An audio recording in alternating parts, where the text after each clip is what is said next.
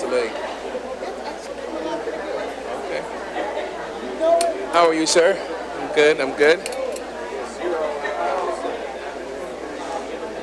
Oh, it won't. This won't happen. The actual subject of this People's Focus Night probably won't happen for another 3-4 hours because we're taking speakers first. There are like 90-something speakers. Oh, so you know better than I do. Yeah. So, yeah, 2 minutes each. The speakers, it's right there, number 4. It won't happen until after speakers, after these reports. These two, 5 and 6, will go quick. But the speakers is going to take it. Yes. Yep. And I just told our clerk we'll do that at the top of the resolution discussion, but that's 3 hours away. So I'm sure you guys have more news out there to cover. Okay. We got us the anchor out there. The anchor's never Yeah. All right, you ready? All right. You ready? I said, you ready? Yes, sir. Okay, all right. Good evening, everybody. Oops, I guess she's not ready. On these, Willa does have to give a report because they have to vote and accept these. Oh, okay, all right. And Tatiana has a report. Yep, I'm gonna take Tatiana. Tatiana's gonna follow you because I don't want her sticking around here until after all the speakers. Right? Actually, you probably wouldn't mind if she go first. Okay, all right, thanks. All right, good evening, everybody. Today is December the 19th, 2019. It is approximately 5:40. I want to thank everyone for coming out tonight. Since we have such a large crowd, it's important that you all understand that there are some rules that we have to ensure that our meetings run successfully and smoothly. I apologize if I offend anybody by articulating what these rules are, but some of you are new and may not be familiar with how we operate, so it's important that I share these rules. The first one relates to your safety. There are codes, fire marshal codes, that we have for our community, and no one up here dictates what those rules are. They allow us to have a certain number of people in a facility such as this, and we have staff members that are monitoring that. And that's unfortunately why some people are stuck downstairs and why there may even be some people who are not able to come into the building. We're doing our best to accommodate everybody. There, as you all know or may know, there are screens downstairs for them to observe and hear what is going on, but that is the reason why these two crowds have been separated. Additionally, for your safety, it is important that you know that there are exit signs right above to my right. Those are the exit signs that you should exit out of to ensure your safety in the event that there is an emergency. The elevators will not be operable, so you'll have to go down the stairs. That is a safe way. We ask that you do that calmly and coolly to ensure that you're safe exit out of this building. Additionally, we have some rules for the operation of these kind of meetings. Some of you who have attended these meetings know that they can be run, by and large, we have successful, peaceable assemblies where people come in here, speak their mind, and then sit down and maybe listen to other folks. On occasion, though, more often than I would like, there are some people that, for lack of a better phrase, get out of order. And that is problematic for us because what it does is it prevents us from listening to what speakers have to say, and most importantly, it prevents people who want to have an opportunity to speak from speaking because sometimes people speak way too long, sometimes people speak out of turn, and this is a democratic process so that everybody has the opportunity to be heard and listened to. So I'm going to describe some of the rules. And I know this doesn't apply to most people in here, but in the event that there's someone who is inclined to be disruptive or disrespectful of other people's time, I'm going to share some of the rules that the Board of Education has promulgated, developed, listed so that these types of meetings run effectively as democratic speaking opportunities. The first rule is, it's about prohibited conduct. No person can singularly or in concert with others obstruct or disrupt the particular proceedings where they're at, whether those are teaching, research, or at a school board meeting. Another one is no one can willfully cause physical injury to any other person or threaten to do the same. And again, I know most people in here, 99% of the folks in here wouldn't even imagine doing that. but I feel compelled to tell you that. No person in this building can physically restrain or detain another person. It's pretty obvious. No person can willfully damage or destroy property of the district. No person can remain in this building if they're directed by personnel to leave. No person can refuse to leave the building or facility after being directed to do so by an authorized individual, is exactly what the rule says. And I've skipped quite a few, as you can see, so I'm down to 14. It says, no one can be insubordinate or use abusive language. Sadly, that does happen here. So I would remind you, that would be a cause for being removed from this building. No person can willfully incite others to commit any of the acts that I've just described. And then the most important rule is going to affect most of you all is there's a 2-minute time limit.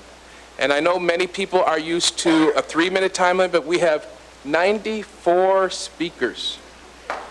And that's a good thing. That's a good thing. That is a good thing. But it only becomes an effective display of democracy if everybody listens to everybody. So if you applaud for a long period of time, if you talk in between somebody speaking, you're interrupting the democratic process and essentially being disrespectful to the people that will follow you. Because for every person who speaks, trust me, there's another 10, 20, 30, 40 that want to speak. So that we would ask that when you hear that buzzer ring, the clerk will, she's got a little device over there, she'll press the button, and then within 2 minutes, like an egg timer, it will ring, and it will keep on ringing until you sit down. If your remarks are so long that you've put something in writing, our clerk will take your written document, make copies of it so that the clerk can distribute it to every member of the Board of Education. And of course, all of us are reachable by phone, and many of us have been contacted about your concerns regarding the business that is before the court, before the, this is my second job, the business that is before the board today.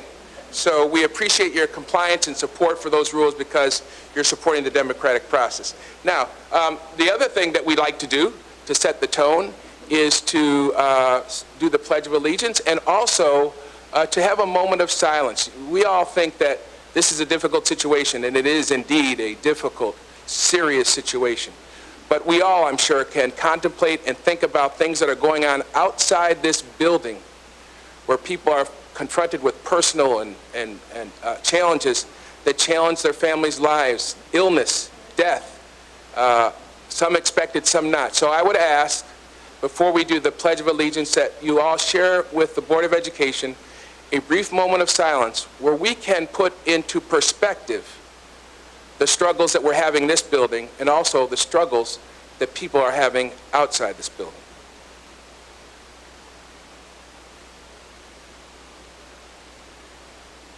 Thank you very much. Now, I need a young person to help the board do the Pledge of Allegiance. Do I have any young? Oh, I see. Look at that young man. So, yeah, right there, right there. Yeah. You. Come on up. Let's give him a round of applause. Let her a round of applause. My hands aren't so good. Come on, let's give her a round of applause. All right, we got two actually coming up. Come on up. Yeah, now go to that microphone over there.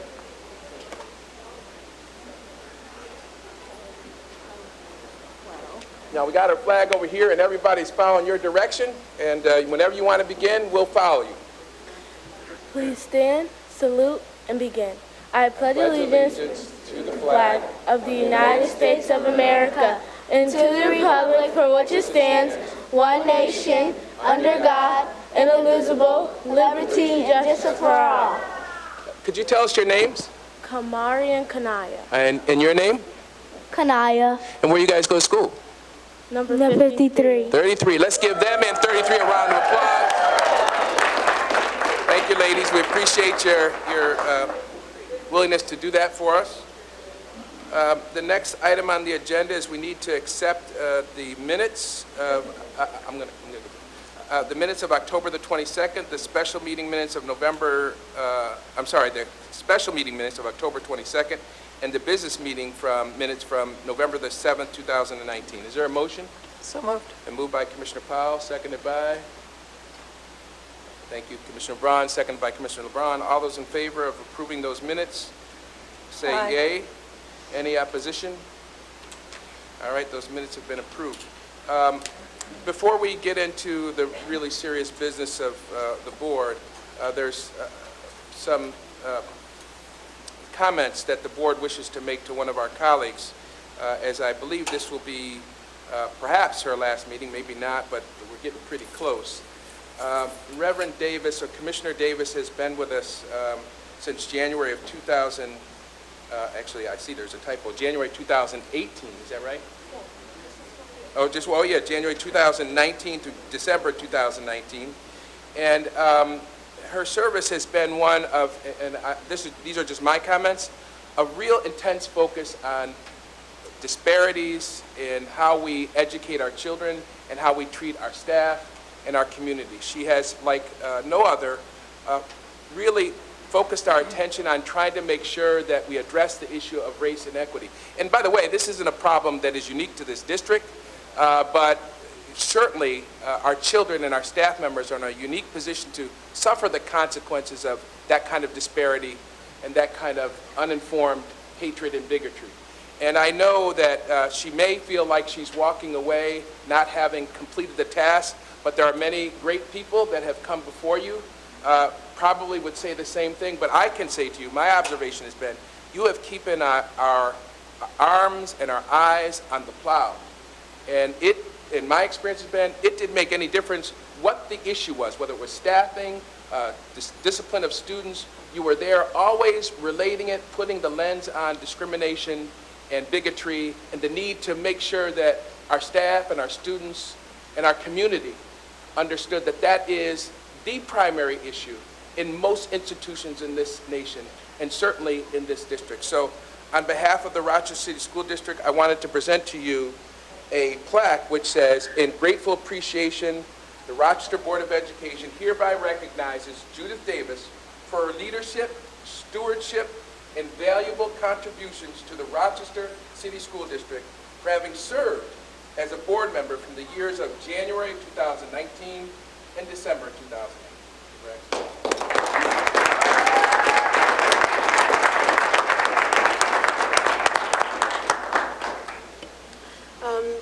Again, to President White, to Vice President Elliott and commissioners, Superintendent Dade, and to the community. This work wasn't done alone. The focus on addressing the overrepresentation of African Americans and other persons of color in suspensions, in identification for special education, and in the case that we're looking at now, even the disproportionality in the percentages of educators who will be leaving the district possibly. This is the focus that I did not alone address, but many in the community who who asked me to run and helped me to be elected have continued to work with me through this year. And I have to give my props to the coalition, the Take It Down Planning Committee, the Movement for Anti-Racist Ministry in Action, and the Faith Community Alliance. If any of you are here, could you stand and just wave your hands?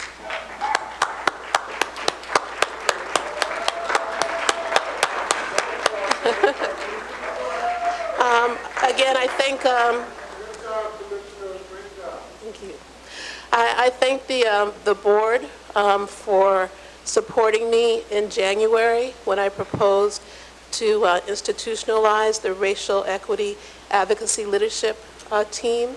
And so that team will continue with the district, and it will continue to address and to focus on how to address racism in our system, in our district, in the areas of human resources, using professional development to provide anti-racist education to all personnel, and to also to address our relationships, to build relationships in a way that is beneficial to our children of color. So again, I thank you for everything. And I want to leave, I can't remember the whole story, but I'm just going to leave it for the children. There's a story of an eagle, and probably people know it already, but this is to the children if they're listening.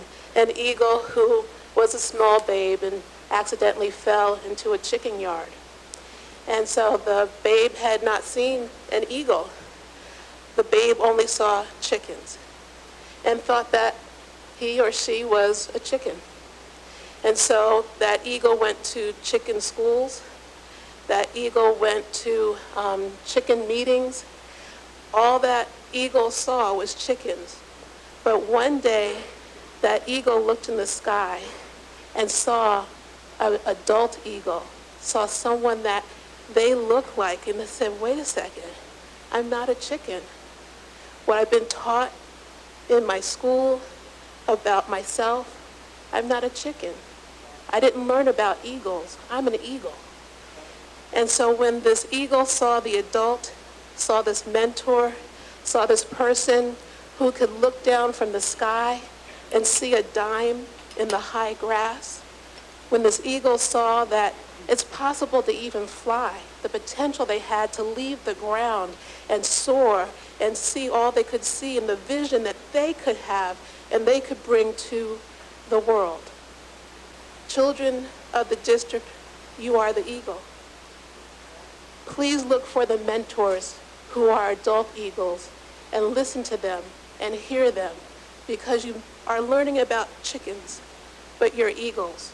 Find those mentors who will speak to you, who will love on you, and who will let you fly, let you see the way that you see, and not be afraid to acknowledge that you're an eagle and you're not a chicken. Thank you.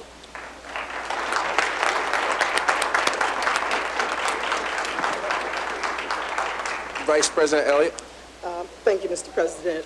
I just want to convey my great pleasure in working with Commissioner Davis. I was thrilled that there was another person on this board who put the African American experience first, because I do believe if the African American experience is put first, everybody benefits, and history shows that. If you begin to marginalize and say all of us, black folks get marginalized. And it is only, and others benefit by the African American agenda being placed first. And you did that. You helped us to see that even more. I think the only regret that I would have is, and this is not uncommon in the centuries that we've been as a people, that we haven't worked very well together. But somehow we don't seem to be able to understand that we all are diverse, even though our skin color says we're different, that we're the same. We have not seemed to know how to work together as a people. And people have taken advantage of that because we haven't seemed to be able to work together as a people. Once we begin to work together, the people, we wouldn't have others to come in and to be able to dismantle us apart. We should be able to understand that we come from different perspectives, but those perspectives should benefit the group, not tear us apart. And for too long, I go back 40 years with the fight organization, too long we've allowed the differences to stop us and people to come in and to subvert us, to keep us from educating black and brown children. And so I want to just connect with you and thank you for your work. I appreciate it. I appreciate the work that everybody is doing. But if we can, and this is the year of return, and this is the year of getting into 2020, the year 2019, where 400 years of slavery are gone, and you're going to be seeing things different. God has already prophesied that, right? That's already been prophesied. That's why you see all the killings happening, because they know too what's about to happen. And so if we can work together, and I'm hoping that we are going to be able to work together, the kind of stuff that we're seeing that's going on where people are saying they love our children, we don't, they don't, that would stop. Thank you for all your work, Commissioner. All right.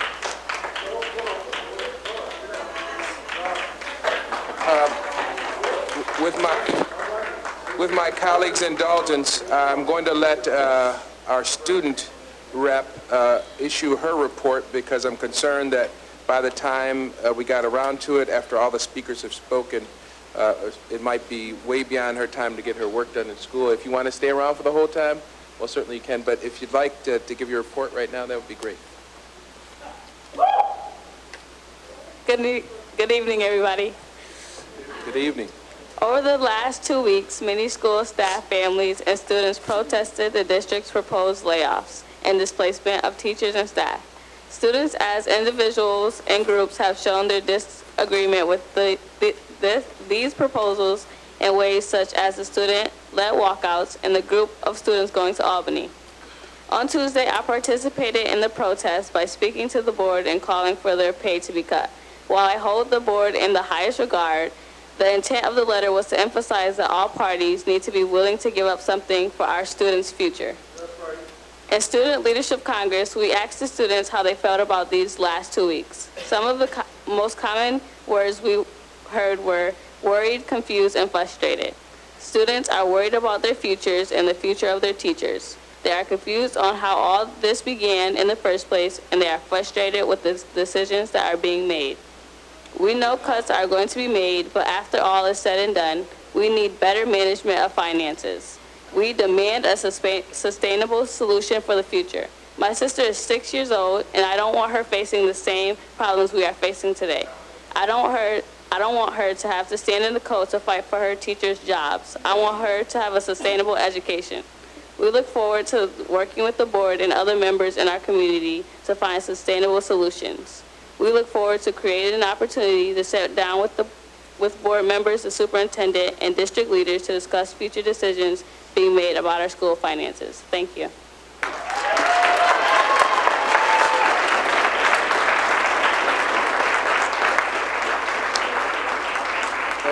And now, thank you. And now Superintendent Dade is going to issue his report. Good evening. So just wanted to provide two pieces of updates, one on our fiscal crisis, and then two, our next steps with our Parent Advisory Committee. So back on October 8th, I outlined our initial thoughts on our budget of deficit of $30 million and was tasked by the board to develop a plan to address our fiscal crisis. That ballooned to $65 million today, and that plan is before the board now to be voted on. That said, where we started with the specifics of the plan that I proposed began back on November 12th with 287 potential staff reductions across our 4 bargaining units. Very pleased to report that due to lots of collaboration, particularly with our colleagues in NYSET, looking at things like our grant funds to relieve some of our A funds and securing positions back into schools. That number has been reduced from 287 on November 12th to 155 today. Of that, teacher reductions went from 168 potential reductions on November 12th to 109 today. So even today, we were doing everything that we could upon our final review with our NYSET colleagues, and letters were sent out to rectify some of those cuts. So just wanted to state I'm not looking forward to what we have to do in the coming hours, but I was tasked with addressing our fiscal crisis as your new superintendent, and that's what I've done to date. The other piece of business that I have to report on is we haven't had a functioning Parent Advisory Council, I think, that has met any of our expectations in the district since last February, I believe. So I was tasked by the board with coming up with some solutions to move us forward. As you know, and as indicated in our goals for this year, the participation of parents is obviously critical for our district's success. As you also know, there have been issues concerning the functioning of the organization designed to ensure that the voice of our parents is heard at the highest levels of the district. To examine and recommend how best to revitalize our Parent Advisory Council, I assembled a working group consisting of my chief of staff, the district clerk in her capacity as the board's special assistant, the director of community and parent involvement, and our general counsel. Given some of the legal issues involved, I've asked Mr. Kristoff to come and give us a progress report.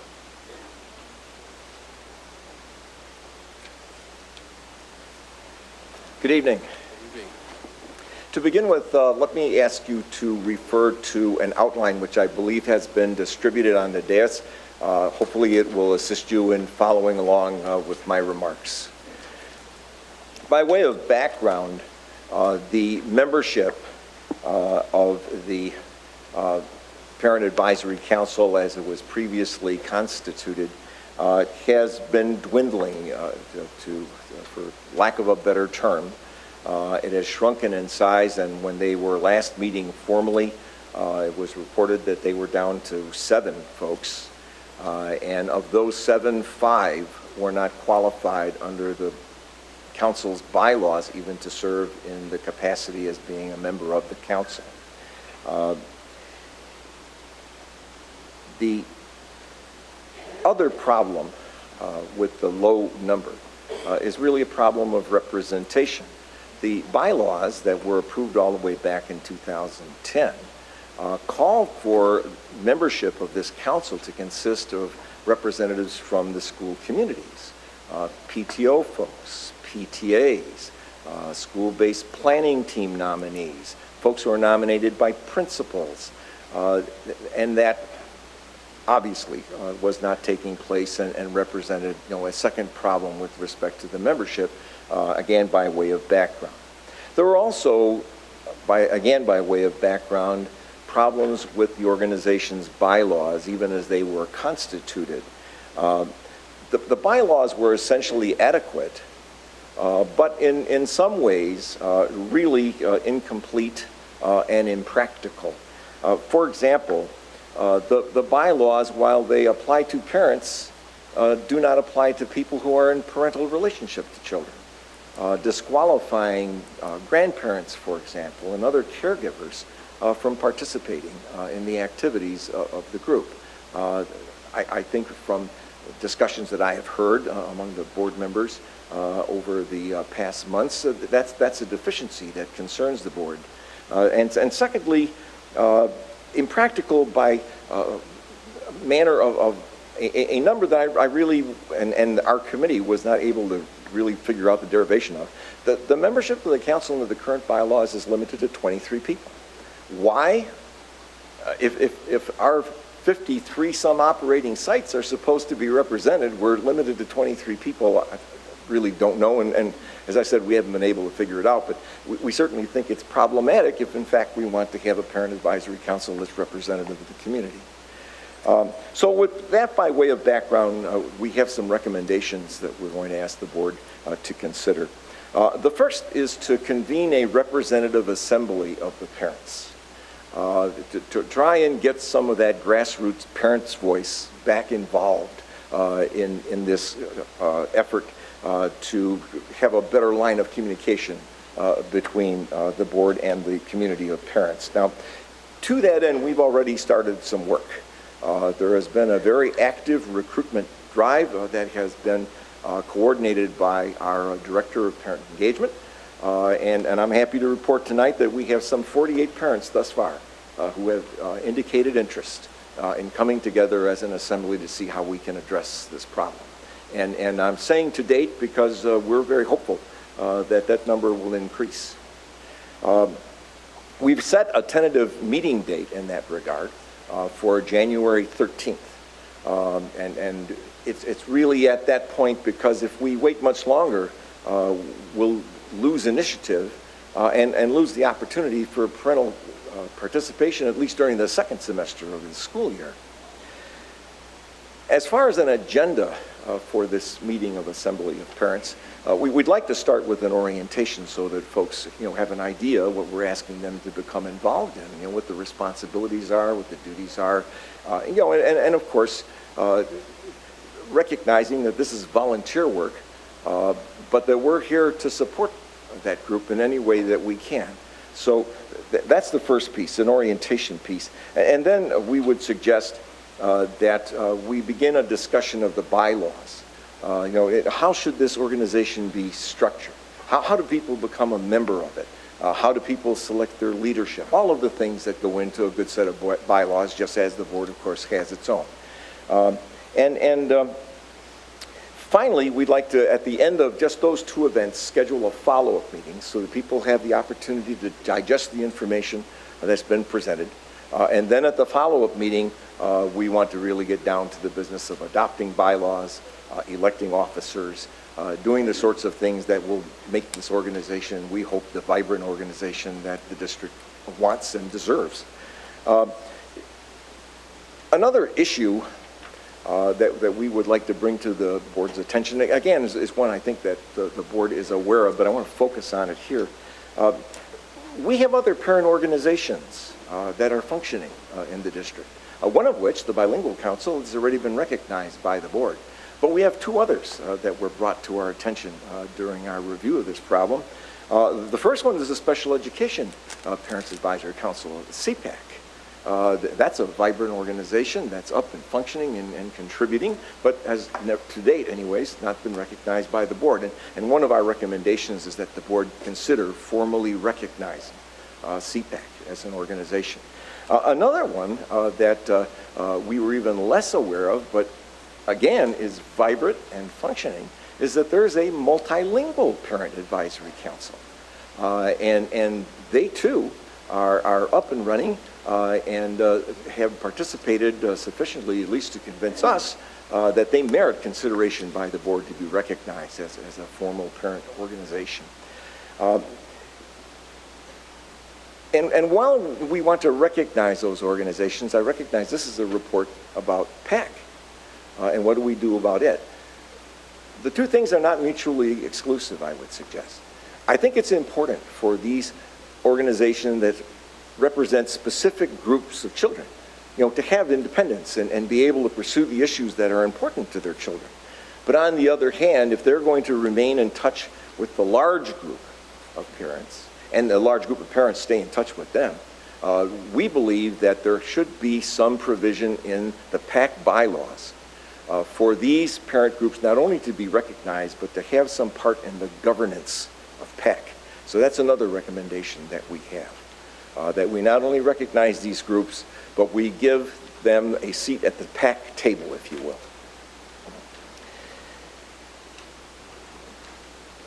And of course, if you're going to recognize a group, one thing that the board has done customarily is, of course, review their bylaws.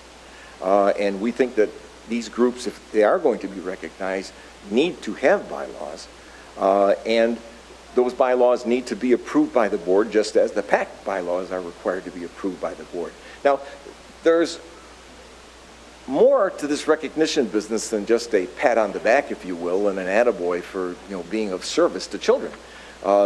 This recognition also carries with it the ability of us to apply title funds to support the efforts of these parent groups. And so if they have approved bylaws and they are recognized by the board, of course that justifies then our ability to use Title I funds to support their activities. So that's the primary reason why our group recommends that we take that course. Now, there are some issues, and if you're following along in the outline, I'm right at the top of page 2 now.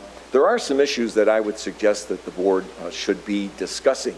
And before we have this first assembly of parents get together.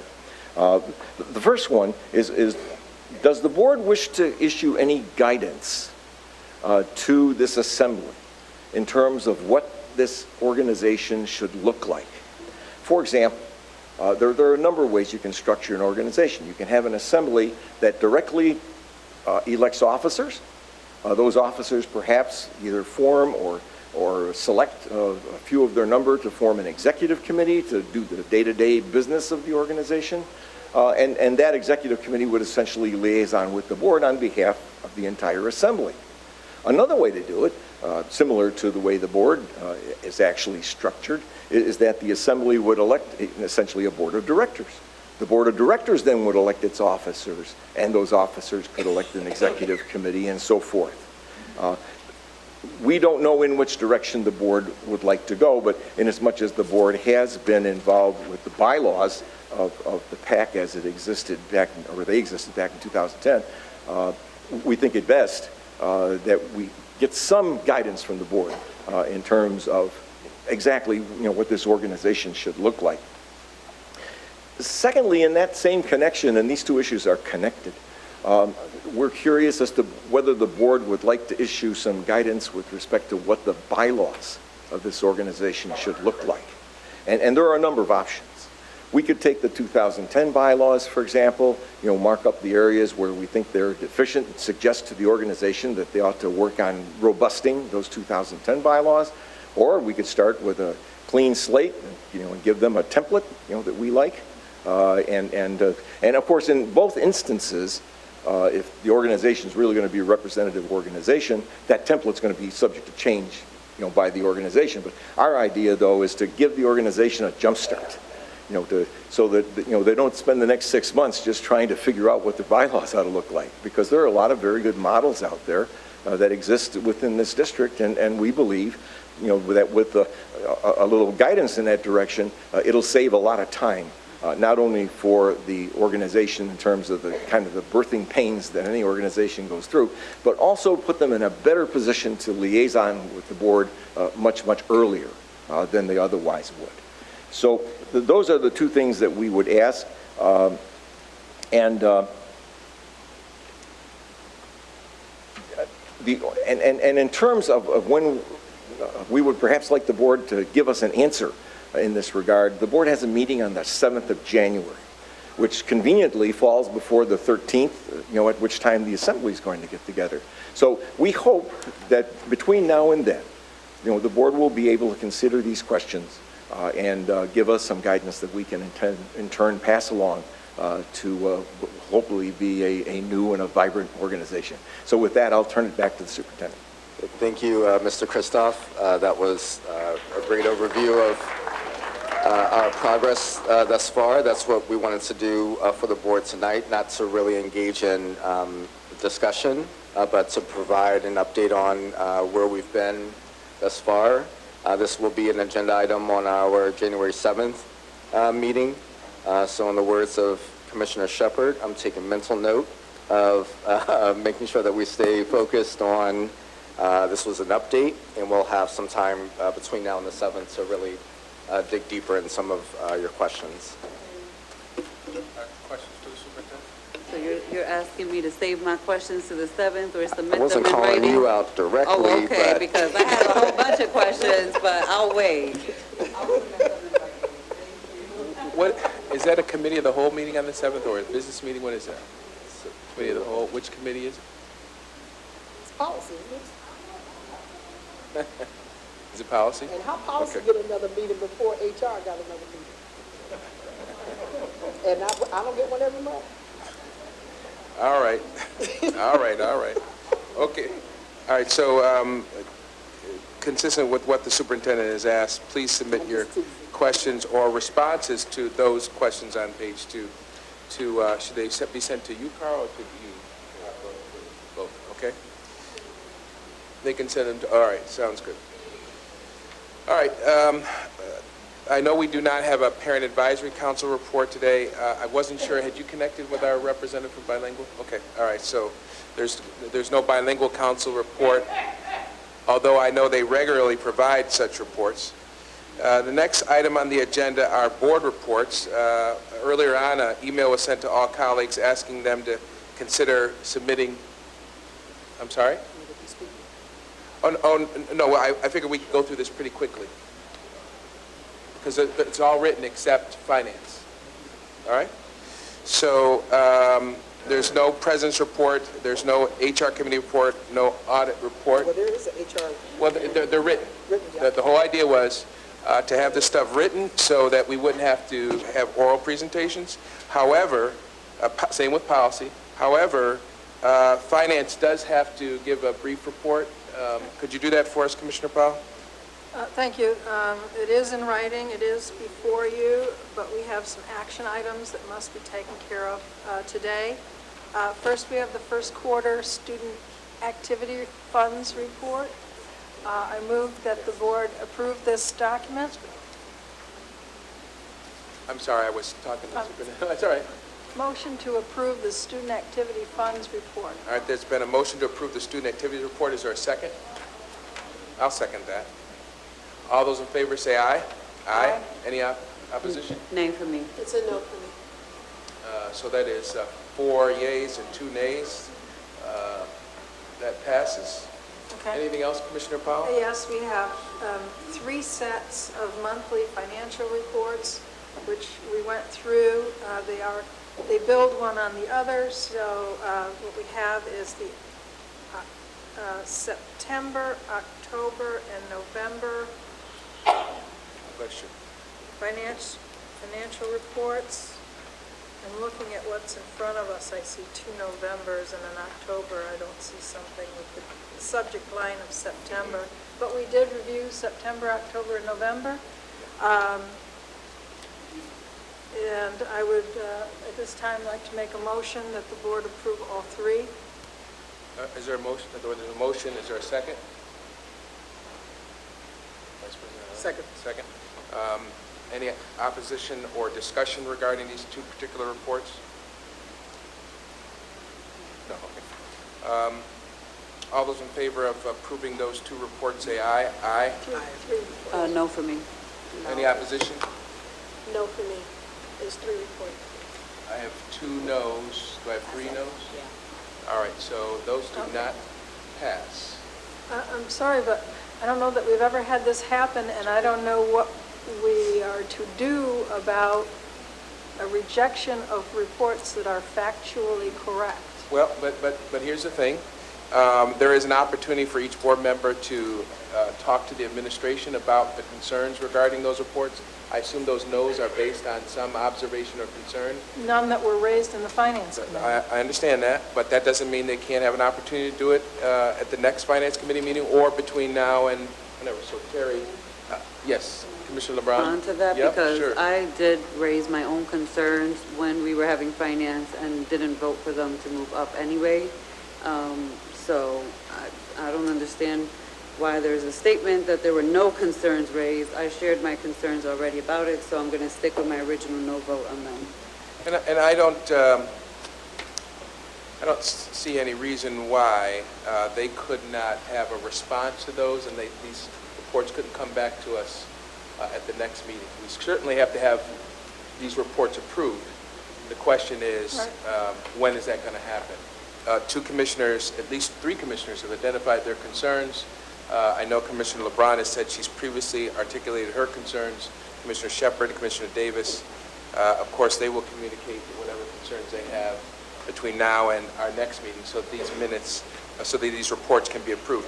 I even had indicated that I wanted to see something a little different. I realized that administration did not have the time to make those changes, And in our discussion, if I might interject, Yeah, sure.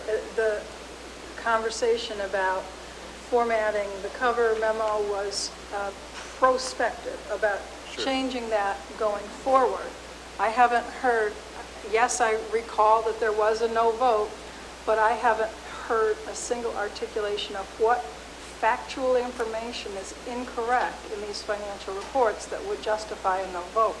Well, here's the reality. They, that is, our colleagues have the right to express concern, and they have an opportunity at the next Finance Committee meeting and/or in between now and that Finance Committee meeting to express those concerns to the superintendent. We just need to make sure these reports are brought up at our next available meeting. And again, the 3 commissioners have indicated they have some concerns about it. It sounds to me like you didn't hear those concerns, but Superintendent Dade is on notice that there are some concerns. I assume between the 3 or 4 of them, they will have some conversations about it and get those concerns addressed. Yes, sure. Is this a question that I can ask to legal? What the question becomes, what happens if the board does not approve those reports? Is that something that you can answer for us, or somebody from finance? I don't know. Probably a question in terms of the legal effect of better discussing executive session. Thank you. So for now, we will not have these reports approved. They have not been approved. We can have an executive session to have counsel answer your question, but I'm pretty confident that while these documents are extremely important, that the delay of a week or 2 will not be that significant. So, and again, I'd ask the superintendent and staff to speak to the three commissioners and make sure that whatever concerns they have are addressed, and that we connect with council about what the effect is of any delay. Vice President Elliott? Another question is, does it prohibit the district from conducting business or expenditures in any way? No. All right, thank you. Okay, all right. So we were able to dispense with our reports, and now we will move on to arguably the most important part of our agenda today, which is speakers. It's all right, you can applaud that. All right. So again, let me remind you, there's a 2-minute limit, and to the extent you go beyond that, you are not affecting the business of the board, but you're affecting the rights of others to exercise their right to free speech. It has been limited to 2 minutes because we have 92 speakers, and that puts us at about 3 hours. And there is other board business that has to take place after we listen to speakers. The board determined by a prior resolution that we would hear all speakers first. Our general practice is to only take an hour's worth of speakers, bless you, because that's in our bylaws, but the board addressed this earlier. Knowing the importance of hearing from you all, we agreed to amend our bylaws, allowing for every speaker to be heard prior to the continuation of the rest of our business. So, having said that, what I'm going to do is I'm going to read names as best as I can. I apologize up front. I'm not, and I have colleagues occasionally that will whisper or tell me the correct pronunciation. I apologize for those that I mispronounced the name. I would ask you take the podium to my left, adjust the microphone, and/or we have a little step there for our young folks. I'm going to call 2 or 3 names at a time so that people don't have to get through the crowd. I'd ask that you stand to the speaker's left. So let's begin. Ray Cassiano and Dijanique Rosa.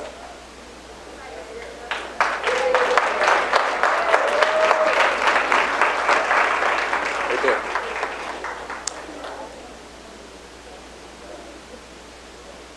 And again, as you approach the podium, please make sure that you repeat your name or give the correct pronunciation of your name so that we have it for the record. Okay. Thank you. Ray Casiano. Hello, everyone. Hello. As you know, my name is Ray. I'm a student at Leadership Academy. I'm here to address the problem, not just any problem, a major problem. My teachers, the programs that I'm a part of, are getting cut. I have been through a lot, and my teachers are one of the few things that have been there for me. And through thick and thin, as a student, I've been through a lot of challenges, and they've been right there for me. So as a student of the district, your future, I would like you to hear me. Please help us get through this so none of our teachers get cut, because I know sooner than later it's going to affect everyone.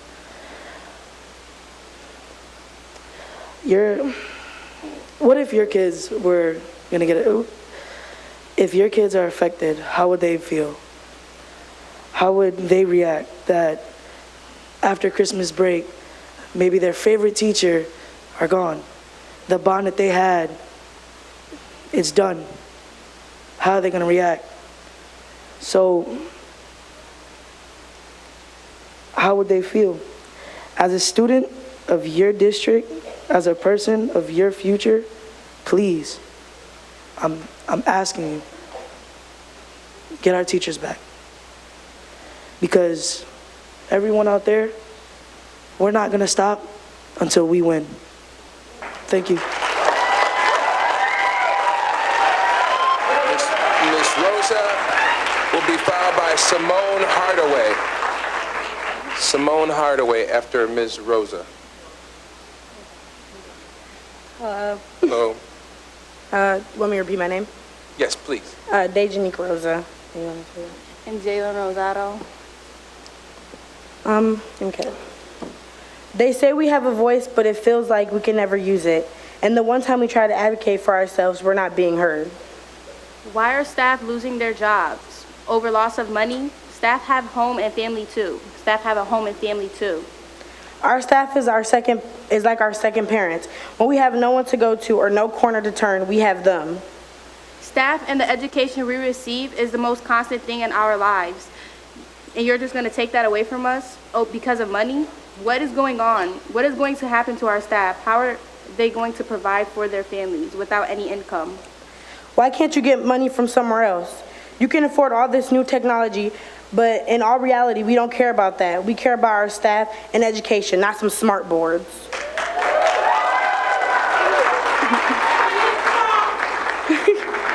Did Fairport need a new gym worth $50 million, more than we need our staff, more than we need our educations? Our staff prepares us for our future to help us become lawyers, firefighters, doctors, police officers, teachers, and more. Why does Rochester City School District always have to get broken down? We want to build those future scholars. If the school board can't trust with our money or our staff, how can we trust them with us? We have voices and we want them to be heard.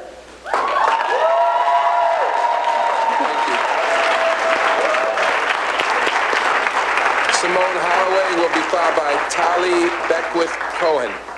Hello, everybody. Hello, staff and school board. My name is Simone Hardaway. I'm a senior at School of the Arts. And you might be wondering why I stand here today to speak to you. When I was in second grade, I had a teacher named Mrs. Pellegrino. It's because I understand how vital a student and teacher connection is. I have arts teachers every day who teach me something I love. Unfortunately, not every student in the district has an arts program that can motivate them to come to school every day. They do have teachers. The reason many kids come to school is their teachers, where they can get support where they lack it at home. I want to tell a story. Let me start out by saying that I'm in a single parent household with a mother that does her best to take care of us. When I was in second grade, we didn't have much money at all. But ever since September of 2008, Mrs. Pellegrino has been there for my family. I can recall the countless times where she brought us clothes and extra household items when we had very little to none. My mother had brain surgery, and so she couldn't work, so she had no idea what to do on her free time. The next school year, she went back to be a volunteer with Mrs. Pellegrino after I was her student, and she went to be a volunteer for 8 years. She worked with kids in classes from 24 students to eventually special education children with 12 students in classes, where she was led to do the same as Mrs. Pellegrino to make personal connections with the students that made differences in their lives. We will be out at Wegmans or a store and we see people that I don't really know necessarily or instantly, but they recognize my mother. Miss Hardaway, oh my God, it's so good to see you. Or even sometimes, Miss Hardaway, thank you for all you've done. And tell Miss Pellegrino that we appreciate her. And to this day, they are good friends even after Mrs. Pellegrino retired. I can say, without a teacher like her, I don't know where me or my family would be. It's connections like these with teachers who care that matter. I can't imagine what our lives would be like without us. Please don't take away our teachers that care for us. Thank you.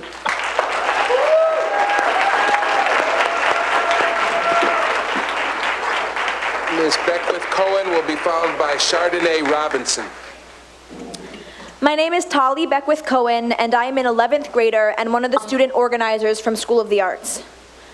Right now, about 4 months into their first year of school, hundreds of kids are learning what it means to be a student. Students of all ages are learning to love their teachers. They are learning that their teachers can be trusted, that their schools are going to put them first, that their education is a priority to the adults who run our district. They are building relationships with their teachers that make them feel loved and cared for and want to learn. But breaking up their school communities mid-year, taking their teachers away from them, will shatter this feeling of warmth and safety that teachers have worked so hard to create. You have heard multiple examples of the devastation cutting teachers mid-year will cause. Increased class sizes, reduction of necessary services, the breaking of invaluable bonds between teachers and students, and the chaos that the logistics of such a transition will cause are just a few. But Superintendent and Board, what perhaps you do not understand is that these mid-year layoffs send us, the students, a direct message. Whether you mean it or not, by taking away our teachers, you are telling us that our needs are not being put first. And we hear you. This message will reach even the smallest kindergartners and will instill in them a fear and distrust of the educational system. Superintendent, and board, we hear you. And we know we hear you, because my generation knows how to fight back.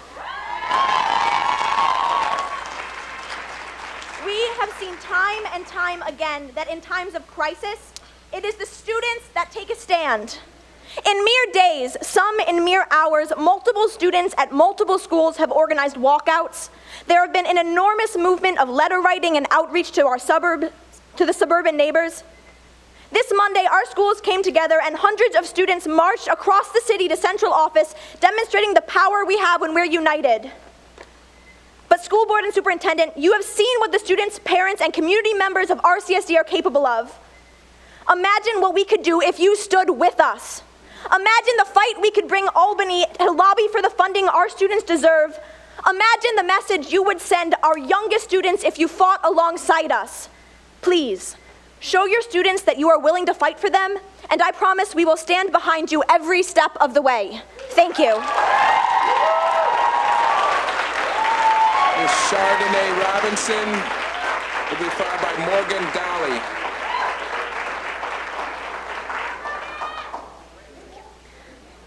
Hello, my name is Morgan Galley. I'm a sixth grader at Anna Marie Douglas Academy, school number 12.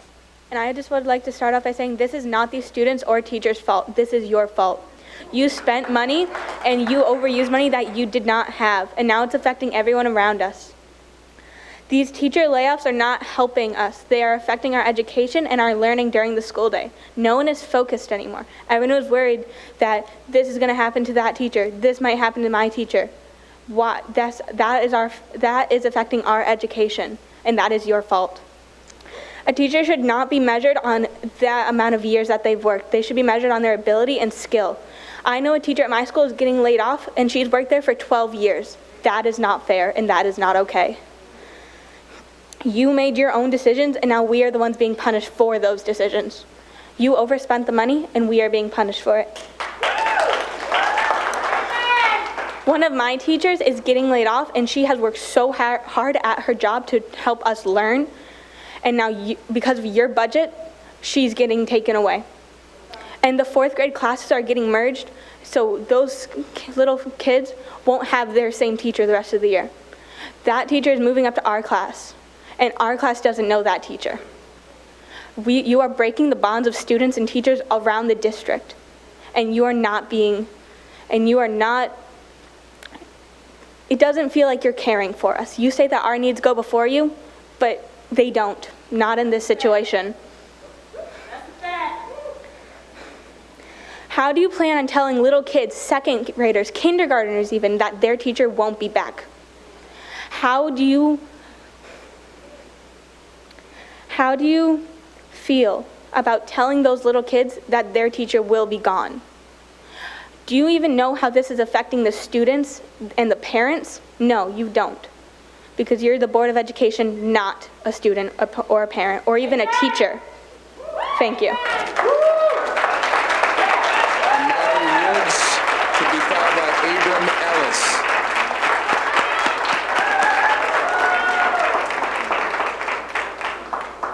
I'm Chardonnay Robinson from school that I was.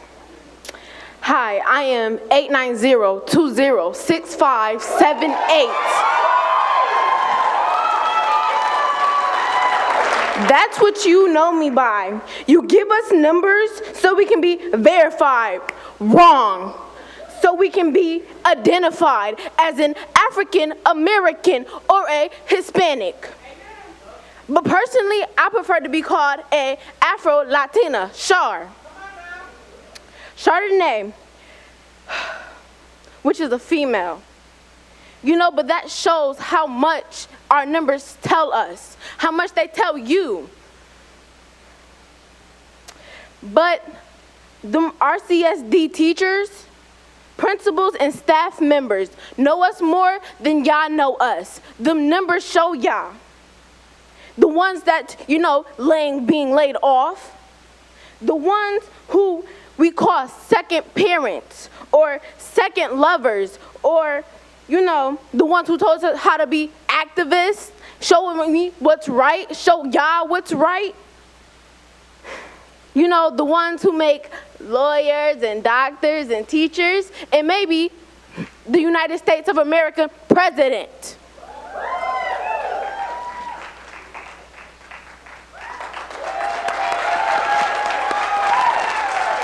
Amari Woods will be followed by Abram Ellis and Bailey Waring.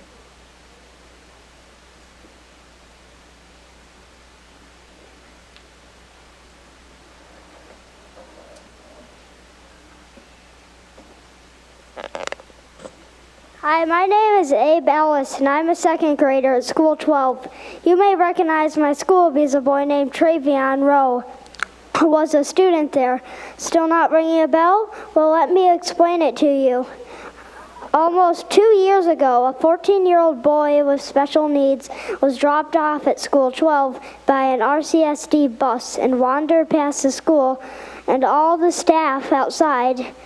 He walked a couple miles toward downtown, where he immediately jumped into the Genesee River and died. The day and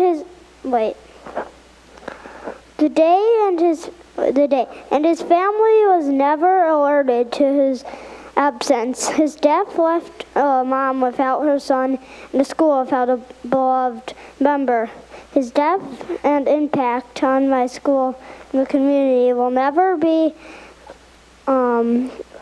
forgotten. Since then, School 12 students and teachers have worked at rebuilding together and supporting each other to become a stronger and safer school. We have an amazing and caring new principal who has helped reassure us that we are in a supportive, well-staffed, and guarded place. We are making a new name for ourselves and will prove how can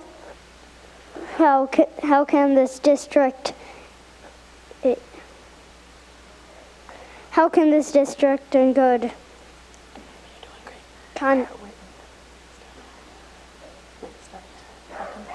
how can this district and good conscience decide to fire teachers who protect us against devastating outcomes due to current staffing and greet us at arrival and dismissal?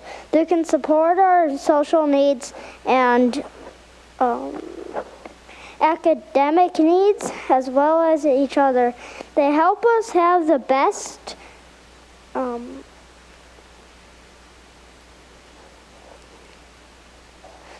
chance at our future, or even a future at all. Our teachers are another home for us, and by pulling them away mid-year, you are ignoring basic compassion and safety.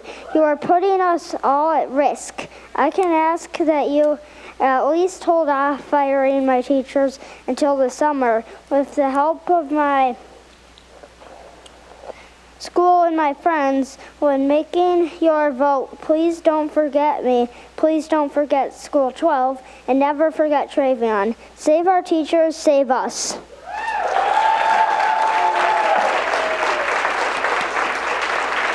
Bailey Waring will be followed by Jada Rosario.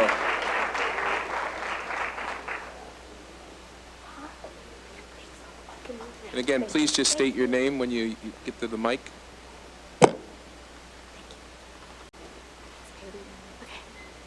My name is Bailey Waring, and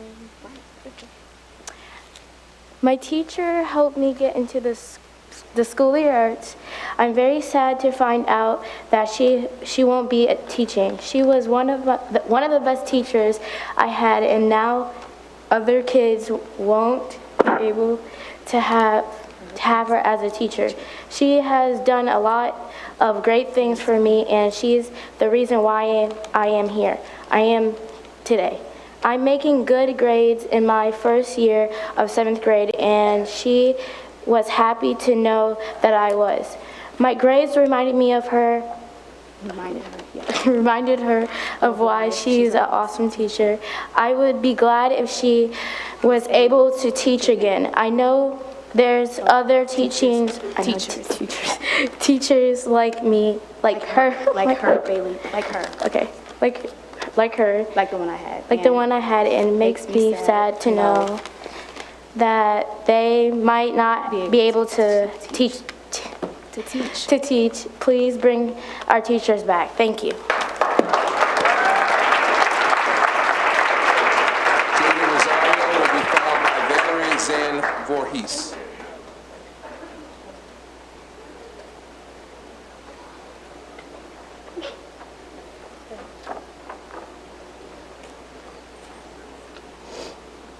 Good evening. My name is Valerie Van Voorst. I have here Natalie Harper, Gloria Hill, and Josiah Hill. My daughter's very distraught losing her teacher. I am a parent with 3 children in RCSD. One goes to Edison Tech, one goes to leadership, and Natalie goes to school number 34. My daughter has lost 1 teacher, Miss Silvers, and Natalie has lost 2 teachers, Miss Mussolino and Miss Donovan, the great teachers back there. I am a very active parent in the district. I see how these teachers make a difference in these kids' life. On December 19th, the Monday after these teachers got these awful letters telling them they will be ripped out of these children's lives, these teachers had to come in and tell their babies they will no longer be there when they come back from Christmas vacation. It was so heartbreaking watching these kids break down because of something that they had no control over. But now they have to suffer.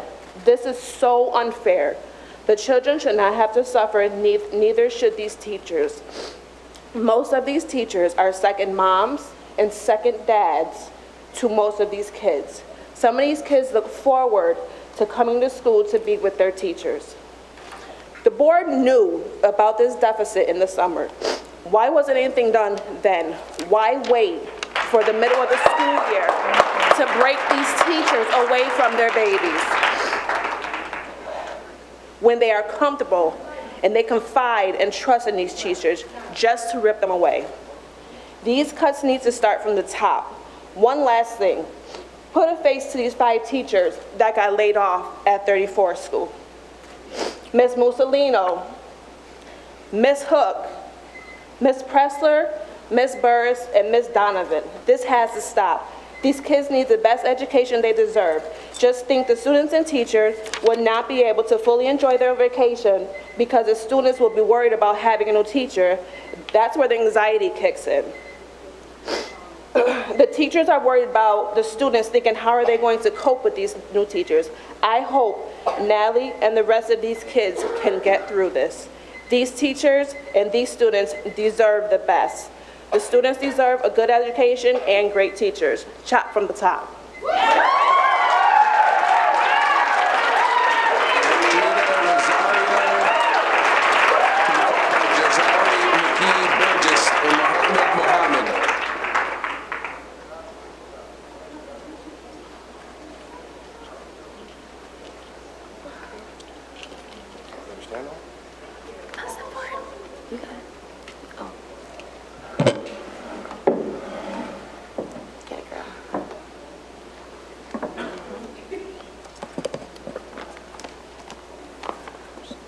My name is Jada. I am a 3rd grade student at Rice Community. I would like you to know that I am very disappointed that my teachers at my school are being laid off.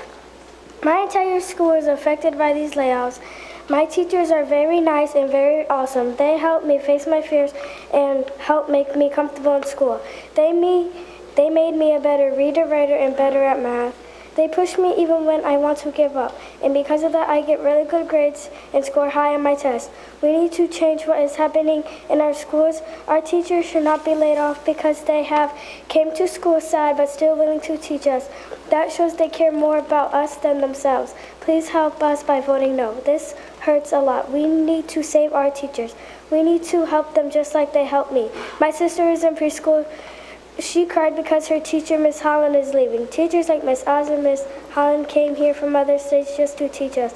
They need a chance This is my plea to help kids like me who need our teachers like Ms. Osmond Stecker, Mr. Owen, Ms. Holland, and many others in my school who came to work with smiles on their face, not knowing what they're going to do after before all this sadness hit. My school was happy. My school was a happy school. Our happy school is going to turn into a very sad school. If you vote yes, I hope you let my teachers stay.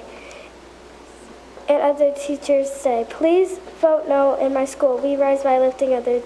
This is my way of lifting them. My teachers stand for us, so it's my turn to take a stand for them. Thank you.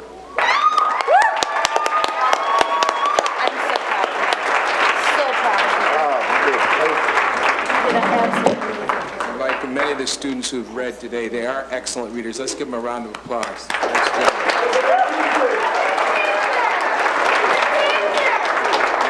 Next is Jazari McGee Burgess, followed by Muhammad, and then Christian Zalhen.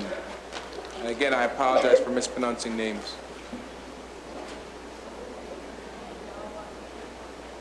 How about Wishes Campbell? Josiah Collins?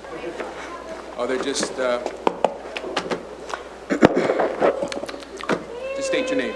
My name is Mohammed, and as the future, Go ahead. as the future mayor, there is a problem in this city, and I have to deal with all of them, and it includes the RCSD. See, if she's gonna, I don't know if she's passing them around, but if she does, or when you read it, right?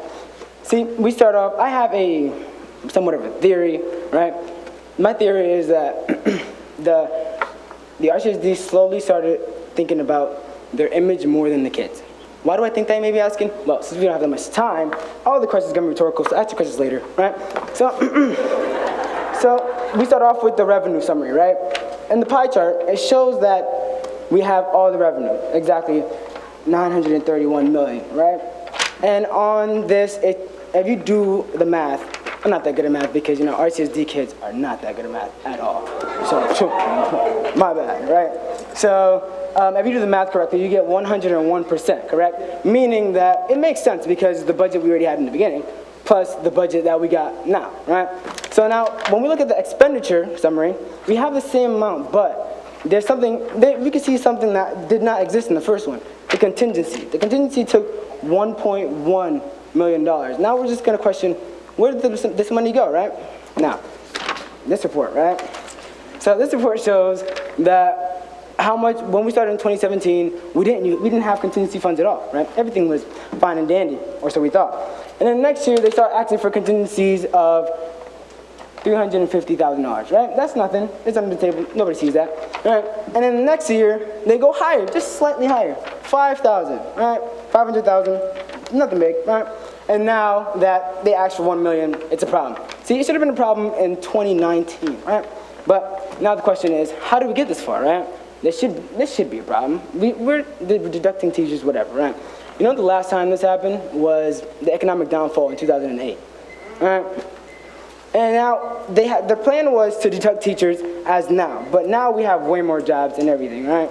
See, now the question is, if the economy isn't the problem, then who is, right? We're not gonna play the blame game though, right?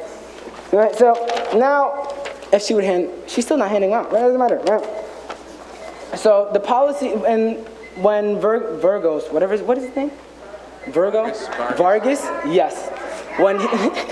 When he was here, we had, in the beginning of the debt, we started off with 61.1 million, right? There was a gap, right? And then we slowly started to fix this gap with, by allocating resources more efficiently, right? You would think this is great. And then it is great because, this was their standard until 2017, 2018, which is before. Could you finish up? Oh yeah, I can finish up. All right, thanks. So my theory is that, they stopped caring about them when they started realizing that, because East graduates was getting really good, right? So they thought, if East is doing good, everybody else is doing good, right? Because, but that's not how it works. That's not how it works at all. So then they started using more money on their image because they thought the students were already good. But see, the students are my city, as a future mayor, these people make up my city. So if you guys mess them up, then what am I gonna do, right? So your problems are becoming my problems, and I don't need that. So let's fix that. Please and thank you. All right.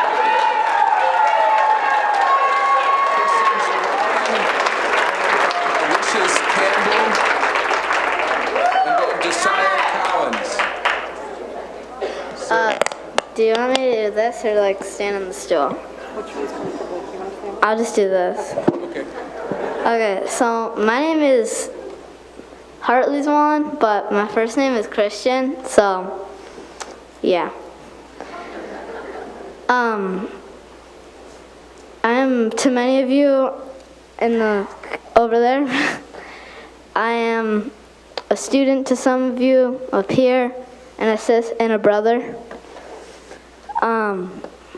My teacher, Miss G, was recently laid off, and that affects all of our class because she runs the pep rallies, she runs the school store, so that doesn't just affect our class, it affects the school. And because of these teachers, intervention teachers have to replace them, so I'm also losing Miss Caniglio. And also, that's about it, because I've said this before to my classmates when I was talking to my school, and I'll say it again. This saves our district money, but at what cost? Our education, the jobs of teachers. Thank you.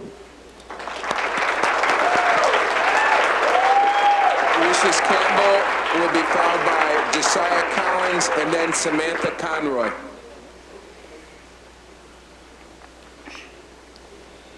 Hello, my name is Lucius Campbell. I am currently a 5th grader at school number 34.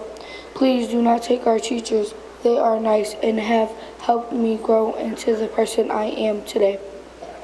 I would not be here without them.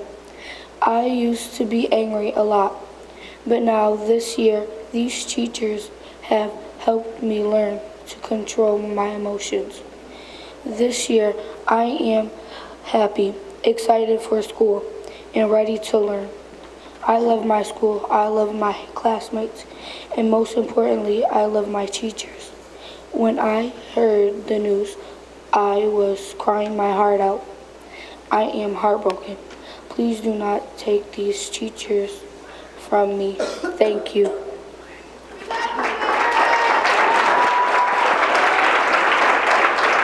Josiah Collins will be followed by Samantha Conroy and Demar Barber.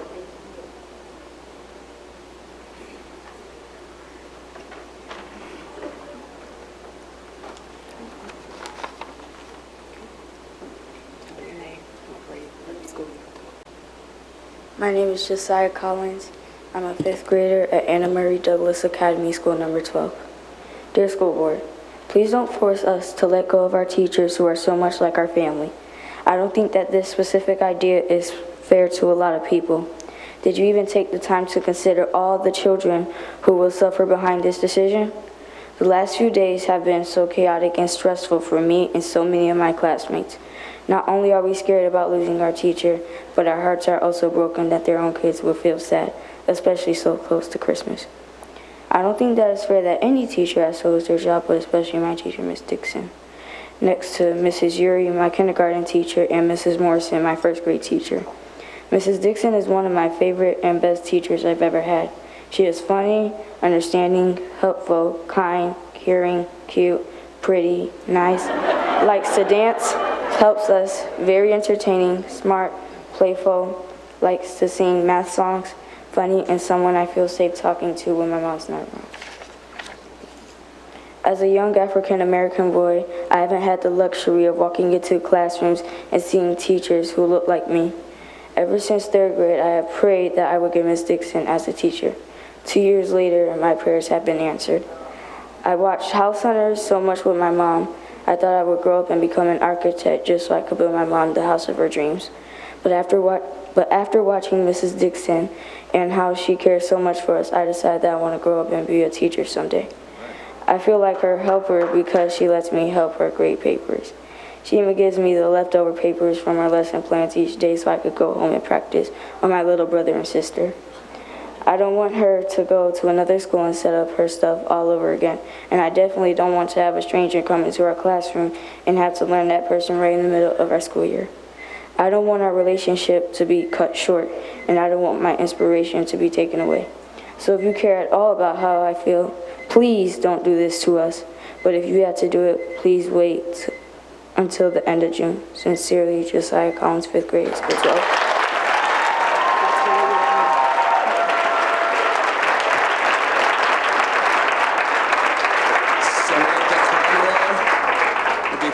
Damar Barber.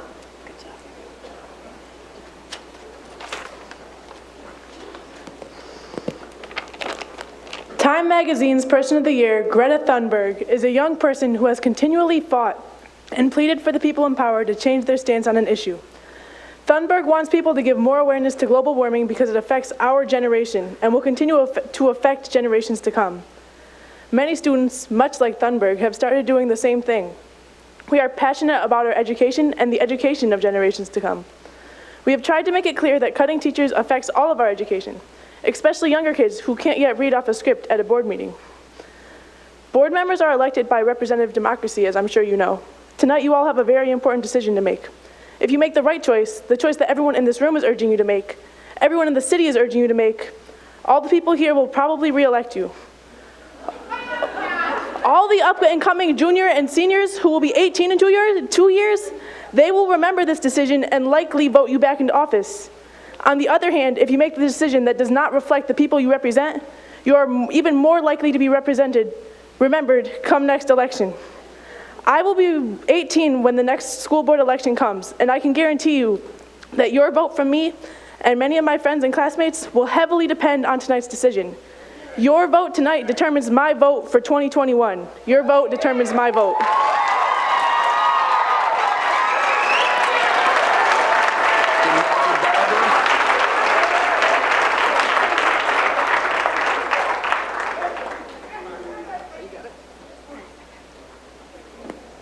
Welcome back. Good to see you again. Hi, my name's Damar Barber, and I go to School 23, and I came here tonight so I can talk about the vote.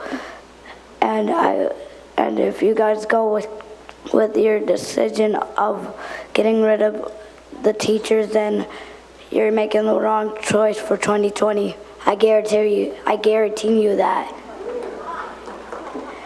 And if you guys get elected if you guys get elected next year, that's good for you. But if you don't keep doing this, then you're probably not going to be elected again.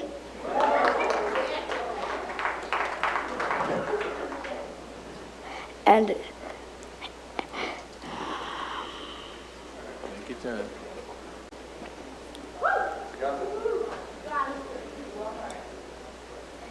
And if you keep getting rid of these teachers, then what are you going to think what's going to happen to the kids in the classrooms?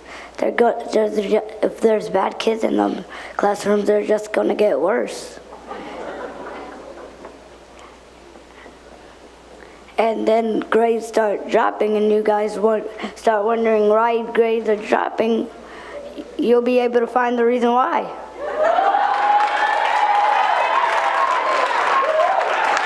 And you're just doing that because of budget cuts. You should just cut your budget cut.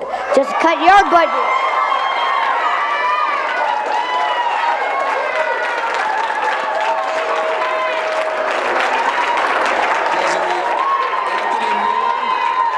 Anthony Miller will be followed by Desiree Garrick. Lydia Perez.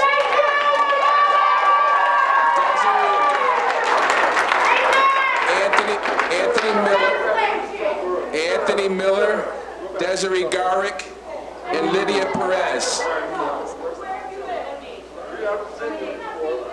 How about Takari Cooper? Ladies and gentlemen, We need to hear our speaker.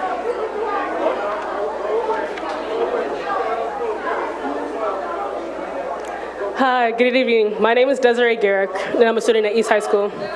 We have expressed our opinions to the board and to the various media outlets. We have pointed fingers in multiple directions in regards to this devastating crisis that we are being faced with. One thing we have not considered is why we are in this mess, why we are in it and not other suburban districts. We are in this because our budget is not voted on by the residents of this district. We may have been made aware of the budget, what the budget covered, but we never really had a chance to decide ourselves. The city council doesn't even vote to approve the budget. We constantly want to place the blame on the district, although they may play a major role in this. We never thought to evaluate what parts we have had in this mess. We, the residents of Rochester, are very ignorant. We say that we are aware of the racial climate here in the city, but in reality, we are oblivious to the blatant de facto segregation we are subjected to right here in Rochester. Why is it that the general makeup of the failing Rochester City School District is a majority minority, and the seemingly successful suburban districts are made up of majority white students? Why are their districts succeeding academically and athletically, and ours isn't making any considerable headway? Why is it that all of the cities that are considered to be the poorest in the nation are the most segregated cities? I'm talking about the fact that many of our white co-workers or friends wouldn't dare send their students to a city school, and although they might not voice this publicly, they don't want us in their schools either. Unfortunately, our educational system was set up to target us economically. We cannot allocate funds the same way suburban schools do. That is mainly because we do not fund our schools through property taxes. There's a solution that would result in a gigantic step towards this discontinuation of the city's de facto segregation. What if we created a county-wide school system? We all have the resources, yet they are mismanaged. The most important issue we would have to figure out is the logistics of transportation.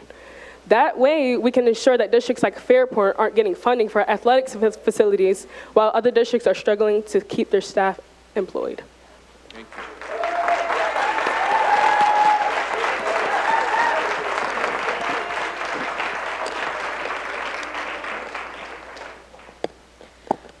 I'm Lydia Perez, and I'm here because several honest, hardworking teachers have been laid off because of the budgets and money that we still don't know how you guys spend it. I would like at least an explanation on how the money was spent, and as a better result for this, perhaps we could do this better by laying off cutting our teachers till the end of the year, creating a fundraiser, gathering money, and at the end of the year, evaluating the amount of money we have to the amount of money we owe.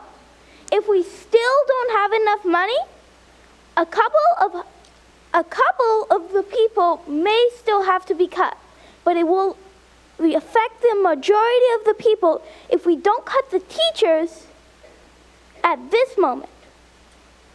Think about it. And think of this too.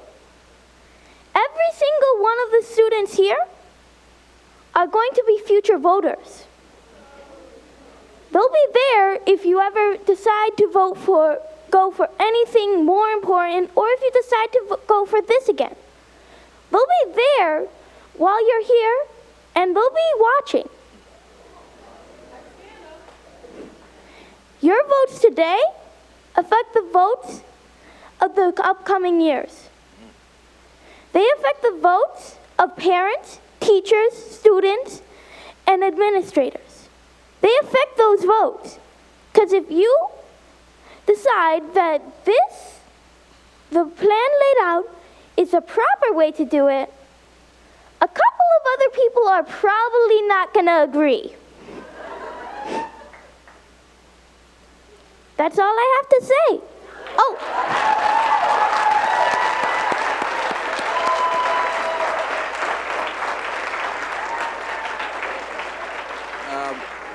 According to my list, that completes our students. We're going to continue on with our parents, but can we all give our young people a round of applause for the tremendous job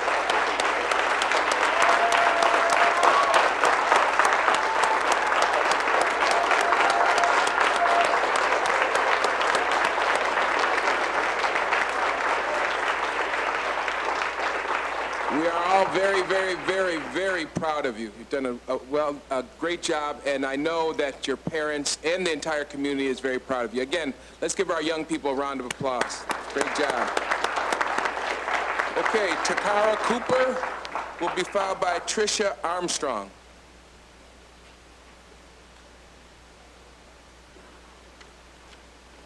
Good afternoon, everyone. Or good evening, I should say. I would like to thank everyone who has decided to be here today. First, I would like to introduce myself as Takara Cooper. I am the product of the City School District, as well as a School of the Arts alumni, 2007. And it saddens me to see how far the district has got in regards to caring for children and the staff. Although I was able to graduate with my degrees, it was not easy. I believe if it was not for the teachers who I have engaged with and mentored me in the past, I wouldn't be standing here today. A few of those teachers I would like to shout out. 4th grade teacher, Mr. Peasley. He taught math. 3rd grade teacher, Miss Abner. She was a tough one, but she got us all in shape, literally. Mr. Belcafini, School of the Arts. Mr. T-Ray, School of the Arts. I'm a band major, played the flute. Those are the few teachers that mentored me and influenced me. I stand here before you all and attempt to keep teachers in the schools as I have 3 children. I have a set of twins who are 4, excuse me. I have a 6-year-old, and they all go to School 33. School 33 is not doing well, and from what I've seen, those are the reports are that most of the teachers, or at least 28 of them that I know of, will be laid off from that school. If teachers are not there to be hands-on in the classrooms, how will the students thrive?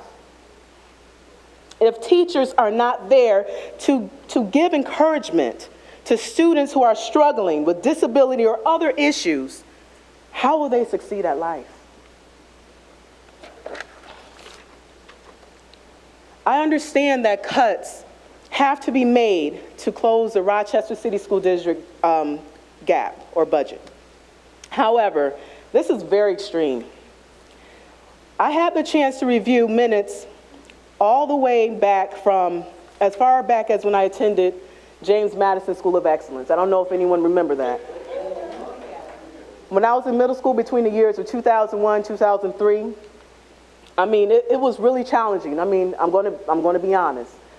All the kids there, they weren't, well-behaved and all that stuff, but that's another part. But even back then, I literally remember sharing one Spanish book in class. And mind you, I believe the building was built in '98. I went there in 2001. I don't understand why we were sharing books, one book in the Spanish class. I don't know.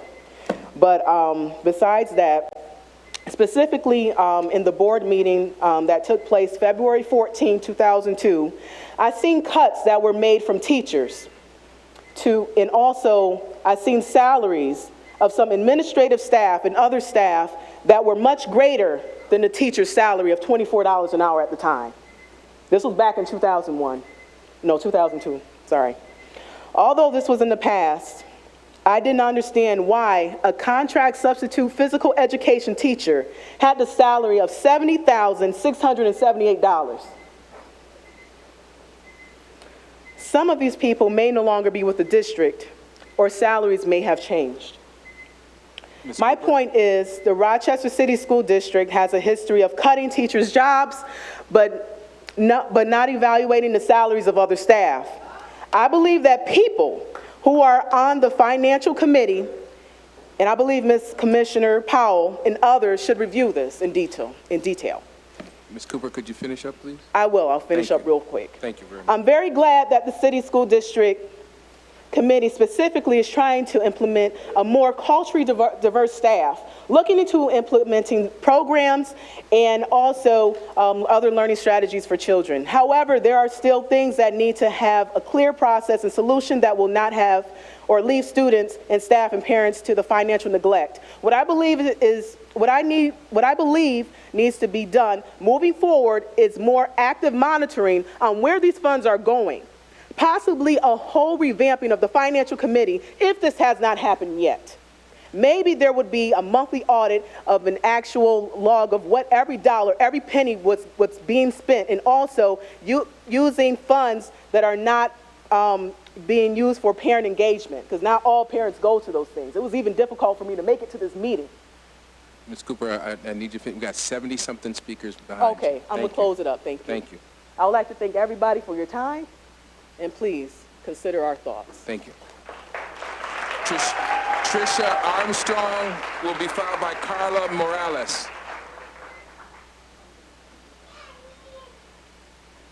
Good evening, everyone.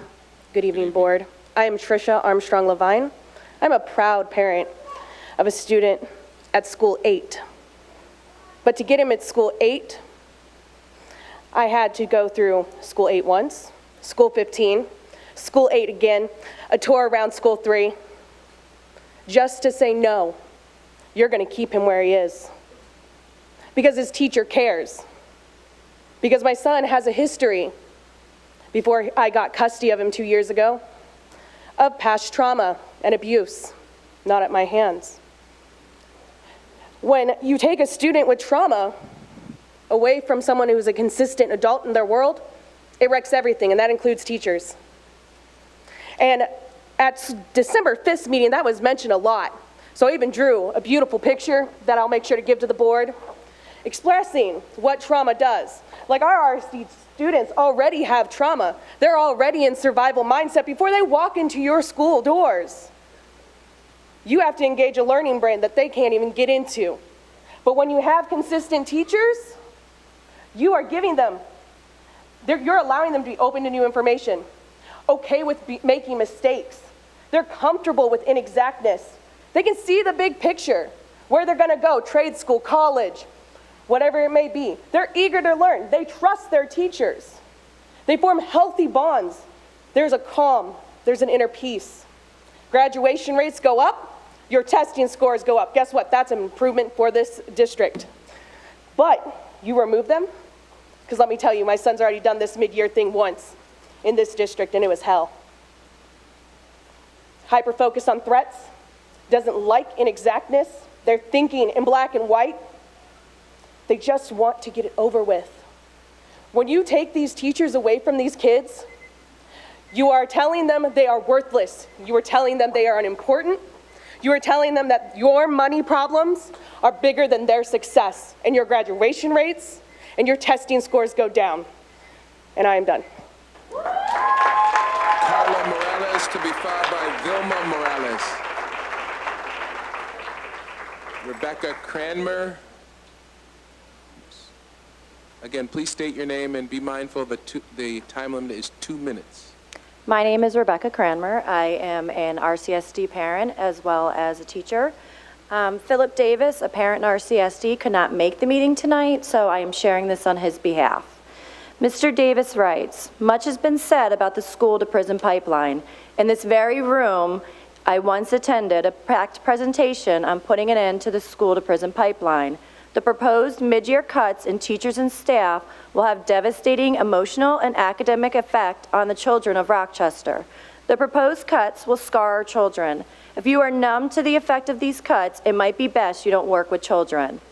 The scars on the children will be academic and emotional. Your budget action, if enacted, will lead to an increased dropout rate and a declining graduation rate. The very things the board says it cares about. The scars these cuts will leave will hobble our children, limiting their future ability to become productive citizens with viable economic choices. What I am suggesting is this. These cuts will add more plumbing to the school to prison pipeline, and anyone who votes for them or supports them is another one of the plumbers. None of us have a crystal ball to look into the future, but most in this room would agree that on a future day, some child scarred by these cuts, along with dozens of other oppressive actions in Monroe County, will stand in a courtroom before a judge and charged guilty of a crime. Prior to sentencing, the judge may ask the child, "Is there anything you want to say to the court?" And the child will have every right to say, "Your Honor, you should know that there were accomplices to my crime. Among the accomplices and co-conspirators to my crime were members of the Rochester School Board. Their names can be found in the minutes of the December 19, 2019 meeting of the Rochester City School Board." Your Honor, the Commissioner's abrupt cuts to classroom budgets put a dagger in my well-being. The child will continue. If I can go back in time, I would not tell the school board that the judge of all history is not looking at the board's ability to balance budgets. The judge of history is looking at their hearts to see what they will do at least. My prayer is to the board members, see their shared humanity with the children, recognize how especially vulnerable and fragile these children are. I call on this board to reject in entirety the proposal for mid-year cuts. Mr. Davis, thanks you for your time. Chantel Mosley will be followed by LaShonda Toussaint.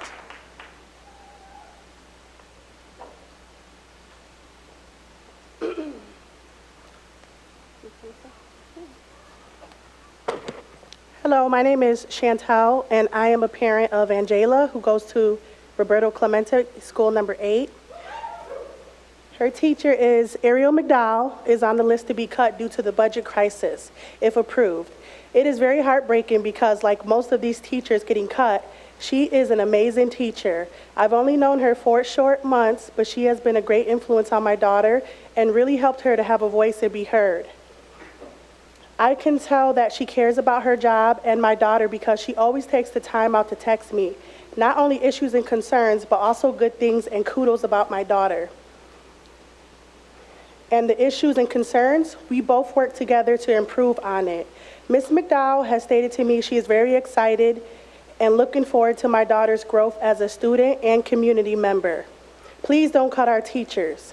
Our CSD children already get the short end of the stick due to single-parent households, poverty, and less opportunities that are available for them than suburban schools.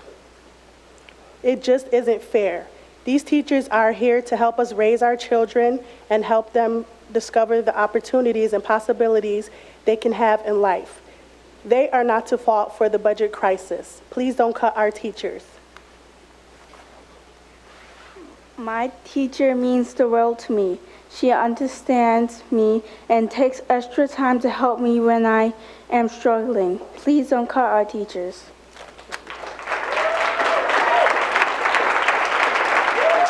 Toussaint will be followed by Bridget Straub and Susie Gutierrez.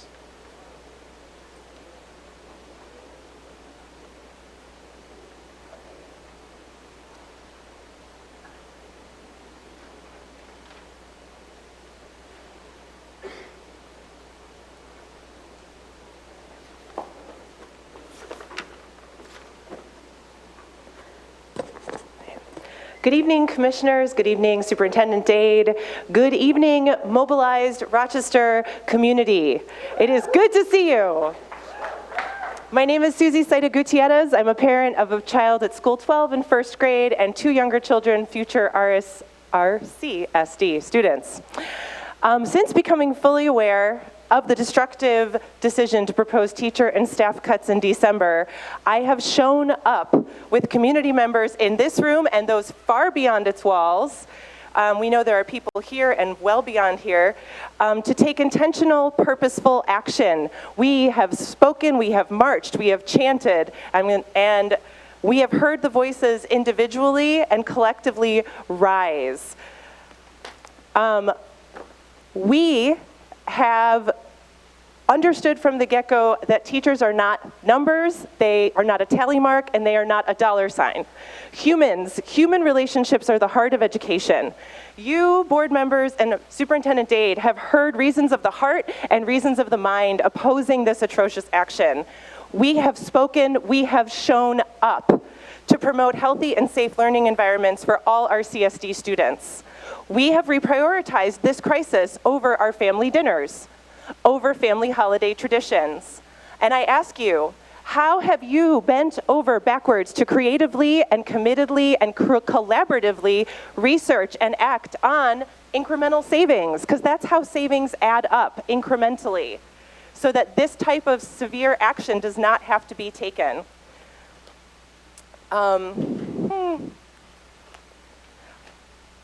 I believe every suggestion that has been shared in this room by students, parents, teachers, and community members deserves to be acknowledged, deserves to be researched, and deserves to have the painstaking, careful work done to see if it can save one teacher's job, one staff job at a time.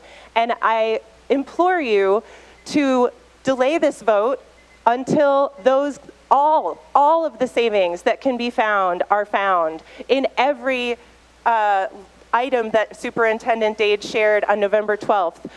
Look at every contract, look at every consultant, look at what teachers truly need, and do step back from purchasing $1 million ELA curriculum for K through 5.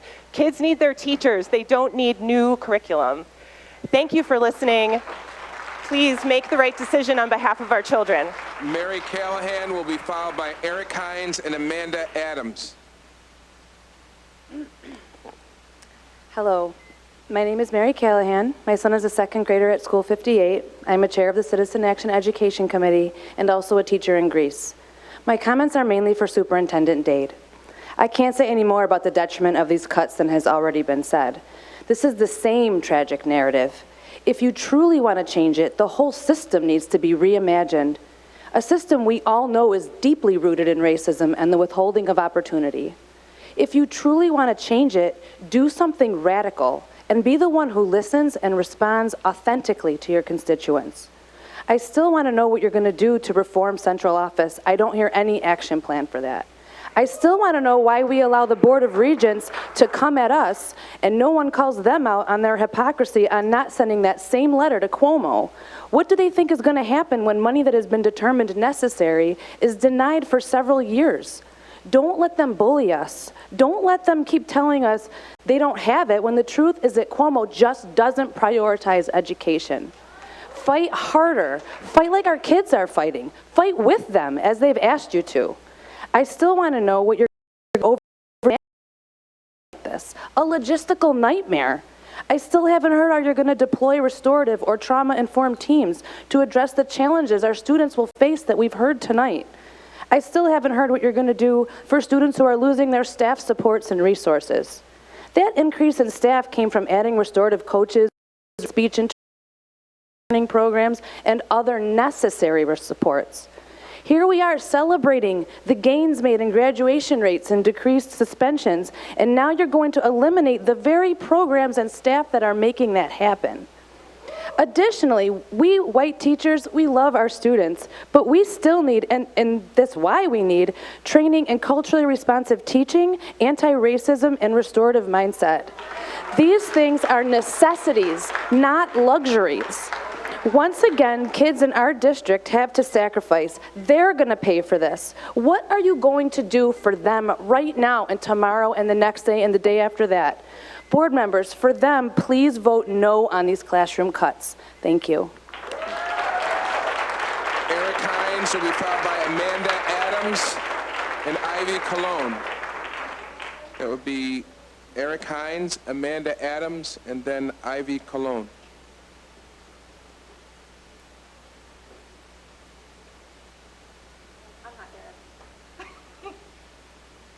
Could you state your name? Hi, my name is Amanda Adams. I want to first apologize for going over my time on Tuesday. Tonight I'll make sure I stick to my time. My heart is broken tonight because my daughter's teacher had to tell her second graders that she will not be back after break.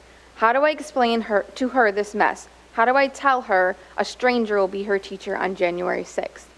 I am not sure if any of you have taught, but the logistics of removing teachers mid-year has a host of issues and trickle-down effect. Who is going to finish their report cards and all the other things they do besides teaching? Who is going to help them pack up their years of materials they have acquired? How are the displaced teachers going to have time or resources to start a whole new class? How are the laid off teachers going to have time to close their classrooms when their last day is before a 2-week break?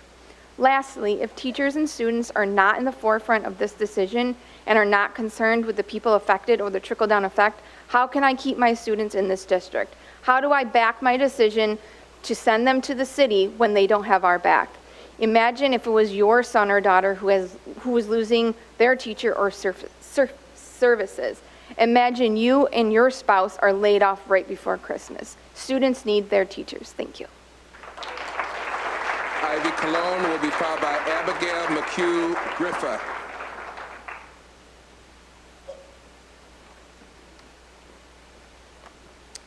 Good evening, Commissioners, Superintendent Dade.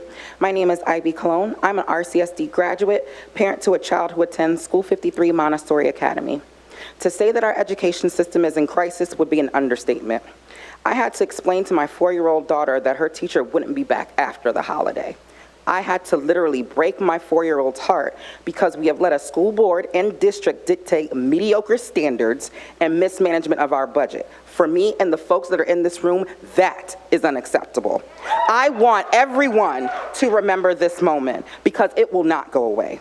The ripple effects of these layoffs will be felt for years to come when our primary children struggle to reach their benchmarks in ELA and math, when our high school students, when their graduation rates stagger because their foundation was stripped away. I want everyone to remember this moment. For many of us standing in this room, it feels like we are being treated like pawns on a chessboard. But please understand, if we are strategic as a community, we will call checkmate. The same people that we have voted to put in these positions are the same people we can vote out. As a community, we are done with empty promises and lies. We have made national news, not for the good reasons. We are in solidarity with the teachers union in Chicago, and our Democratic nominee, Bernie Sanders, stands with us today. I implore you to be on the right side of history. When the history books are written, do you want to be the villain or the hero in this story? Give our children, our teachers, and our district the chance that it needs, not only to just survive, but to flourish in ways that we know we can. Tonight is the night we rewrite the stories that have been told about our district for years. I ask you, I beg of you, the world is watching you. Please vote no.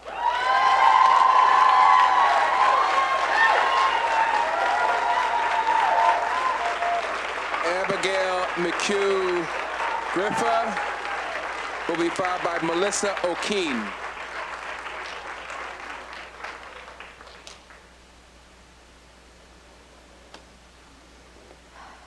Melissa O'Keene.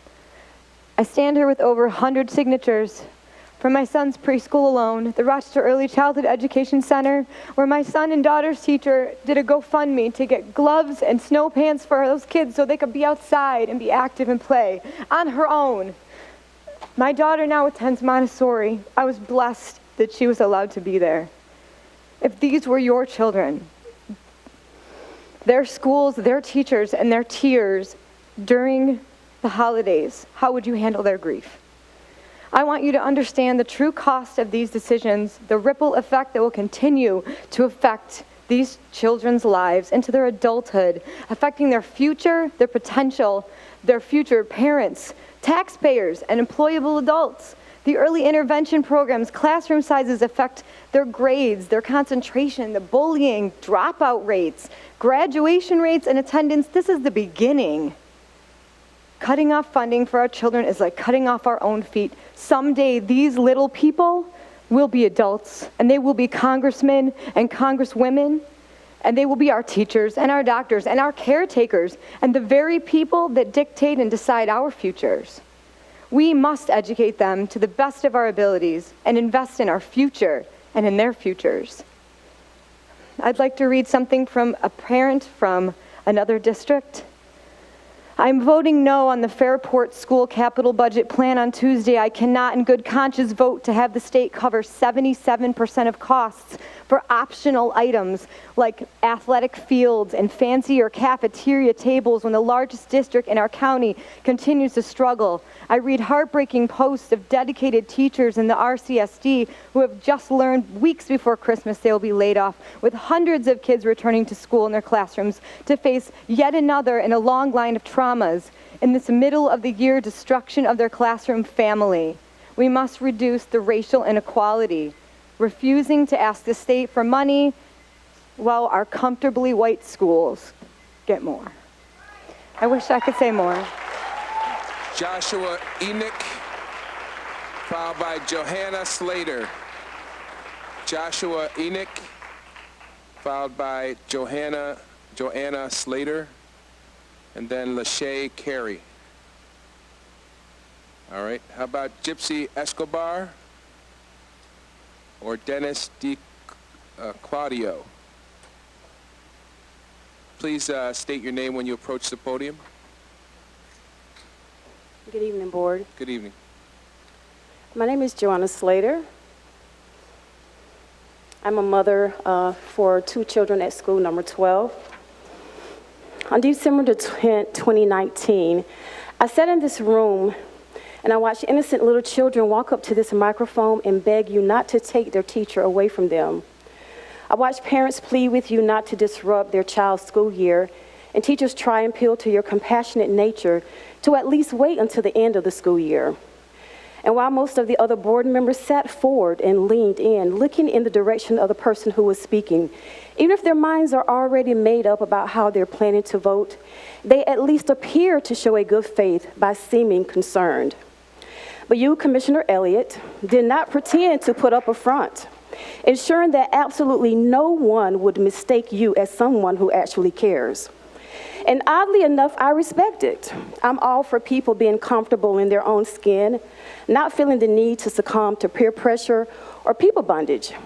However, it wasn't until this past Sunday that I realized I knew you. I don't know you personally, but from a distance, you appear to be just another fellow worshiper, sincere in your praise with hands raised in adoration to the one who embodied mercy and compassion, and who commissioned us to do only one thing so that the world would know that we are his disciples, and that is to demonstrate love to one another. So when I reflect to that tragic Tuesday where I observed you from a distance, I couldn't help but wonder, who is this ice queen?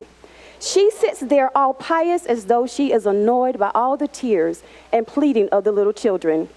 And it was at that eureka moment that I pictured you playing the world's smallest violin, because it sadly dawned on me that the same lady who sat on the city school board was the very same lady who sat in my place of worship Sunday after Sunday. From one believer to another, I have no authority to pass judgment on you. After all, I don't know what's in your heart, no more than I know the particulars behind this district being $50 million in debt. But what I do know is that whatever a woman thinketh in her heart, so is she. And I further know that you knew prior to September the 4th, the first day students walked into their classrooms and started developing nurturing relationships with their teachers. But it's not too late. There's still time to make mid-course correction. First, start by changing your demeanor. From one sister to another, in Christ that is, abstain from the appearance of evil. Create a new narrative for your legacy. Don't be known as the church-going ice queen who wouldn't stand up for the innocent children she was elected to serve.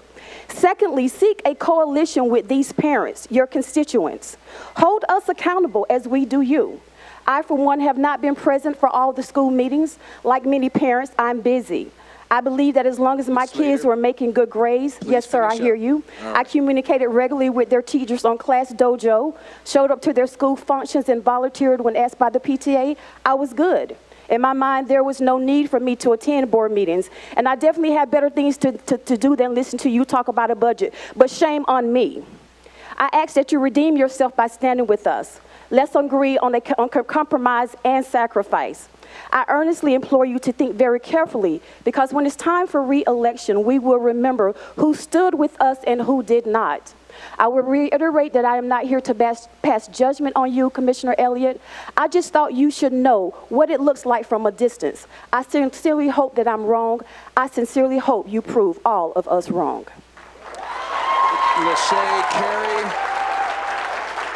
Lachey Carey to be filed by Gypsy Escobar. Lachey Carey will be filed by Gypsy Escobar. Good evening. Good evening. My name is Gypsy Escobar. I'm a parent of a kindergartner in School 12. I have a doctorate in criminology and criminal justice, and I've done a lot of research on the school to prison pipeline, as somebody mentioned before. Superintendent Dade, I appreciate the fact that you were given a hot mess. I appreciate the fact of what you informed us earlier today that, it could have been a lot worse. It could have been 287 instead of 155. But the one thing I will beg you all to think about today is the preventive effect that each one of those people that will be laid off if you vote yes today has on a child, right? I can guarantee, based on the research, that every single one of those people are the one thing that stands between a child and dropping out from school, becoming, addicted to substances, having suicidal thoughts, having encounters with the juvenile justice system, ending up in the foster care system, ending up in the criminal justice system, the jails, and the prisons. So consider that as you consider your legacy, as you consider your vote today, the legacy is that's the legacy you're leaving behind. Now, I would like to address, last Tuesday, a gentleman addressed the crowd and asked, where have you been? And he's absolutely right. What have we been? Where have the parents and community been? We have been complacent. And I would like to say that we have been complacent in my case because we thought that our elected officials and the people who are paid the money to make these decisions and make these policies knew what they were doing. But we're here today. And we're here to work with you, not against you. Take advantage of this opportunity. What I will beg of all of you is to, and I know that at least 2 of you have thought about this because of the news reports, postpone the vote until the end of January. Give time to the legislative to reconvene. Give time to Assemblyman Brunson to follow through with his idea of requesting emergency funds. Give us time, use us to lobby Albany. Just reconsider, postpone the vote until the end of January. Thank you. Dennis DiColadio to be filed by Amy Malloy. Hello, my name is Dennis DiClaudio. I am a relatively new resident of Rochester, moved here recently, and my son just joined the RCSD in kindergarten. Where I'm from originally, I came from I went through a string of cities, but where I came from originally was South Jersey. We lived in the suburbs. I grew up in the suburbs of Camden, New Jersey. My family, going back to 1890, lived in Camden. They got off the boat from Europe, from France, from Italy, and they moved to Camden, and they spent years putting down roots in that city. And then in the 60s and 70s, there was a series of small, at the time, decisions that were made by a number of people, and the city the infrastructure of it started to deteriorate. And people started to move away. Every one of my family members who grew up there, my grandfather built a house with his own hands in Camden. They all moved away. I grew up with Camden was this dark shadow that was hanging over us as an impoverished, crime-ridden city, and it didn't need to be like that. And Rochester does not need to be like that. We're on the verge of a recuperation. I want to be a part of that recuperation. I want my family to be a part of that recuperation. I want, and I'm not just because, not just for the city, but for us. This is a really great place to raise a kid, and and I don't want to have to move away to someplace like Brighton. I want to stay here, and okay, I'll just leave us with one last thing. You're going to make a decision tonight for a short-term problem, and the results are going to be widespread for years to come.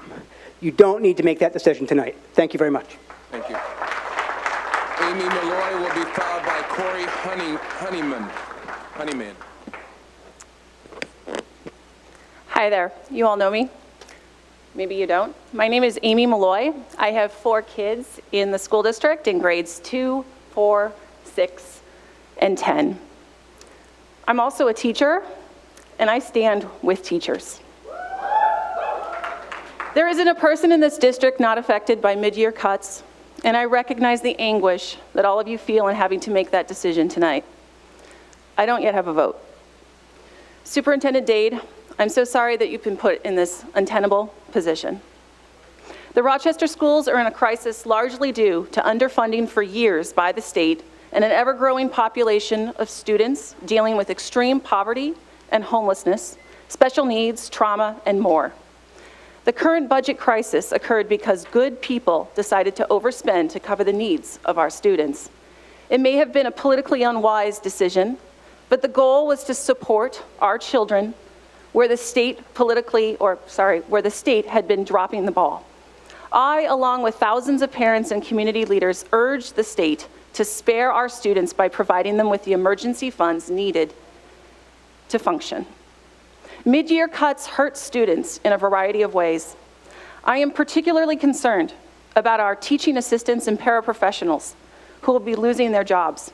These are some of our lowest paid employees. Many make barely above minimum wage. Many of whom have lived in the city and the community, or they live in the city and communities where they work, and the majority of whom are Black and Latinx. And this would be a devastating loss to them and to our communities if they are out of work in the middle of the school year. And that is before we mention the devastating impact it would have on our students, especially because these paraprofessionals and teaching assistants do any and everything needed to keep our classrooms functioning properly. Is there anything that we can do as a board or governing body to help this particular group? A crisis is often used to unfairly malign unions and the overlooked and underpaid workers, but I urge everyone to stick together and not fall into that trap. We need to lock our arms in unity as a board and to demand that New York State properly fund our schools. We have a tendency to blame victims of poverty for our structural ills, but the truth is the state is not poor, even with their projected $6 billion deficit. The lack of funding for schools in the poorest city in the state is simply a question of morals and priorities, and we must do better. And when I'm on the board, we will do better. We will all work together, but we have to do this for our children. Thank you. Corey Honeyman and Jessica Fleming. Are you Corey? Yes, ma'am. Yep, go ahead. Yeah, hi, my name is Corey Honeyman. I'm a parent here in the district. I have 2 kids at school 16. First off, I'm really thankful for you guys and just giving us the opportunity to speak. I know it takes a lot of time, and there's a lot of respect, I think, for each of you because of the positions that you hold. I've also been a pastor in the community here for about 11 years, and obviously, like many people, deeply troubled by the decisions that are put before you tonight. But I want to remind you about something that I know you already know, but maybe just need to be reminded of, is that you don't have to vote yes to this. There's been a lot of planning for months that have gone into this, and you've laid out the timetable. It's still weird to me that pink slips were handed out 2 weeks before the actual vote was approved.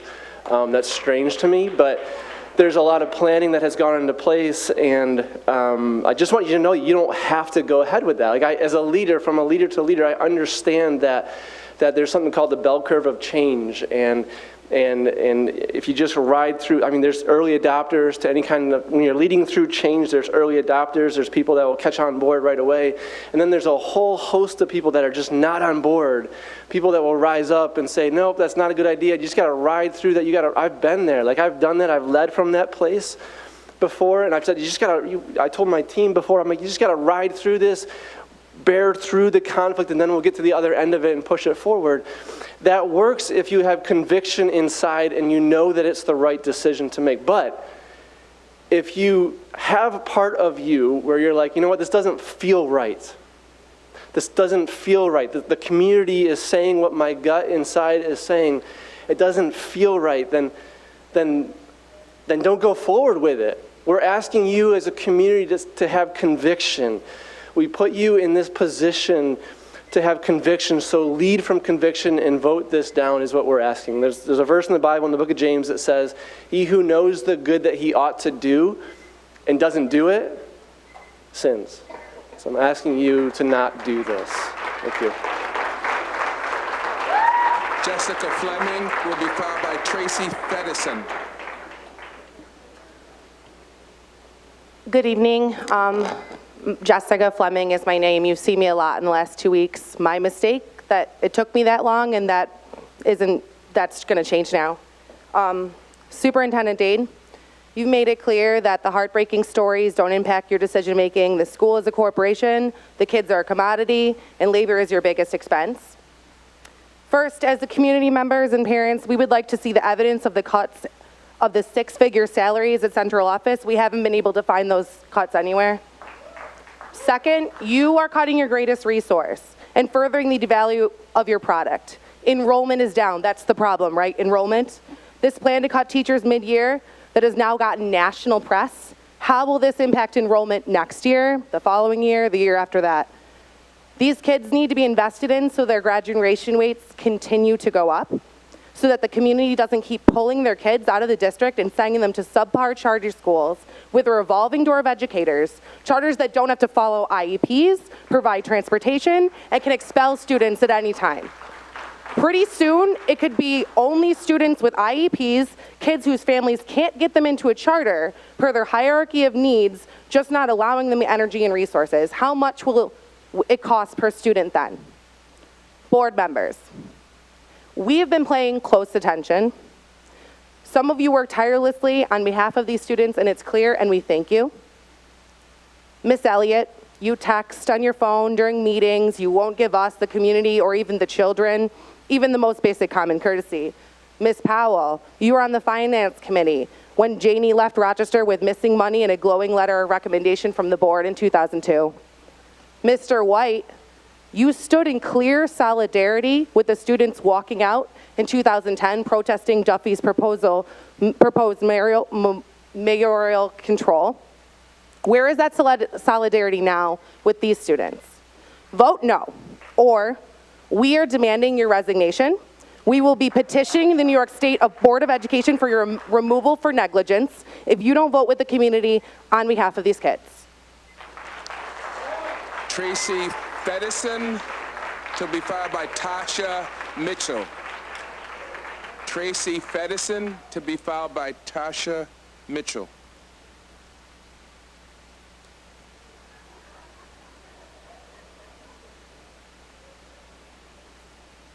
Good evening, and welcome Superintendent Dade. I once again am advocating for Montessori Academy. As it stands, you have cut our program. The cuts have taken away our trained coaches and our trained Montessori teachers. By the way, we're the only school that has trained Montessori teachers. The cuts are a tragedy. We woke up feeling great. When we got the news, our hearts sank. The more we learned, the more it hurt. Not only did we lose those trained teachers, we can't train teachers that are going to come into our program. We're dead in the water. Students like my grandson and my granddaughters, I've got 6 at that school, will walk into school with strangers. He has not seen a stranger in his class in 3 years. He's 5 years old. His learning has stopped as of today. As you know, a new teacher coming in will need about 6 weeks to do and train routines and procedures. By then, it's February break. They'll go on break, they'll come back, they'll have 1 week before March. That is when he will begin his education again.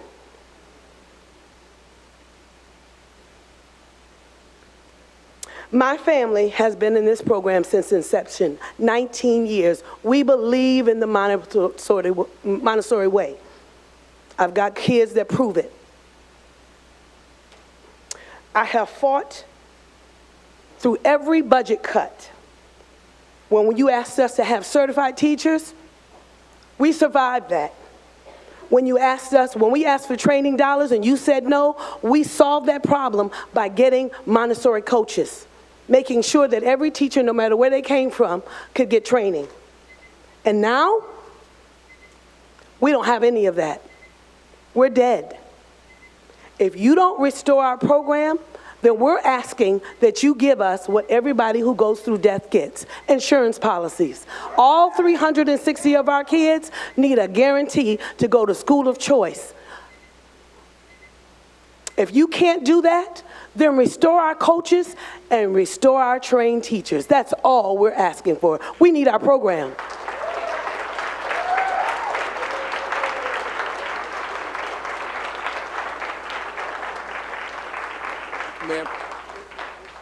Ma'am, what's your name? Tracy Fedison. Okay, thank you. Hi, my name is Tracy Fedison. I have 2 interracial children that attend 45 school. I want to ask you, have you ever heard of the butterfly effect? Because that's what's happening here. One little swoosh of a wing can change all of these children's futures. I lost my daughter 2.5 years ago, and I have 3 of her beautiful girls that I am now in custody of. They have attended 45 school throughout their careers, and they have excelled. I can't think of one person or one teacher in that school, whether they were their personal teacher or not, that hasn't supported me and my girls through everything that they've been through, and they've been through a lot. I'm not a big eloquent speaker, but I know that that is their second family, and I don't have a lot of family, and they're so important to them. They need those teachers, and they will be devastated. One teacher in particular, Heather Beers, she's up for tenure in like 2 weeks, and they let her go. She's one of the best teachers that I've ever seen in my life, and that's not to take anything away from any of the other teachers. They're wonderful, every single one of them at that school. They've worked very hard to bring that school up from the bottom, and they don't deserve this. Where did the money go? As the public, we have a right to know. That's all I have to say. Do not take our teachers away from our kids. They need them, especially in the situations that a lot of us in the inner city are in. I know this is a lot of weight on your heart, Superintendent David, and I'm sorry that you also have to go through this at this holiday time. But please, please, hear our cries, and may God bless everyone here tonight. Thank you. Thank you.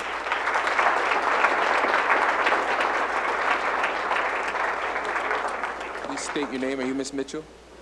Alexa. Alexa, was your name earlier on in the? No, I was up next.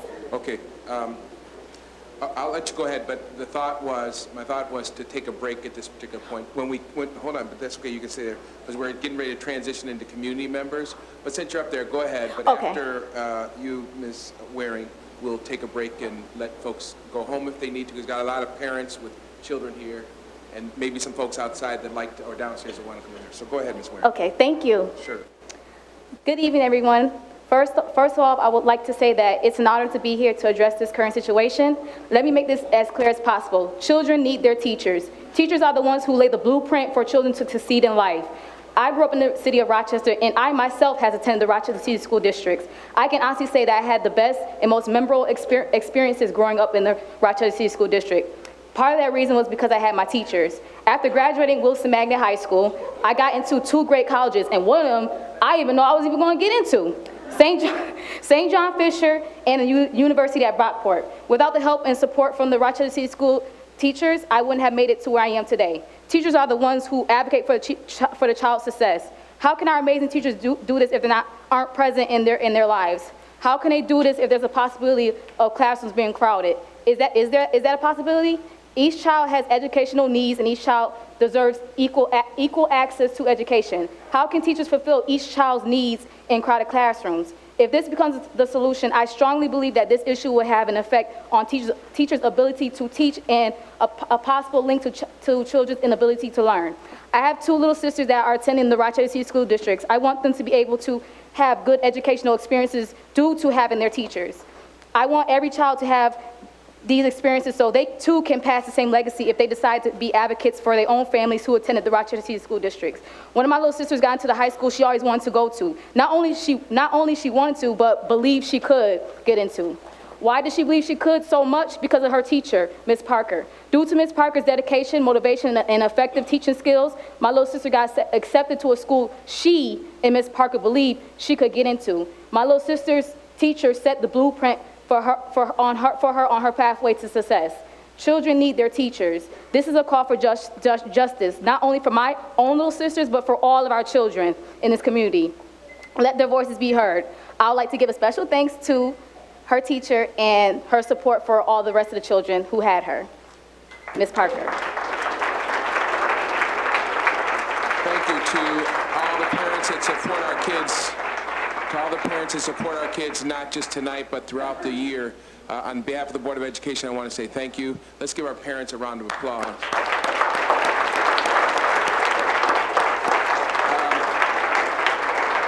We're going to take a brief recess for about 5 minutes, and then we'll reconvene and pick up with our community speakers. Thank you. About 5 minutes.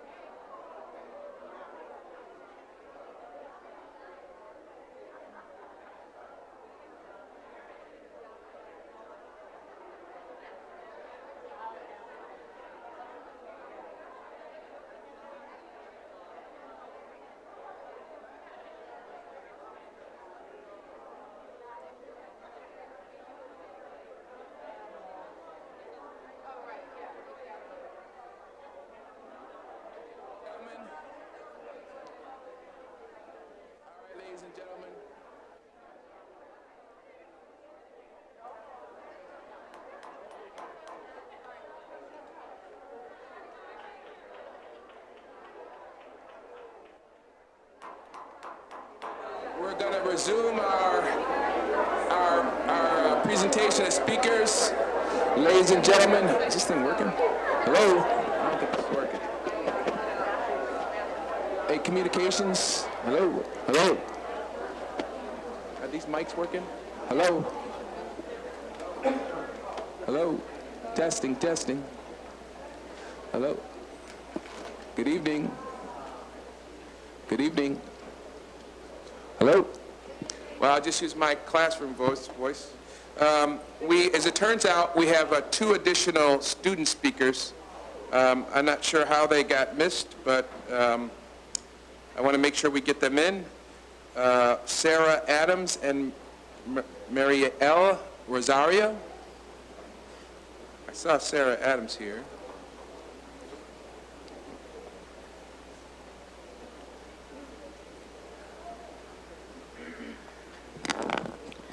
Hey, I know some of y'all probably recognize me from organizing.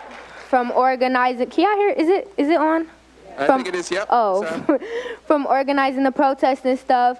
And I know I spoke last week, and I'm gonna try not to be repetitive, but I mean, all there really is to say is please keep our teachers. Our teachers go hard for us, and we're gonna do the same for them, as I've been saying, and I'm gonna keep saying that. Today at East, we had a silent protest, and we put tape over our mouths to show that we're in solidarity with the teachers. About 2 days ago, all the 6th graders were informed that 3 of their teachers had been cut, one of which teaches 2 classes, both science and math. So that takes a huge toll on them. When I was walking around after lunch when they were told, everywhere I looked, there was somebody crying. It was devastating, literally. So when I found out my sister was crying, I went over to go check on her and stuff. And I was like, we need to take this emotion and do something with it. So I went into the 6th grade class. I checked in with my 4th period teacher. I went into the 6th grade class, and we started making posters. We had them writing speeches.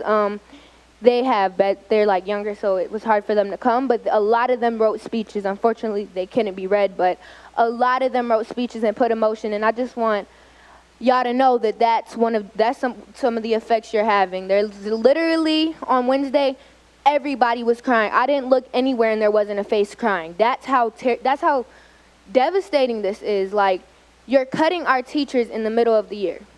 You're cutting our teachers in the middle of the year. Listen to that. How much sense does that make? I don't even know what to say. Thank y'all.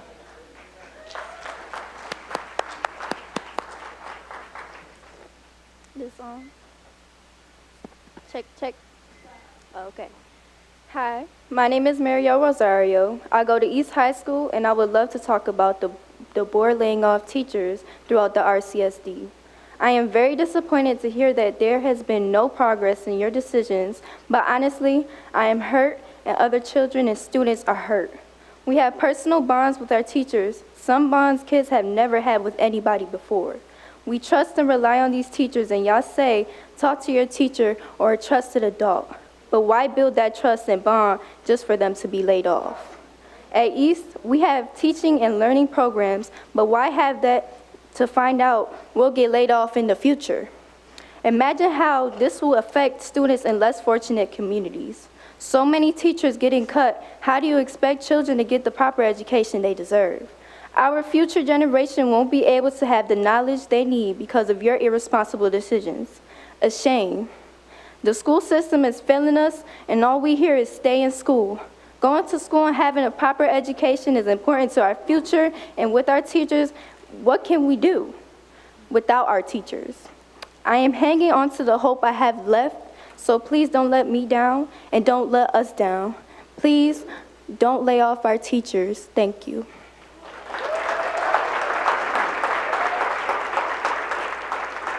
My name is Maya Adams, and I'm a student at East Lower School. I recently found out that 3 of my teachers were being cut, which affects 4 of my classes and changes my life completely.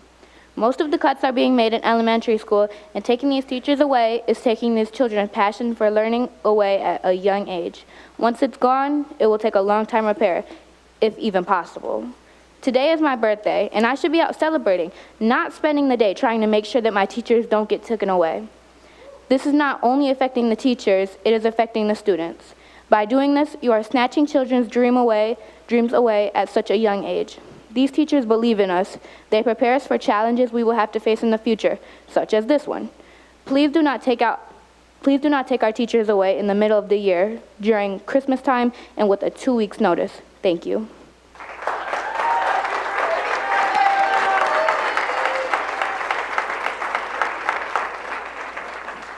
All right, we're going to return to our list of community speakers.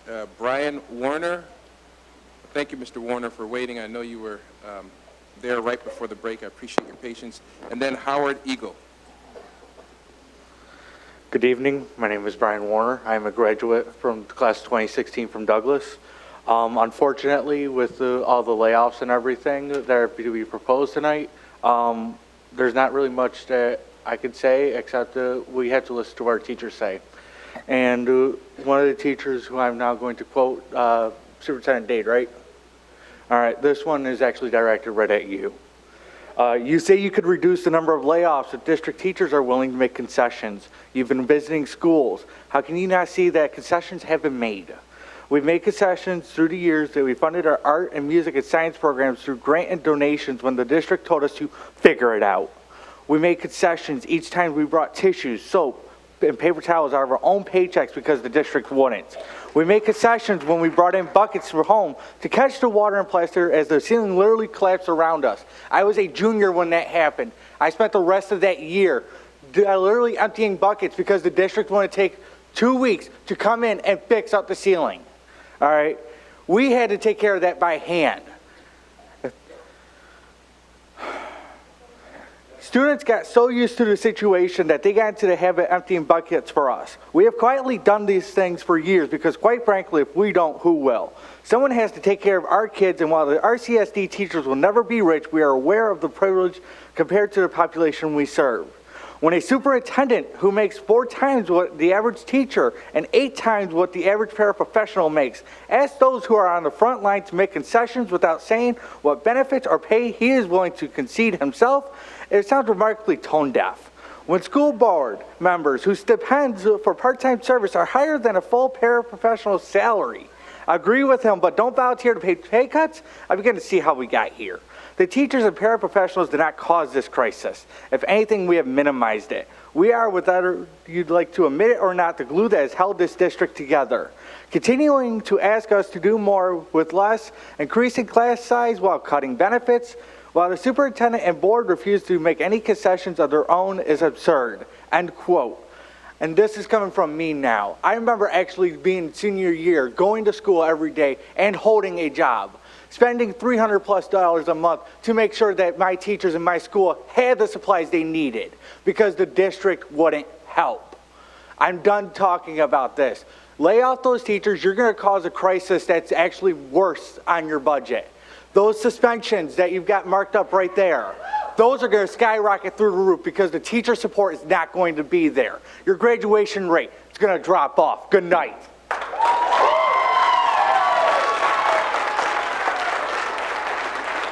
Mr. Eagle will be followed by a Rachel Longwell. Rachel Longwell. Good evening. This might surprise some people, but I'm a spiritual person, and I believe in crisis situations like this, God often intervenes. I think I just had a spiritual experience downstairs. I had to go down to the first floor for a minute. A person walked up to me, she was in the overflow room. She said, Mr. Eagle, you don't remember me, do you? Somebody I haven't seen since, I think, 2003 or 4, whenever I worked at James Madison School of Excellence, the old James Madison School of Excellence. And I said, I never forget, rarely do I forget the face of a student, but I can't remember your name. You know I've always been bad with names. She said, Miss Parker, Miss Shawn Parker. I started writing her first name down, M-I-C-H-E-O-N, because I remember the name. She said, oh, you remember. She said, I'm one of those teachers that's going to get laid off. I can't get upstairs. I saw your name on the list. Will you deliver these letters to the board for me? These are from my students. Me and Miss Jones are teachers at School 39, black women who are going to be laid off. So she asked me to deliver these to the board for her. And of course, that's related to what I came to talk about. First, I should say that I'm speaking as a local, state, federal taxpayer, also as a member of the Take It Down Planning Committee, Faith Community Alliance, Movement for Anti-Racist Ministry and Action Coalition, and as a member of the Rochester City School District Racial Equity Advocacy Leadership Team. Note, I didn't say I'm speaking for that latter group. I'm just speaking as one of the members of that group. And I want to say to the community, to white parents and educators in particular, it's good to see you all. It's good to see all of you, but I'm going to keep asking, where have you been? And where will you be when this episode of the crisis is over? This is not new. You know that. We've been in crisis for decades. So hopefully you're going to stick around and help deal with some of the problems. That's 2 minutes already. I'm basically going to say the same thing I said Tuesday evening, which is, if some teachers have to go, and it looks like some are going to have to go, the largest percentage will be Black and Hispanic teachers, the very ones that we claim we value, and we know the research backs their importance for our students and so forth, but we keep sending them back out the door. So since you're going to Albany, since I'm assuming district officials, union officials, parents, grandparents, students, you're all going to Albany, while you're there, why don't you raise with those same legislators who you're going to beg for money, why don't you raise with them it's time to address the racist LIFO laws, last in, first out, while you're in Albany. Now, I'm going to give this to you for you to make a copy, if you would, for each board member. I got one for the superintendent. I got an 8-page speech, because if Dr. Urbanski, and I don't know if Ms. Weingartner is here, I know Mr. Pilato is here from the state union, if they pull their antics and they go over to, 2 minutes? 2 minutes. I'm going to be back up here talking about some more what's in my 8 pages. You can give it to our clerk. Thank you, Mr. Eagle. Rachel Longwell will be followed by Reverend Matthew Nikoloff. And he will be followed by Conjure Gable. Good evening, my name is Rachel. I came here as a concerned RCSD teacher's wife and extended family member to school number 19. Though I personally grew up in a suburban school district, I am a daughter to a John Marshall alumni, as well as a niece and friend to many others. Through my husband's career at school number 19, I have been able to visit multiple times and attend gatherings that have been held in order to meet the students, the parents, and the teachers that have become a part of our extended family. Tonight, I come here with questions, concerns, and heartfelt support for this district. Though I know my questions won't be answered at this moment, I urge you to truly think about them, as I know there are other stakeholders in the city thinking the same thing. But before I continue, I want to formally apologize to Superintendent Dade and Assistant Superintendent Ms. Quick. Though I do have frustrations towards you guys as well, you both took on this mess. You have to make the hard suggestions and take the heat when you had nothing to do with this, because this was something these were decisions prior to you guys coming here to get us to this point. It takes some special people to be able to handle all of this, and I do tip my hat to you. Again, still have frustrations, but I'll tip my hat. I know that as of September 18th, this deficit was made public, but I do marvel at the fact that this deficit was not truly known about prior. Dade, you said in a previous meeting there was a known deficit July 1st. And if this was knowledge, why would any hiring continue until a process was followed? Shouldn't the district have a team that slows decisions down and looks at those numbers to ensure we are not impacting our students? To me, that's giving false hope to those hired and allows the students to build bonds that will eventually hurt our students and staff when broken. In my job, I do work with budgets, which include reports and numbers. I'm always being told, know my numbers, where we are year to date, over, under, etc. While I know a district is completely different from my job, I don't understand how you, the Board of Educators, who are supposed to hold the responsibility of approving the budget and vote on the budget, etc., let it get this out of control. Are you as a board and district not knowing your numbers, your budgets, and so on, realizing that you are now hurting students, families, admins, paras, teachers, and so many other jobs? You were voted in with a trust to take care of these students in this school district in it. We have schools in receivership due to test scores, and I don't get how any of these mid-year cuts are going to help get them out. Chaos is just beginning. These teachers are the stability our kids need, the support they require, and amazing teachers that provide the education students need to succeed in life. Elliot, you emailed the media saying we don't know how this truly will affect the kids regardless of the response from them and the teachers. How can you say that when these kids aren't keeping quiet and are showing you that they will voice their hurt and anger, and they are walking out of class for the past 1.5 weeks to show you? You realize this is just the beginning. To ignore that is to show them that the adults who are holding so much of their future aren't willing to listen. Though I could go on, I'm not going to, but I do have one last thing to say. There is a great deal of research around one caring adult. You take that one caring adult from many of our children. Are you as a board ready to take on that role of that one caring adult? Are you ready to take on the responsibilities of these teachers, paras, and more you are removing from these students' lives? If not, who will help our students through the trauma they experience and educate them so they are able to succeed? What is your plan? You are in the position of power. Use it well, make the necessary changes to help the kids' futures, and make them feel secure. Vote no. Reverend Matthew Nikoloff will be followed by Conjure Gable. Good evening. My name is Reverend Matthew Martin Nikoloff of the Southwedge Mission. Tonight I'm also representing Rock Acts. You have a letter that we've sent to you from over 55 local religious leaders representing thousands of people of faith and lack of faith, but who are banded together to tell you that we empathize as people in religious communities. We know what it's like to have to make hard choices around cutting staff and changing times. And we also want to emphasize that it's not if you have to make these changes, but how and when.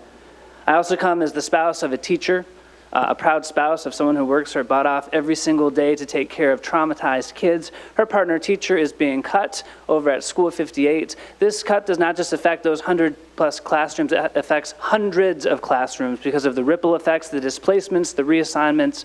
It's catastrophic, it's dangerous, and it's unjust. But I also want to use the rest of my time as a preacher to remind you that next week is Christmas, and at the center of the Christmas story is a young, non-white, pregnant child who chose to say yes to the impossible, who chose to fear not in the face of something that seemed impossible. When she went to Bethlehem, many innkeepers said, "There's no room, we can't possibly account for this, there's no space."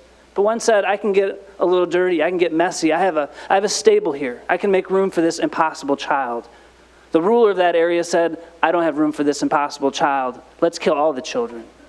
You have a choice to decide how you're going to respond to this impossible situation. Will you say yes and fear not? Will you make space instead of rushing to a decision to see what might come up if you dare to stand up to the powers who are asking for you to make a decision that will harm children? Are you willing in faith and in courage instead of cowardice and fear to stand up to those who are holding swords over your heads and say, "We will be the shield that defend the people we represent," rather than being the sword that represents the people who will harm our children? You have a choice today to stand with Mary, whose prayer and her prophetic message was that the mighty shall be cast down and the lowly shall be lifted up. That's the hammer you should fear.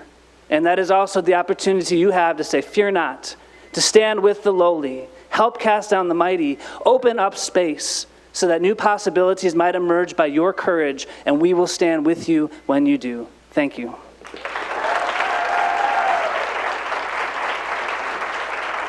Mr. Gable will be followed by Alexi Bullock.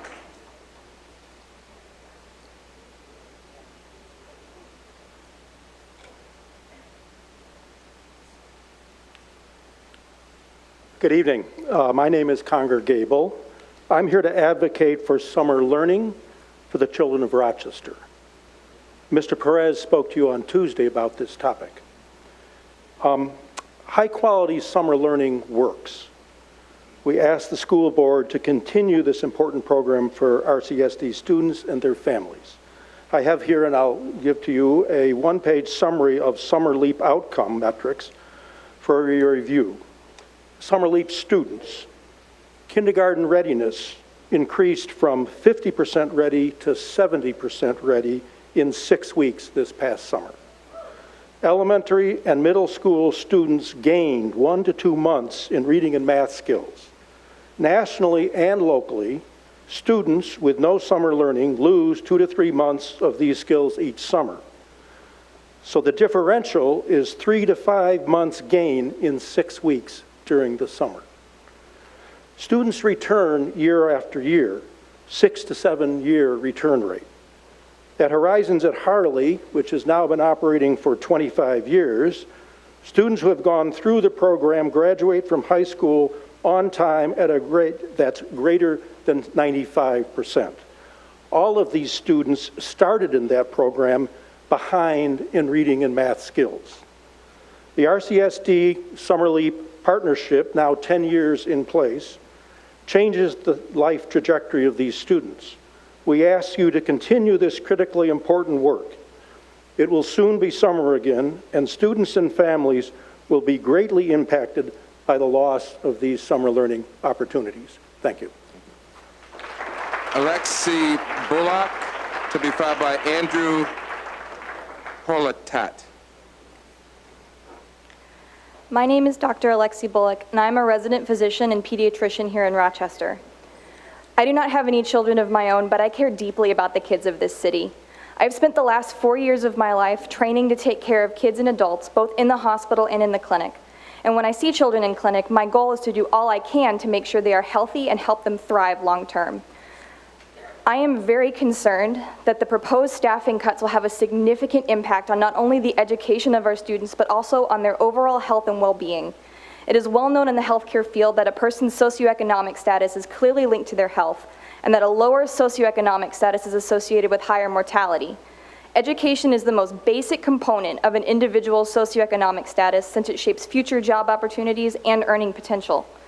These proposals for mid-year teacher cuts will negatively affect the quality of our students' education by disrupting their school year and overburdening the remaining teachers. My concern as a pediatrician is that the students will feel these effects not only this year, but potentially well into their adult lives. We owe the children of this community the opportunity to succeed, to learn, and to grow into the leaders we want them to be, and we sacrifice this opportunity when we sacrifice their education. I understand that this crisis was caused by overspending and under-budgeting, and some of these mistakes were inherited by the current superintendent and board. And I did not come here tonight to point fingers. I'm here instead to urge you to please find another way to close the gap. We cannot allow the students of this city to bear the cost of the budget deficit. I would not be here advocating for the health and futures of the children of this city without the education I received, and we owe our children the same opportunity. Thank you for your time. Andrew Holotat. And again, I apologize if I'm mispronouncing names. Hi, my name is Andy Pilata. I'm the president of New York State United Teachers. I guess that's a good thing. I want to say you should be proud of the folks that have spoken tonight. The children, students, incredible. The advocacy that they have done. Superintendent, commissioners, you have a heavy burden. But laying off teachers and paraprofessionals in the middle of a school year is just a disaster. There are 700 school districts in the state. Nowhere else in this state is this even being contemplated. I believe that our folks are watching around the state, folks are watching around the country. This would be, I believe, a national disgrace. I went to school in the Bronx. I taught in the Bronx. I speak with Chancellor Rose all the time. I know you're from the Bronx, Commissioner LeBron. She speaks about you all the time. This is a crisis that can be averted. Foundation aid. It's very clear that if you had gotten the foundation aid that you deserved, the city of Rochester, that you would actually have a surplus right now and not be in this position. So if the state of New York would come through with the money that they should be giving to each and every city and town in this state, we wouldn't be facing this. Because this crisis can grow. It's growing here, and it can go to other cities and other towns throughout this state. Please, I implore you, do not make these cuts. The children, the schools, they will be hurt. It will take many, many years to get over these mid-year cuts. It is not the way to do it. There are better ways. Please, do not make these cuts. Thank you. Chelsea Pike. Chelsea Pike will be followed by Veronica White. Chelsea Pike will be followed by Veronica Pike. Kevin McCabe will be followed by Brandon White. Kevin McCabe will be followed by Brandon White. I should tell you that there is a written statement submitted by Randy Weintraub. My understanding is she got caught in New York City. Her flight couldn't get her here on time. But I think my colleagues have a written statement for her. She was number 56 on the list. So now we have Veronica White, Kevin McCabe, and Brandon White. Sir, could you state your name? Yeah, I'm Kevin McCabe. So I'm not here strictly about the teacher cuts, though it seems like the answer there is pretty obvious. Don't cut the teachers. I don't know, you can cut wherever you want, just don't cut the teachers. That's kind of the point of all this. No, my concern, I'm not a parent or a teacher or anything. My concern is just as a taxpayer, how did this budget crisis happen? I dug into the recent budgets, and what I found was that, for instance, substitute teacher, the line on that, the substitute teacher expense, was, let's see, one year the actual expense was 12 million, then it was 12.8, then it was 14.8 million, then it was 16.5 million. And so you get an idea how much it's going to cost every year. All right, and then all of a sudden you guys are saying it's going to cost, what was it, 7.8 million and 9.4 million. If something costs, 12, 13, 14 million, and then you say it's only going to cost 7 so you can get your budget through, like that's why we're under investigation by the SEC. So, okay, so like, how did that happen? Do we need additional breakdowns or something for going over these? Because the budget was 650 pages, so I know that's a bear. So, like, do we need to provide different views or something for these budgets to be approved? Like, I'm not trying to be condescending. I'm just trying to think how we can help. Like, how can we keep this from happening into the future? Because that was over the course of 4 years. I think cumulatively, it was underreported, just that one line item, by $15.7 million over 4 years. That's $15 million right there that we should have been budgeting for, but we weren't, so that we could get these things passed. Like, as a taxpayer, that's literally the only reason I'm here. I have no connection to the school district, but you guys are, I don't know, you're doing some shady things with our money. So, not you in particular, but just somewhere in this organization, something's happening with our money that is upsetting. So, sorry, that's all I have. Thank you. Veronica White, Brandon White, and then he will be followed by Asa Adams. Good evening, Board and Superintendent. As a few of you know, I'm a former middle school ELA teacher for the Rochester City School District. It has been an amazing thing realizing, as many of you have, how much the policies, habits, practices, and structures in RCSD are anti-progress, anti-community, and anti-cohesion. As people who have pro-progress and pro-community beliefs, you enter this space hoping to change it, and I've seen this environment do everything it can to change you all, me, and expand our imperfections for the service of this dysfunction. One dysfunctional pattern this system attempts to make alive through the people in it is the process of making less powerful people pay for the consequence of the actions of those who are more powerful. You have been tempted to do this yet again by laying off teachers who had nothing to do with this oversight.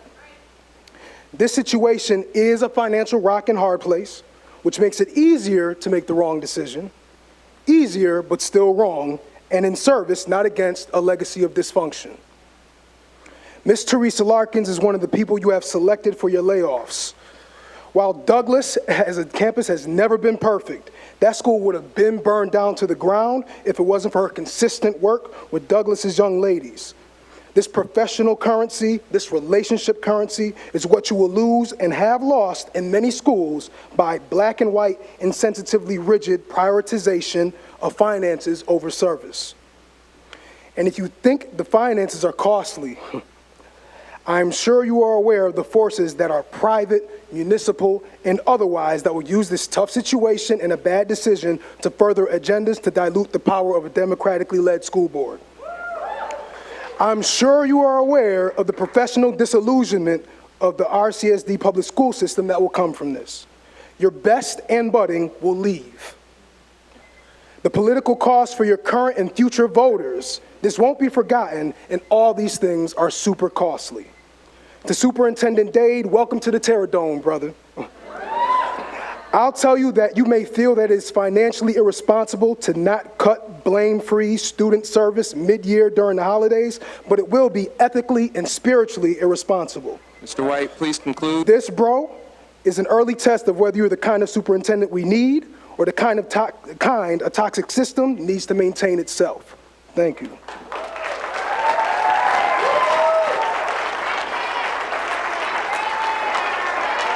Asa Adams will be followed by Maisha Washington. I should say good night to everybody. We got this far into it. But hello, everyone. My name is Asa Adams. I've seen this action before in the 50s and the 60s. Definitely at East High School when they shut it down.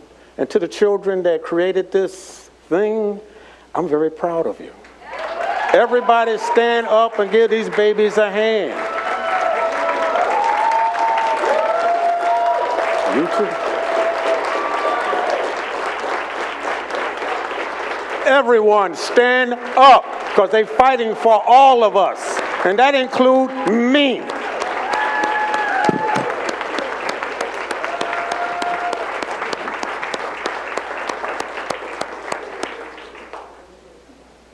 Now to business at hand.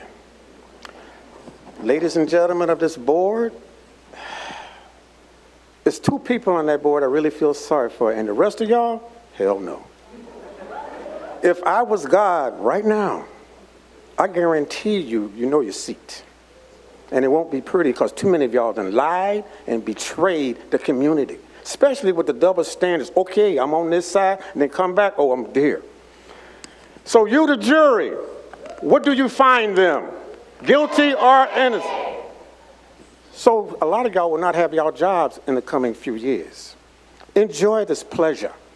But Superintendent, I'm here to help you to try to solve this. What do you need from me and the community to go to Albany to do? And trust me, say it loud so we can hear it on the news. I don't trust this board anymore. I really don't. My great-granddaughter at 45 lost 2 teachers, Van, and she's hurt. She wanted to be here to raise her hell, but I don't want her to learn that. And see, being a former Black Panther Party member, I would let her do it. And I'm getting angry about this, but I'm doing it in a nice way.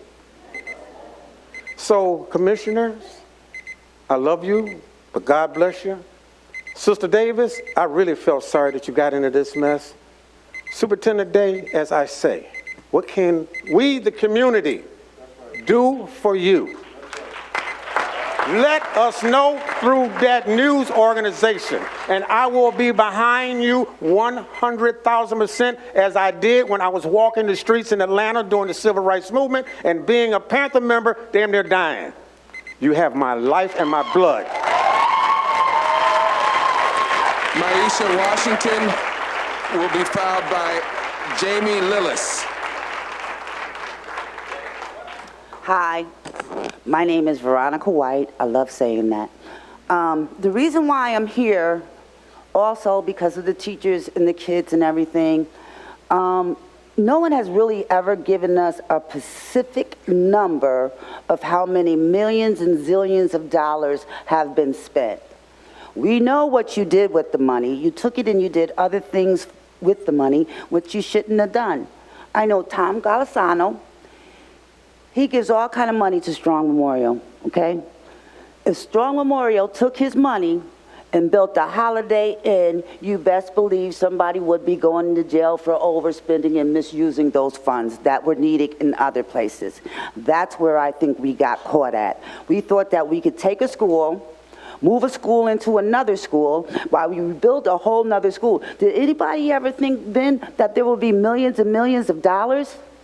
And how dare you come here pointing your finger at anyone up here, because no one is perfect. That's why we're here. Because where have all of y'all been all this time when we're here? And yes, my black sisters and brothers will get cut before you guys will get cut. But I'll leave you with this one thought. I have a 7-year-old grandson. And he says, Grandma, he says, I'm upset. I said, you upset about what? She says, because my teacher is losing her job, and we've been helping her pack books in the classroom to help her pack her stuff up. He tells me, he says, well, I went in my piggy bank, not the one where I got all the money at, but my other bank, and I gave her some money, and I told her she don't have to pay me back because he knows soon that she will not have a job. So all I am saying to you and all of you board members, please, when you're in control of money, you cannot just be writing things down and putting things there and everything.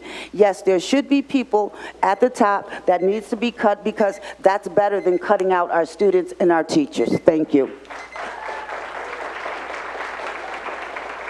Maisha Washington will be followed by Jamie Lillis and Brett Crandall.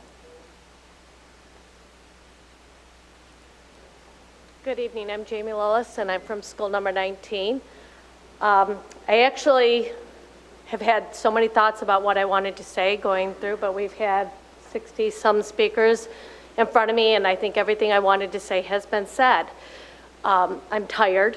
I need to go home. I have a dog that wants to go out. I want to pack for my trip to go see my kids for Christmas.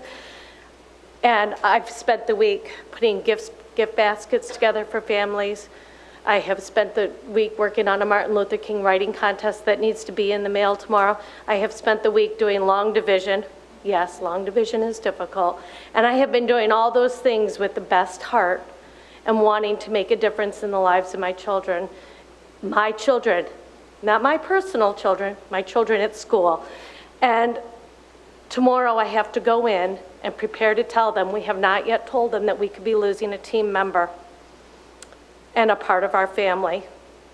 And it is hurtful to have to do that, because I have had this group of kids with the same team from last year, and because of the decisions that were made by people in this building, they had a teacher taken away from them last year also. Now, it was rightly so, but it was mistakes. That's 2 in 2 years taken from my kids. And that is trauma to those kids. And it hurts. So I need you to understand that it's not just a one-time thing. It's not just this, that we're all here. And our greatest resource is sitting in front of you. And we have got the attention now. And what we need to do is not vote to cut teachers, but harness this energy. Harness it now, because this isn't going to be solved right here in this room tonight. Because when you're telling us that we make these cuts and we still have more things to happen down the road, we need to harness it, and we need to go to New York, and we need to say pay up and pay the money you owe us. Thank you.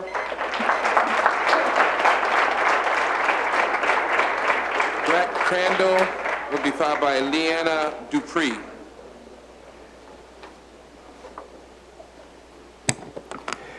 Good evening. I'm going to do my best here. My voice is a little shot today. I'm not feeling too well, but I'm going to do my best. So I come to you today as a school counselor from East High School. I do grade 6 and I do grade 8. And as Maya and Marielle and Sarah have said, it's been a rough couple of weeks at East High, because there's been a lot of unanswered questions and stuff that students don't really know, they don't understand, yet they want to do something and they want to use their voice to be able to try to make some change for the best. And on Tuesday, we made the decision to tell our 6th grade students what teachers they were going to be losing. Before, it was just a big guessing game. Kids started to figure it out, though. They're pretty smart. So we had them all. They consulted me as the counselor. I'm also on the Grief Resource Network, because this work that we had to do on Tuesday was a lot like telling someone that people have died. And so the students took it in a grief and loss mode. We had to tell them that their social studies teacher was gone. We had to tell them their science teacher was gone. We had to tell them their math teacher was gone. We had to tell them that their literacy teacher was gone. This is the sample student schedule of a 6th grade student at East High. A lot of them are in bed right now, so they couldn't be here, so I said I would be an advocate for them tonight because they didn't have the voice. A lot of them told me there's so many times when there's all these adults that leave my life outside of school, in school, and then we're gonna do this to them in the middle of the school year? But when you look at these teachers, these aren't just teachers. These are people that do extracurricular things, like organize a bunch of different religious experts to come in and do a forum yesterday, even when she knew she was laid off. We have the KBA basketball coach, someone who has the second cafeteria in his room, and then someone who also organized and is the cheerleading coach and the Lion King. Why do these things always happen to our students in RCSD? 2 solutions. We have a new school board coming in January. 2 new, just like Dade inherited this mess, do not make these 2 new school board members inherit this disastrous decision tonight. Let them advocate, let them fight. That's why I voted for both of you guys, because I knew that you would fight and you would go to the state, and I can't wait for this to be voted no, and you guys to go and get more money from the state and save these jobs. Please vote no, please. Leanne Dupree to be followed by Michelle McCourtney. And I would remind, you can take the mic over there. Okay.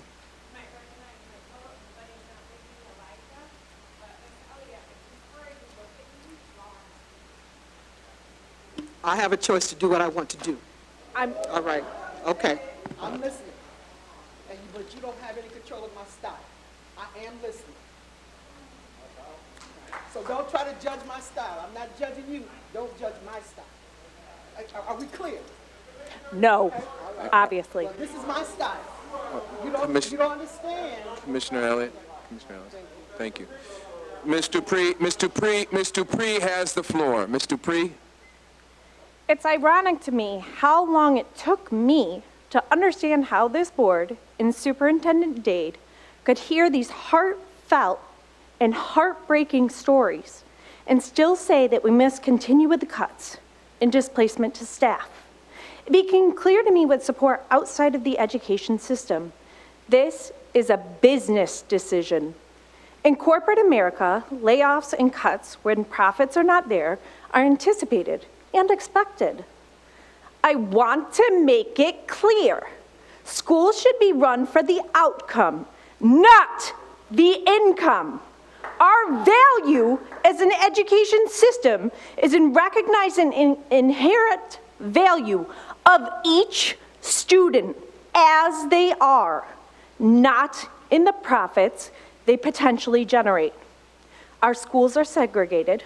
We do not have equitable funding from the state due to the historic and systematic lack of value for our children in Rochester. We don't have the resources we need. I currently see this board and our superintendent as privateers, downgrading services provided due to the bottom line. Most businesses fail. We don't have that luxury in the Rochester City School District. Our students need us now. There is no do-over in their education experience for them. These decisions have not been democratic. You have not bound yourself to the shareholders, the families, constituents, communities you serve, educational professionals, including teachers. You are failing our schools and community. I implore you again to recognize our children come first. Thank you. Michelle McCourtney will be followed by Diane Welch. I don't know if I should use that box or not. All right, I'll try it without it. All right, hi, Michelle McCourtney from school number 8. This has been some of the worst 10 days in my 20-year career, but out of the ashes, there's been a phoenix or two that has risen. First of all, our students, from preschool to high school, our students have used their skills, called upon their passions, faced their fears, and spoken from their hearts. In days where impulsivity, violence, and insults permeate politics, our students have collaborated with each other to protest peacefully and powerfully. They have summoned their teacher voices, and guess what? We hear you guys. Secondly, our community has come together in an unprecedented manner. Teachers, staff, family, neighboring districts, Buffalo, Syracuse, they're here tonight. I go to Wegmans in this shirt, and every time there's random people, hey, we got you, we're behind you. People are indicating support for us. We could not have asked for more. Community members, we thank you. The irony is that in the period before an impending disaster, one of Mr. Dade's pillars has been accomplished. We've become one family. You guys, join us. Why don't you join us? We're one family. We want you in it. We are the Rochester City School District. We are the Rochester City School District. We stand with our students, with our teachers, and for our future. What a teachable moment we're on the brink of.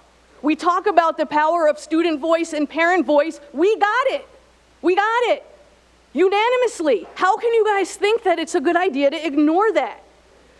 We need you guys. This is an opportunity for redemption. Mistakes have been made, of course they have, but join us now. Be a part of our district. Either take responsibility for your roles in the crisis or take responsibility for saving the teachers and students. You may never get a chance like this again. Prove to our students and family and community members that they and their voice matter. We may never get a chance like this again. We need you guys. Diane Welch. Diane Welch to be followed by Angie Rivera.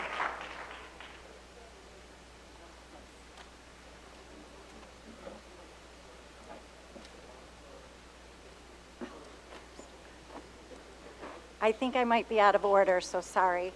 I'm Diane Welch. I'm a teacher at 12 school, and I was displaced.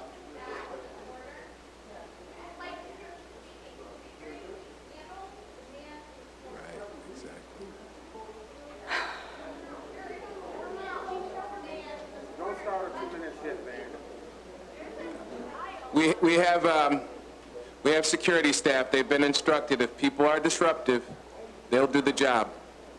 So, Miss Welch, Miss Welch. Could the clerk reset the clock? Well, yeah, absolutely. Yeah. Miss Welch, go ahead. Thank you. Again, my name's Diane Welch. I've been a teacher in the district for about 12 years. It was a second career for me. I came from an advertising background, and I wanted to work with children really my whole life. And I chose to work in the Rochester City School District. I student taught here, I was hired here, and it's been my passion. Last Monday, I found, 2 weeks ago on Friday, I found out I was displaced. And on Monday, School 12 told our students, as a school, each teacher who was displaced or laid off told their students. I teach 5th grade, and it was really an emotional morning. We went through a lot of boxes of tissues, a lot of questions. My students, immediately after we had this circle, asked me to write letters to Superintendent Dade and to the Board of Education. The letters they wrote were raw. They were from their heart. No one edited them. No one sat and said, oh, correct this spelling. It was just an amazing moment in my career. For my first part of my career, I got displaced almost every year, and I finally thought, here I am. I'm back home at 12 where I started, and then this happened. So I'm just asking you to please take into consideration and vote no, and keep us at least until June, and then so that we can keep our students just in the palm of our hand. And this is Gavin, and I was ready to leave after that break because I have 4 kids at home, and they're texting me saying, "Mom, get home." And Gavin and his mom walked in. And so he wanted to be here for me to show his support, and I wanted to be able to speak. And he just has something quick to say. We cut paper, not teachers.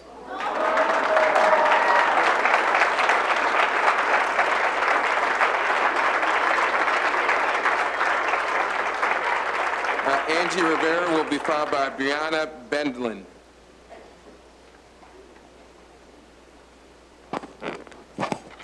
Good evening. Good evening.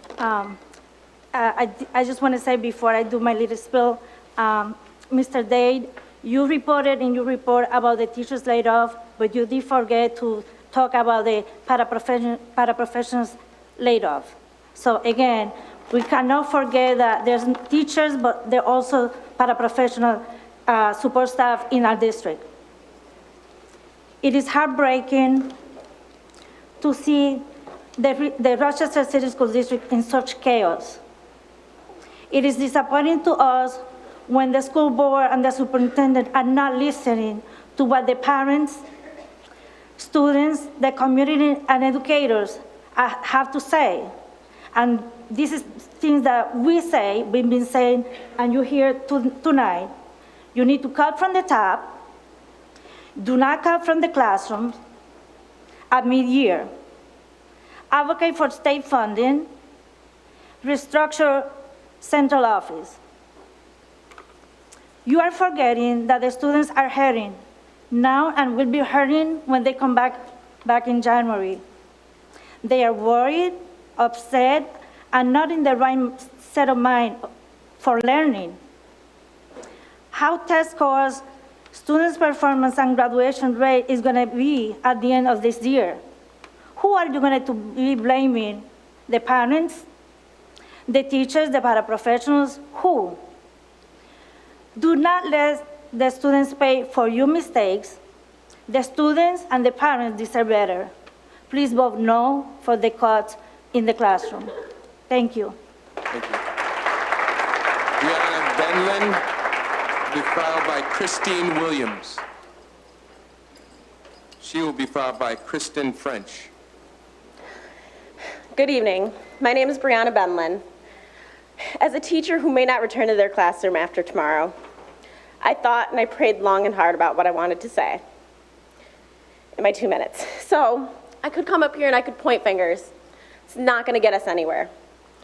I could bring cards and letters written by my students begging me not to leave, but some commissioners have made it very clear that's not going to change their mind. So I pose a challenge. If you do choose to pass these, go to the schools that you so-called represent. Look the students in the eyes.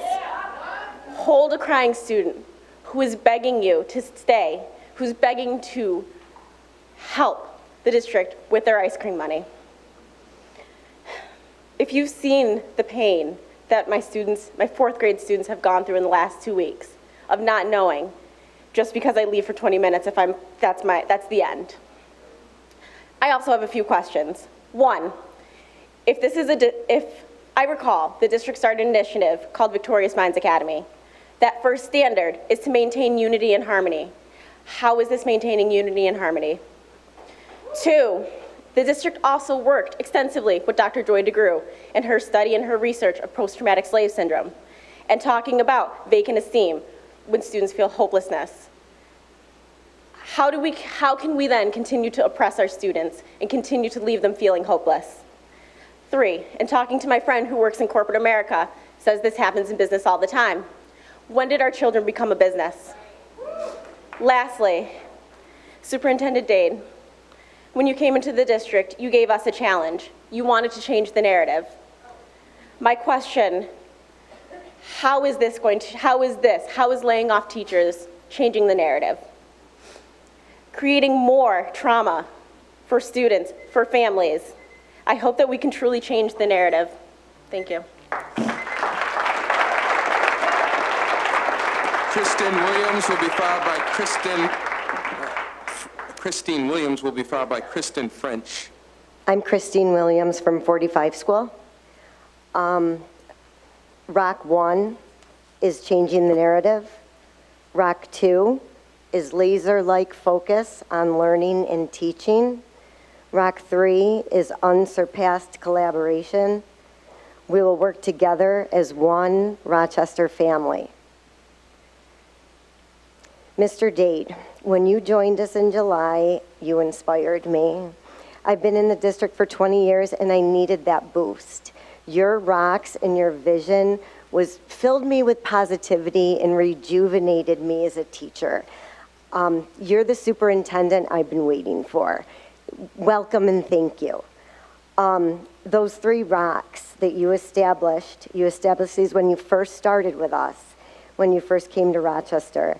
And you said that they were the core of the direction that our district was going to go into. Rock 1, changing the narrative. You guys, the board, you have it in your hands right now. Let's change the narrative. We could go from sadness and grief to something really, really awesome if you vote if you vote no. Rock 2, laser-like focus on teaching and learning. That is the key, but you can't do it without the teachers. 3, my favorite, unsurpassed collaboration. We will work together as one big Rochester family. Family, family, family. That's what got me.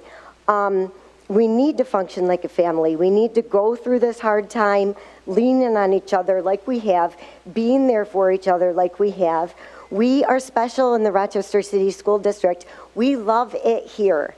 We are one big unit of parents and students and administrators and teachers, unlike any other district. And together we can achieve more. We are a big Rochester family. On Friday, December 6th, I'm sure that not one of our laid-off staff members went home and said to a family member, our family is currently going through a fiscal crisis. We need to lay you off. Right? No one went home and said that. And families don't work that way. Instead, families cut costs, they sacrifice, they ask for help. They sacrifice substance and not people, and patiently give it time. Families don't lay off family members. I know none of you guys want these cuts. I know you don't. So please vote no. Just please vote no. Give us more time. We can do this. Kristen French will be followed by Adam McTier Ross. Sorry about that. Hello, Mr. Dade and Commissioners. I'm Kristen French. Tonight, the 7 of you will make a pivotal decision about the fate of our district and our community. You have the opportunity to create your legacy as a servant of public education. Essential question number 1, what will your legacy be? Will you be known throughout the city as a commissioner that, like our superintendent, you focused on dollar signs and not the needs of our students and attempted to ignore the harmful and criminal behaviors of past RCSD leaders by having our students and staff carry the weight of their mistakes? Or will you be the commissioner that demonstrates outstanding care for our youth by creating a detailed plan that incorporates fiscal responsibility and student achievement and condemns such extreme disruption and trauma? Choose your legacy. Essential question number 2. How did this board vote on this proposal? Commissioners reviewed over a proposal put forth by Mr. Dade on November 12th, recommending the abrupt laying off and displacement of hundreds of staff members. This presentation took 40 minutes to share, and about an hour later, the board voted in agreement to this proposal. And that all occurred prior to this group reviewing the September, October, November 2019 financial reports, because that occurred on December 10th meeting. This group agreed to this vague proposal with no attached plan to how this would be rolled out or how the adverse impacts it would have in the RCS students and staff. In addition, this proposal was not brought forth to the Financial Committee for review and action before being brought to the full board, which was against Board Policy Number 6630. Superintendent Dade, I would like to see you have longevity in this district as our leader. If you continue to support this proposal, you're not demonstrating a unified perspective with the RCSD family and how you support student achievement. And if you reject this proposal, if you all reject this proposal, you're choosing not to cave into the state and city political pressures and instead of honor your commitment to the RCSD students and family. If the Buffalo Bills could pull off an away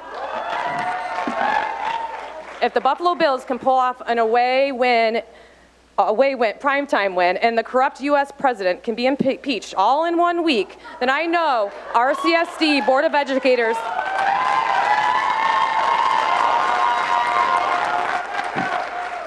I know you can help our community end up winners too. Thank you.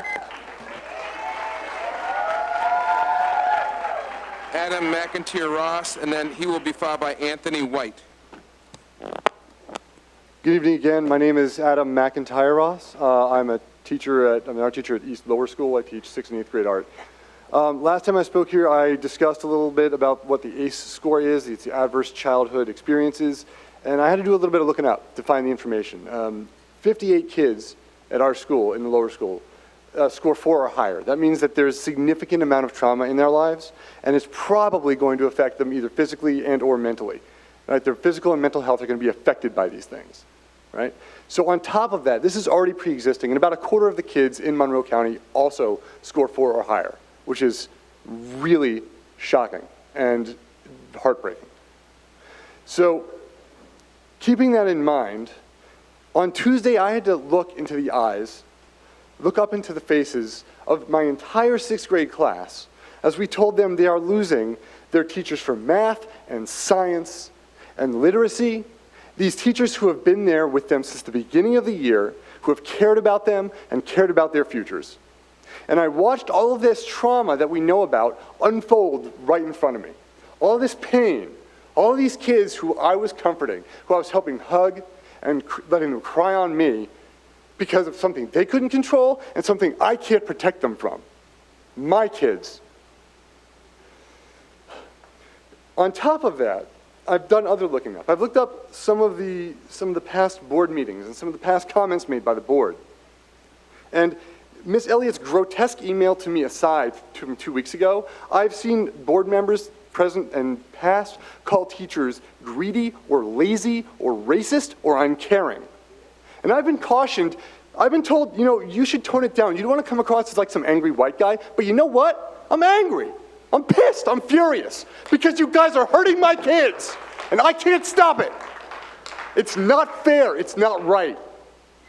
So now at very least what you need to do is do what I did, start looking stuff up. Look up better ways to do this. Look up ways you can avoid cutting teachers. Look up into the faces of the community and the kids who you are hurting with this decision. It's already happening. Even if you cut nobody, the trauma has already happened, and it's going to get worse. So that's what I'm saying to you, look up. Thank you. Anthony White. Anthony White will be followed by Stephanie Decker. And then Candace Rubin.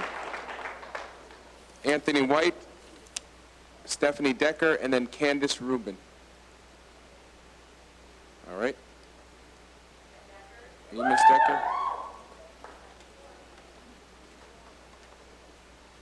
Good evening. My name is Stephanie Decker, and I am a teacher at Rise Community School 106. At Rise, we have a motto, and that motto is, we rise by lifting others. In the past couple of weeks, our district has faced very difficult challenges. The blame for these challenges has sparked some very strong and negative feelings. For this, I feel a great amount of sadness. To those of you that are taking the blame, I want to say I'm sorry. I'm sorry that instead of coming together right now, we are divided. Right now, it doesn't matter who is to blame, the truth will come out eventually. I've been amazed to see the faces, the staff, parents, students, and supporters. Looking out and seeing everyone fighting for students is inspiring and also intimidating. It is amazing to see what the community has done in just 2 weeks. Had we known what to do earlier, I believe that we could have accomplished so much more. As an ignorant businesswoman, even I know that without money, a company can't go on. This is where I understand your plan. I understand that without funds, a business can't produce their products and goods. There's a big difference, however, with our business. We are in the business of producing successful human beings. We are responsible for the future of Rochester. For this fact alone, we can't fail them. We need to come together so that our future is secure. So I'm asking you, the board, our superintendent and central office, what can we do to help? Would you please let us help you with this challenge? I'm asking you to vote no today and to inform us on what we need to do to help you make a difference. Isn't that what a community does? Your community wants to help you with this problem, so let us rise to this challenge. Coming out of today, I want my students to understand this one thing, and that is that it is not my choice to leave them. I'm here tonight so that they know that I did everything I could to continue to be with them. Please help me do this. I know I am not the only one that feels that way.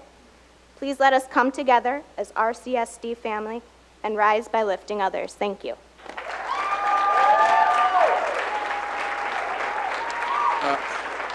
Candace Rubin will be followed by Christopher Smith and Elizabeth Servos.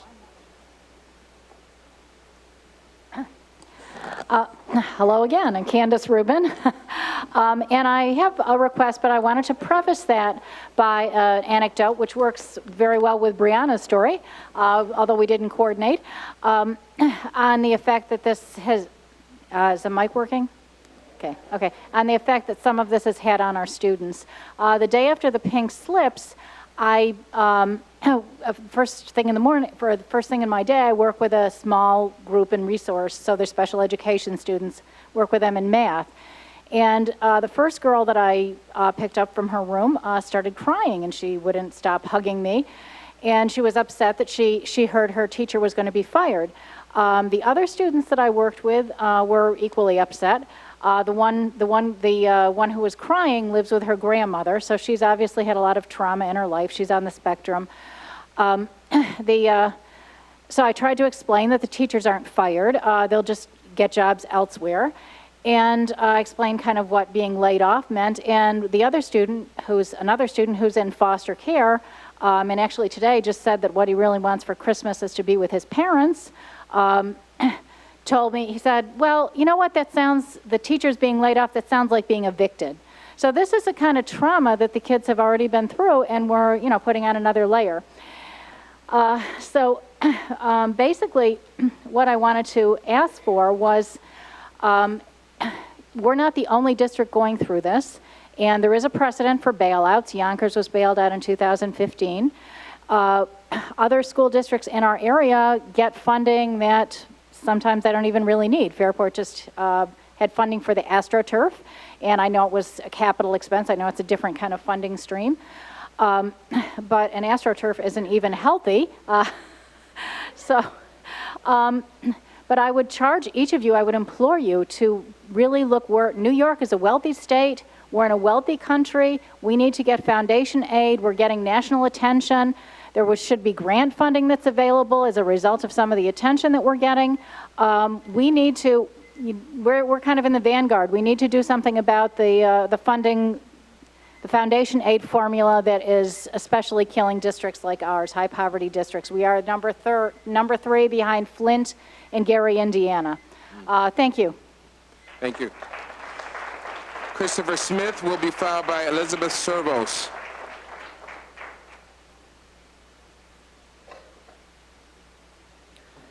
Good evening. My name is Christopher Smith. I'm honored to say that I work at Rise Community School and is also in the Rochester City School District. I want to remind everyone that we are all affected by this potential reduction, and it is going to take all of our collective wisdom to find long-term solutions, not just a small panel. One of the schools that would most be affected by these is my current building, Rise Community School. Rise was started 1 year ago. A school with a vision of community, collaboration, rigorous instruction, and innovation simultaneously occurring all in unison. And boy, has that happened in the last year. We are destined for success, and after year one, we were off to a solid start with 48% of our fourth graders making 1.5 years of growth in ELA. Imagine, over half of the grade made this progress while we were trying to furnish the building in September. This gain in academic progress is a result of the pod structure, which gives teachers the opportunity to close gaps while students have the ability to be introduced to grade level appropriate content. A reduction in staff would eliminate this structure. I'm confident that the members of the school board are aware of what happened to our building just 2 years ago in 2017, a mass exodus of teachers that resulted in students returning in the fall to a whole new faculty. Key words here, fall, not the winter. Our students persevered, just like city school students always do when presented a chance. These students have more resilience than the majority of adults I know, but I can't help but wonder, what is their breaking point? All they need is a chance for the systems that are in place, including a unified curriculum, to work, combined with consistent role models facilitating their learning. This sounds reasonable, yet we fail to provide it. I have a couple things I'd like to urge the board to do just to help us go on. Great leaders should inspire us. As leaders of the district, move us in a way that brings us together, not divides us. Superintendent Dade, I commend you for your speech in the beginning of the year. It inspired us in our building, and I feel that we're going in the right direction. Let's return to that desire that inspires us to carry the banner as we move our district forward. The second tip, listen. District leaders, listen to all stakeholders, parents, educators, administrators, and students within the district to come up with long-term sustainable solutions before making decisions which affect us all. Mr. Smith, please wrap up. Yes, sir. Take a restorative approach where we all contribute to a solution rather than a collective few. Thank you for your time and platform to voice some of my concerns, to bring light why I believe you should vote no. Thank you. Elizabeth Servos. Elizabeth Servos will be followed by Michelle Hild. How about Osvaldo Aroro? No. How about Patricia Yildirim? All right, that'll work. Hi, I'm Michelle Hild. I'm going to give a, I don't know if this perspective has already come up, but I'm one of the 180, or if that number has changed, that's displaced in the district. I am the math coach only for one more day. And I was going to come up here and say a lot of numbers and a lot of percentages because math is my thing. The top 5 jobs in Rochester are all math related. Us who are intervention teachers, who are the people who support the teachers, we are the ones who are going to be taking over these poor souls' classrooms come January 6th. And I'm actually here with one of the teachers that I may or may not know if I am in her room or not. It's so confusing. All of it is just so confusing. And like I said, I had a whole bunch of numbers, but I'm going to quote a song that maybe you've never heard of. I do yoga, and this is by Gregory Alan Iskakov. His song is the Stable Song. Now I've been crazy, couldn't you tell? I threw stones at the stars, but the whole sky fell. Now I'm covered up in straw, belly up on the table, while I drank and sang, and I passed in the stable. That tall grass grows high and brown. Well, I dragged you straight in the muddy ground, and you sent me back to where I roam. Well, I cursed and cried, but now I know, now I know. I have never been a teacher who prayed for a snow day. I love my job. Those people who know me, and some of them are here in this room, know that that's the teacher that I am. I am so disappointed, and I've also been in this district almost 20 years. So she's here too, one of the teachers, right there. So let's put a face on it. She's over there, one of the ones that I may be taking her room. Do you know the amount of preparation it takes to take over a classroom? And I'm not saying that I can't do it, because I'm a strong teacher. But it's Christmas. We didn't think we were going to have to take over these people's jobs. And I don't want to, because I don't hold a candle to her. Thank you, Kathy H.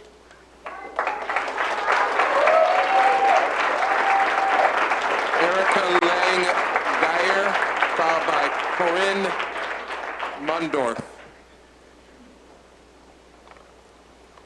And she will be followed by Ashley Williams. I don't know if Erica's here, no? Oh, then you're before me. Doesn't make any difference, whoever wants to go.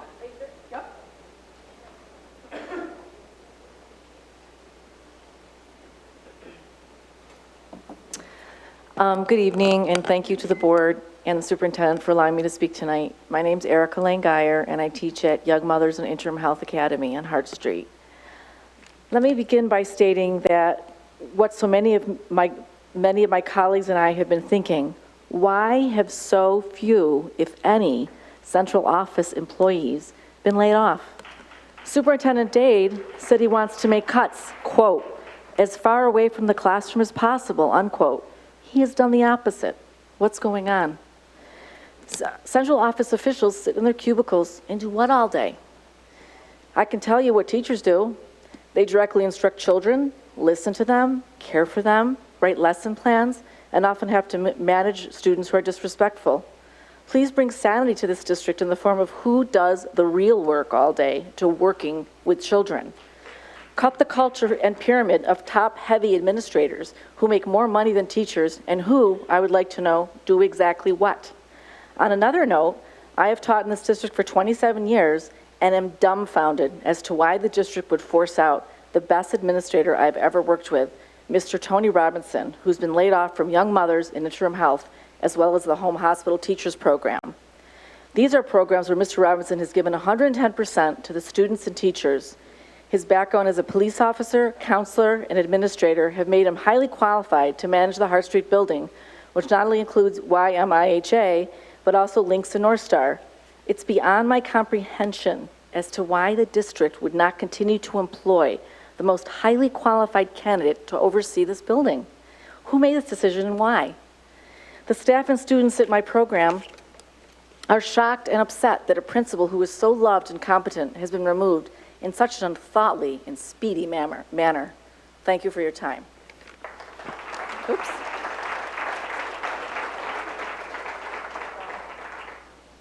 Go ahead, ma'am. This just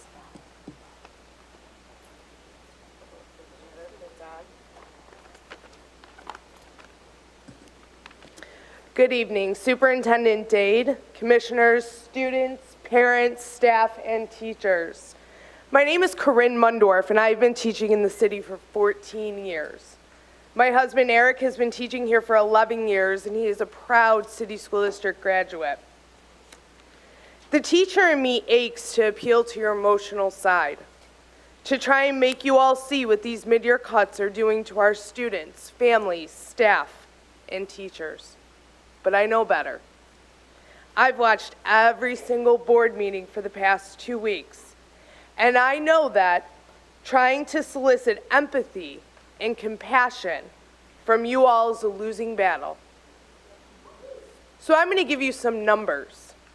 Numbers that I hope will make you see that this district needs our teachers, all of our teachers. $64 million. $64 million is the projected shortfall in the current year that your negligence allowed to happen. $30 million. $30 million, that's the amount this board overspent last year's budget. 8,500. 8,500 of our students will lose at least one teacher due to these mid-year layoffs. 55% of the cuts are coming from teachers, while 4% is coming from inside these four walls. 42 schools of our 49 42 of 49 will lose at least one teacher due to these mid-year layoffs. 24%. That's the increase in ELL and students with disabilities that we've had in this district between 2012 and 2017. That number doesn't include an additional nearly 600 students arriving from Puerto Rico last school year. So hear me. Even though you keep talking about our enrollment going down, our neediest student population is increasing. Zero students, 0 parents, 0 staff, and 0 teachers caused this fiscal mismanagement. The narrative of this debacle has shifted within the last week. Please summarize your remarks. Please conclude your remarks. It has been said that these mid-year cuts now rest solely on the teachers' shoulders and what we are willing to concede. No one in this room besides you all believes that. It was said at Monday's board meeting that even with concessions, layoffs aren't off the table. Commissioners, it's time for you to stand up. Take responsibility for your past inaction and negligence and work with this community to solve this in a way that keeps these cuts as far away from the classroom as possible. Ashley Williams will be followed by Shelley Rosenberg and Amy Ranieri. That's Ashley Williams, Shelley Rosenberg, and Amy Ranieri. Again, I would remind you all there is a 2-minute time period. Thank you. Ms. Williams? Good evening. Good evening. Greatness is not measured by what a man or woman accomplishes, but by the opposition he or she has overcome to reach his goals. Dorothy Height. Hello, my name is Ashley Y. Williams, and I am an in-school suspension teaching assistant and union representative at Nathaniel Rochester Community School. The title teaching assistant or paraprofessional does not do justice for the work that my colleagues and I compete on a daily basis. As teaching assistants, we substitute when our buildings are short, mediate students when there's conflict, push into classrooms to provide extra support, and also offer the love and attention that some students may be lacking at home. Many times we are the bridge or glue that bonds the teacher and students together. When students are assigned to my ISS room, they enter into a calming, restorative environment. Whatever took place outside of the room has been wiped clean. When the student leaves, the relationship that has been broken can be restored. The cuts that are being made throughout this district are disturbing the bond that we have created with our students. This decision is putting our children through trauma. Some of our students feel the world is against them. The situation proves that it is. Why should they suffer? What adequate future will they have if they are not educated appropriately? The school-to-prison pipeline is real. We are drawing our children closer to it with overpopulated classrooms, a lack of certified teachers, failed systems, increased suspension rates, and most significantly, our current problem, the misuse of funds that could have been generated back into the classroom. I understand that there is a bigger picture that we need to focus on, but however, I want you to all realize that real lives will be affected, not numbers. I'm asking that you reevaluate the cuts for the budget. Do it from the top. Administrators, clerical staff, paraprofessionals, teachers, support staff, civil service custodians, and most of all students. We all are important. Thank you. Shelley Rosenberg will be followed by Amy Ranieri. Hi, my name is Shelley Rosenberg, and I am a very proud ESL teacher in our sanctuary city of Rochester to immigrants and refugees. And I want to start first with a quick little anecdote about a couple of my refugee students from Somalia. Grew up in a Kenyan refugee camp. Their parents fled Somalia, do not read, do not write, illiterate, and life is difficult for them here, but they made it. And my girls, I've been with these two girls at 2 different schools in the district. I've seen them flourish, come from from not being in school. They are SIFE students with interrupted formal education, came as teenagers and had never written or read anything before, and made huge gains, first and second grade reading levels, which is a huge accomplishment for somebody learning that starting at 13. And now at school, I started seeing their attendance, and they're in ESL class every day, but why are they missing half of their other classes? And I start chatting with them, and they do not feel safe. They skip their classes in the basement because it is too unsafe for them to go. And I don't mean to knock my school or my administration or my school security officers. I think everyone is working so hard with a really difficult situation. But I am very scared for my students who clearly need SSOs and paraprofessionals, that they are missing their education. Their parents fled their country. They were born in a refugee camp, did not go to school, and now they're here and they are missing their education because they are scared because there's not enough personnel to get them to their class safely because of fights, because of just so much. And I'm sorry, but I'm going to go a little over. We are losing them to a charter school at the end of this break. These girls who want to do so well, they're leaving. And we are one family, and we need to all sacrifice. And I was someone who in the survey said, yes, I as a teacher in the RTA am willing to make concessions and sacrifice under the condition that everybody, district office, administrators, you all make that sacrifice. And I implore you, Board of Education, to make the sacrifice of giving up your $30,000 salary of being on the board and taking a stipend like Buffalo or Syracuse does. If you take it like Buffalo, we could save $160,527. Think of how many paras and school security officers we could keep. If you take a larger stipend like Syracuse, we would still save $142,313. Think of how many jobs. I believe you should be paid. I believe that you should be paid for your compensation, compensated for your time, your expertise, and I believe people on a board should be paid so that those without substantial funds can serve.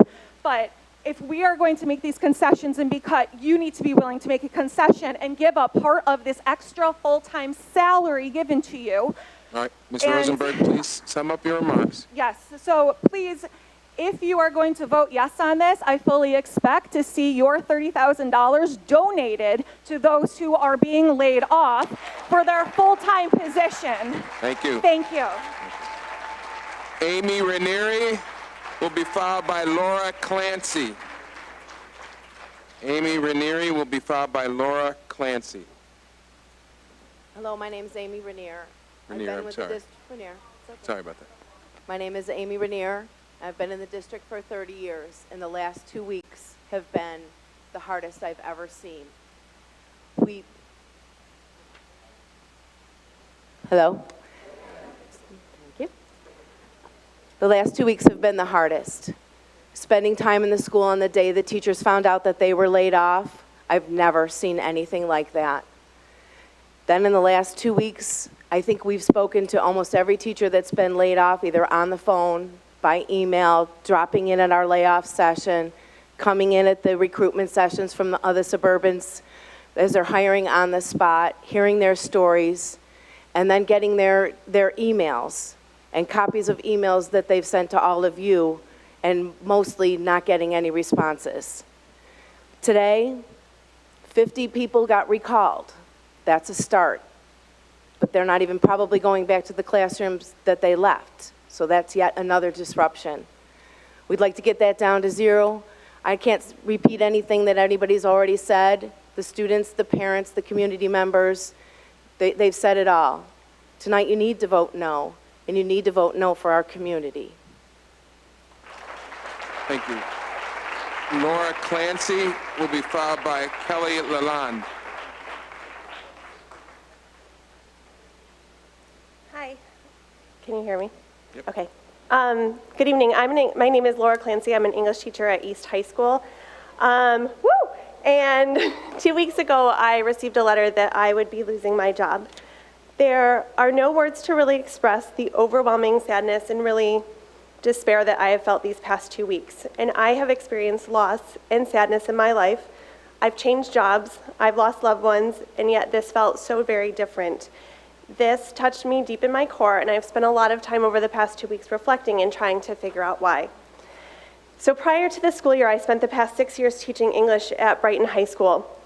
I loved my job there, but something just didn't feel quite right to me. As an example, 2 years ago, I was chosen for a program to study and research the impact of flexible 21st century furniture in our classroom. I, along with 10 other teachers at Brighton, were chosen to participate in the first year pilot program. We were each given $10,000 to spend on soft chairs and rolling tables for a total of $100,000 that first year. I share this example not because I believe that Brighton did something wrong, but because Brighton High School is exactly 3 miles down the road from East High School and 2.6 miles from Monroe High School and less than 5 miles from most of the city schools. So while dozens, if not hundreds of teachers were losing their jobs, they were getting upgrades on brand new football turf and chairs that rolled. I left Brighton because eventually the inequity in our city became more than I could stand, and I wanted to teach in the city where I truly thought, as cliche as it sounds, that I could make a difference. And what I found is that I could make a difference, but what I really found is that kids are kids. Deep down, they want good teachers. They want to be heard, they want to be seen, and they want to be treated with respect. But most of all, they want to be treated fairly, and our students are so smart. And they know that deep down inside that this is not fair. And they ask me questions like, why us, and why our schools, and why our teachers?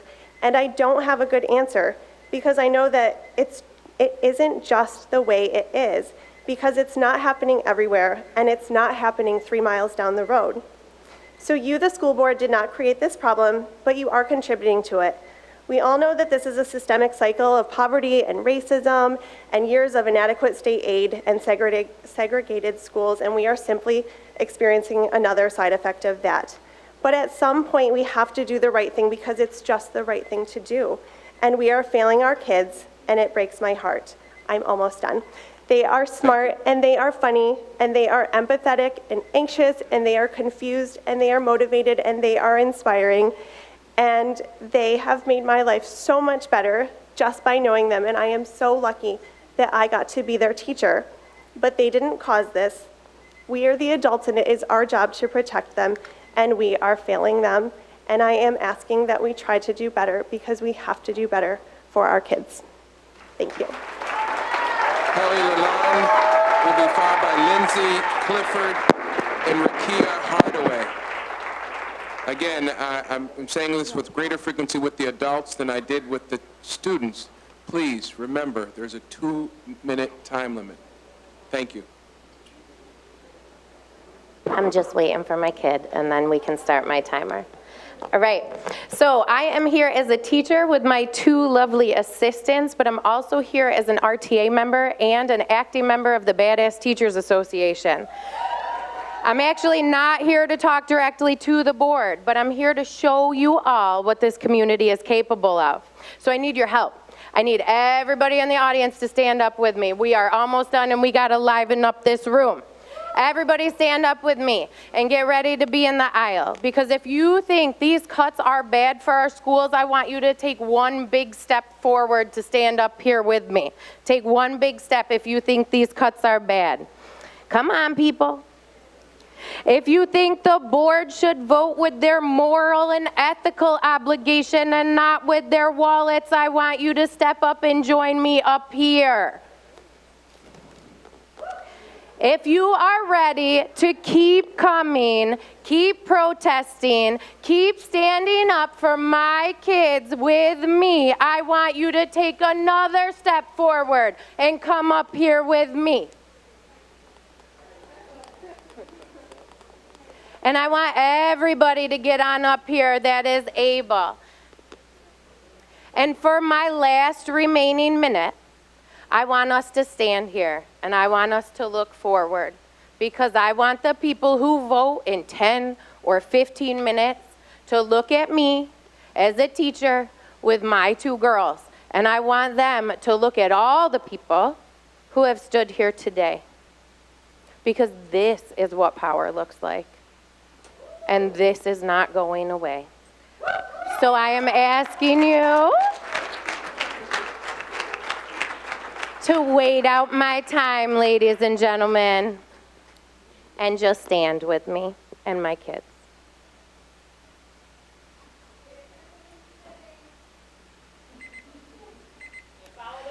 Thank you, ladies and gentlemen. You may sit back down.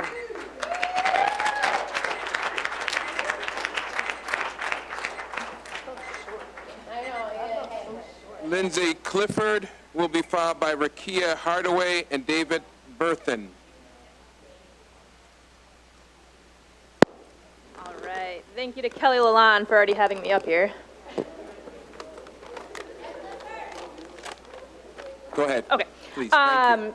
My name is Lindsay Clifford. I am a special education teacher at School 58, and I am speaking on behalf of my students. Dear board members, my name is Renasia Joseph Aaliyah Jordan. My name is Aman. I am an 11th grader, a 12th grader, a student at World of Inquiry School. I am writing because I want to express my concerns over the proposed cuts. Our class stands to lose our TA. We are losing our teacher. I am a little scared. I am sad. I don't know how to feel. I am uncomfortable. I am scared. She is leaving us in the middle of the year. I don't understand. I want it to stop. She helps me with my work. She makes me laugh. I trust her. She is one of the only people that knows me. I don't want to start over. She knows my history. I have developed a bond. She breaks things down. She is the first person I go to. I come to school to tell her what I did over the weekend. She supports me. She is great and wonderful. She is my second mom. I want to stay connected because she is my family. If you cut the people we have developed relationships with, then what is the point of school? Please leave my teacher here. Please do not take my teacher. She is leaving us. Please stop taking our teachers. These are the words of 5 students at World of Inquiry School who have been and will continue to be affected by your decisions. I do not believe this proposal has been well thought out. I do not believe there is no other way to fix what we, the teachers, did not break. I do not believe there was ever a plan to keep this as far away from the classroom as possible. I do not believe that we will overcome these challenges and emerge as an even stronger RCSD family, because I no longer believe we have a leader here at Central Office that puts our students and their education first. I do, however, believe that we have the teachers it takes, the most loving and supportive community, and a very, very amazing group of parents who have been in the front line in the fight for their children's education.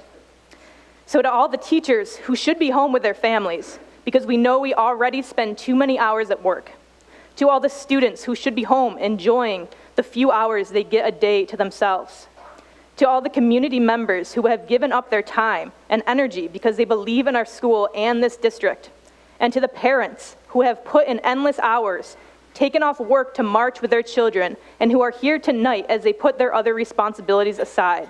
I see you and I appreciate you. Keep fighting the good fight.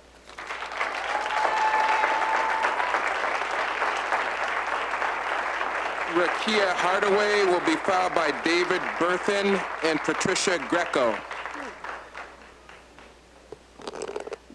Good evening, Superintendent Dade and commissioners of the board. My name is Rakia Hardaway, and I teach at Edison Career and Technology High School. I stand before you as a proud second-generation graduate of the Rochester City School District. My mother graduated from Madison High School, and I graduated from School of the Arts, or SOTA. I also have the privilege of being a second-generation practitioner of education in the Rochester City School District, as both of my parents are retired teachers. I had to come and speak this evening because I cannot stand silently by and watch as students are being affected by the changes that are to come.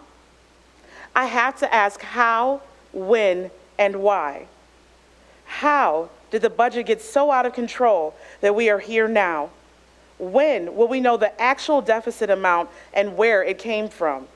Why are our kids being punished for this mismanagement? How did we get to a place that 5% cuts across the board was equitable? When did we start confusing equality with equity?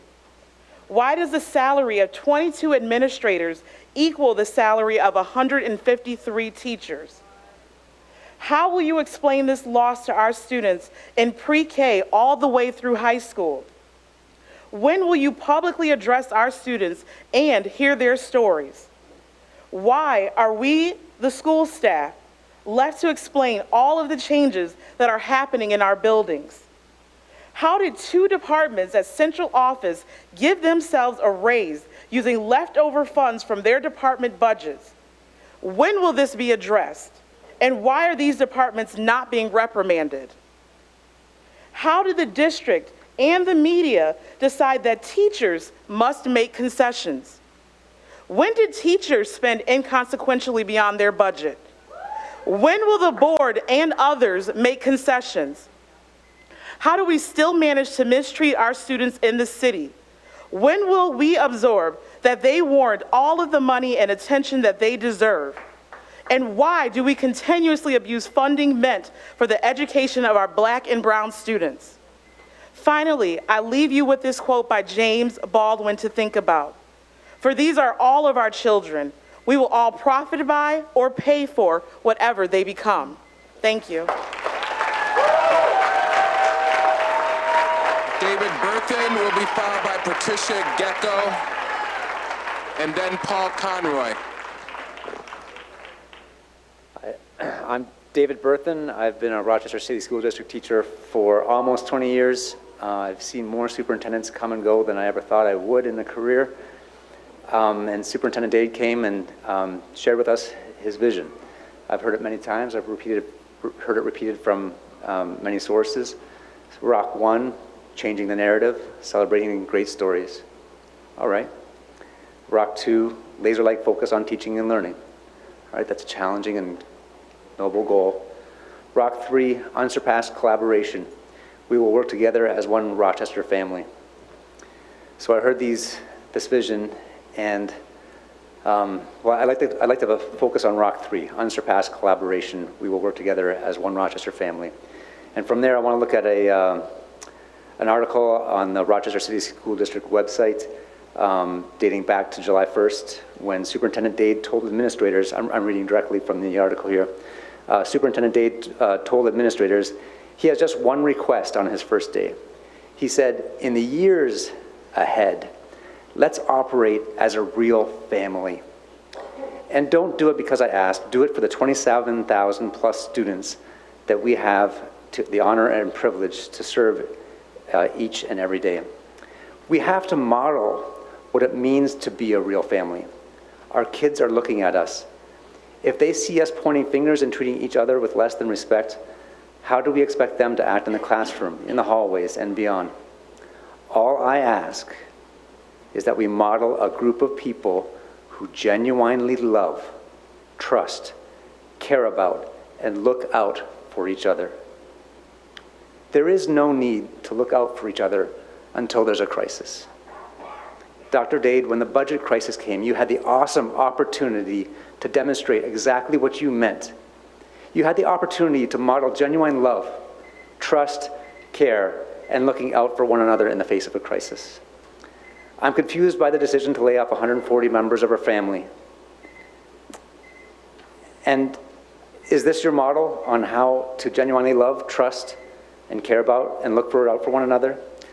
It's not my intention to point fingers, but I know these decisions are difficult.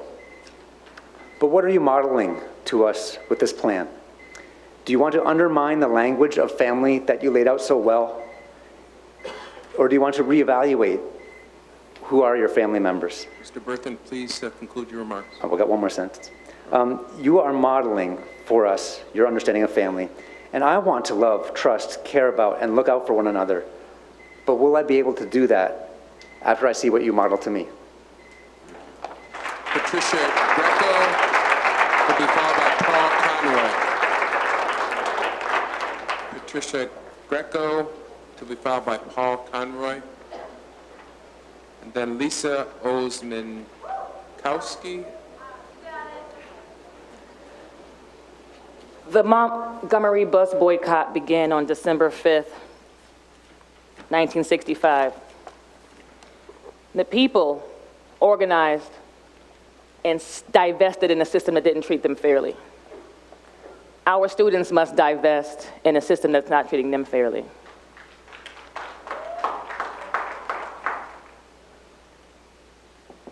People are put in positions, look at the optics, to play patsy and to be holding the bag when the house is on fire. This is not by accident. Just like Obama was put into the presidency in times of real crisis and had to put out a fire that he didn't inherit. I don't want to be in your position. But this is all by design. All by design. The public education system is the last democratic stronghold we have in this country. And it's being systemically dismantled on purpose. And we do not win by pointing fingers at each other and fighting each other. If we're fighting each other, we're not fighting our enemy. It's up for us to do some serious soul searching. For those of us who got laid off in the pink slips, if teaching is really your calling, let's hold free schools. Let's find every public space that doesn't say we're loitering there and educate children on our terms, our way. But it takes us to do that if we really say we're in the business of educating. If not, we're all here because our paychecks have been cut. I was displaced from RCSD many years ago. Pregnant, 7 months pregnant. This system does not care about the individual, but it will care about all of us if we move and strike at the same time. Every time. So on the 6th, when the break is over, teachers may not be able to strike, but can our students? And I'm not just saying strike one day and be in the streets acting crazy, but being organized and being mindful of what you're doing and what legacy you are carrying on. We are our ancestors' wildest dreams. And I'm not Patricia.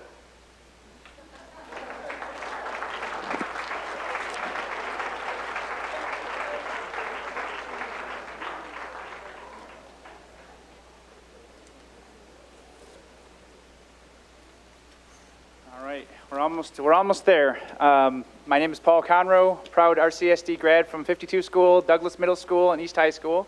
I've taught at East for 19 years. I have 4 kids in the district. I've noticed one thing, and this is added to my remarks. No one has objected, unless the last speaker is objecting, to any of the other proposed cuts. Maybe we aren't cutting deeply enough in those other pots. There is no controversy in the public's mind. We've cut too deeply in the elementary teacher pot, and we don't know what the other pot's cut impact is. Which headline are you going to vote for? RCSD School Board and Superintendent deliver first presents of the season? Christmas came early to RCSD students this year. On the day before winter break, the school board and superintendent agreed to postpone the vote to cut teachers and support staff in the middle of marking period 2. Much to the delight of more than 3,000 elementary kids, students will not have to come to school on January 6th and meet a new classroom teacher. A budget gap of between $30 million and $60 million remains, but over the break, work will be done to cut other budget items. And there's a mobilized group that will solicit funds from the city and New York State, the city which hasn't raised its budget contribution in over 30 years. It remains $110 million, give or take, and our budget has more than tripled. RCSD, or here's the other budget headline you're going to vote for. RCSD elementary students bear the brunt of budget crisis. That's the headline. In a school district in a mid-year budget crisis and where too many students fail to meet standards, the school board voted to cut, chief among other things, elementary school reading teachers. Teacher cuts from a $930 million budget amount to nearly $6 million in salary and benefits. $6 million is 0.6% of the total budget. So yes, $6 million is a lot of money. I don't have that. It's not in my wallet. but it's 0.6% of the budget, and I have not heard anybody speak against any of the other proposed cuts. The cuts are deemed necessary to close a budget gap that is reported to be between 30 and 60 million. Please postpone the vote, cut deeper in other pots so that the public, at least one other group says, you're cutting too much from my budget. It's not, why are we cutting elementary school reading teachers? Even one in this district. Why are we cutting one? I want to work, I love Excel. Talk to my kids at school. I'm like Mr. Conrose, the Excel guy. I love pouring through numbers. I love pouring through data.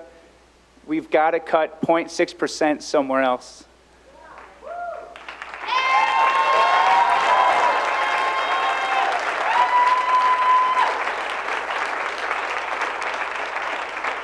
Is Lisa Ozimits?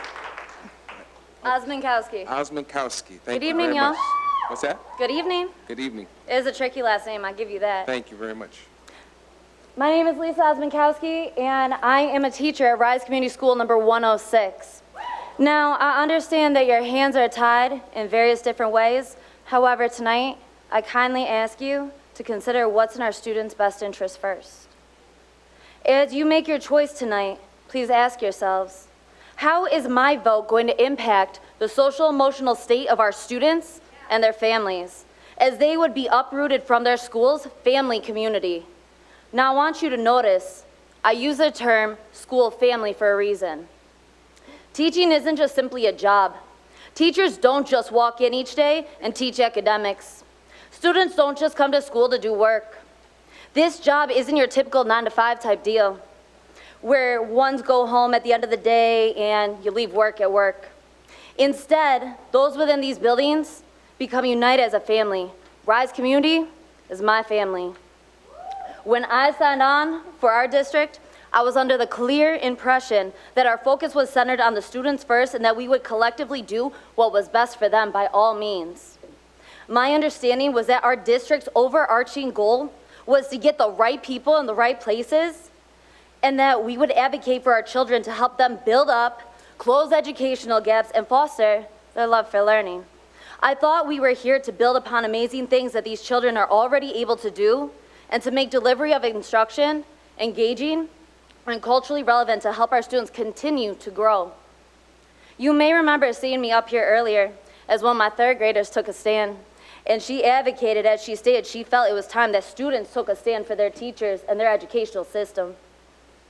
We're supposed to be the united front here for them as an educational system who unconditionally does whatever it takes to advocate for these children. And tonight you have a choice.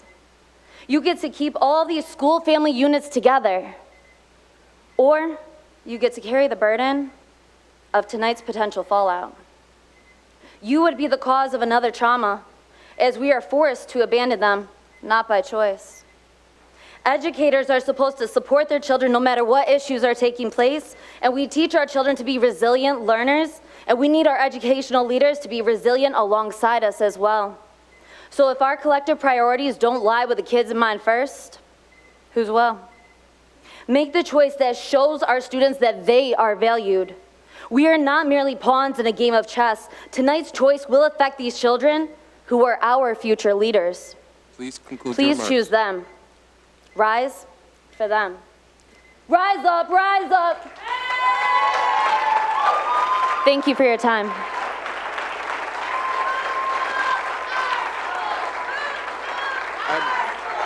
I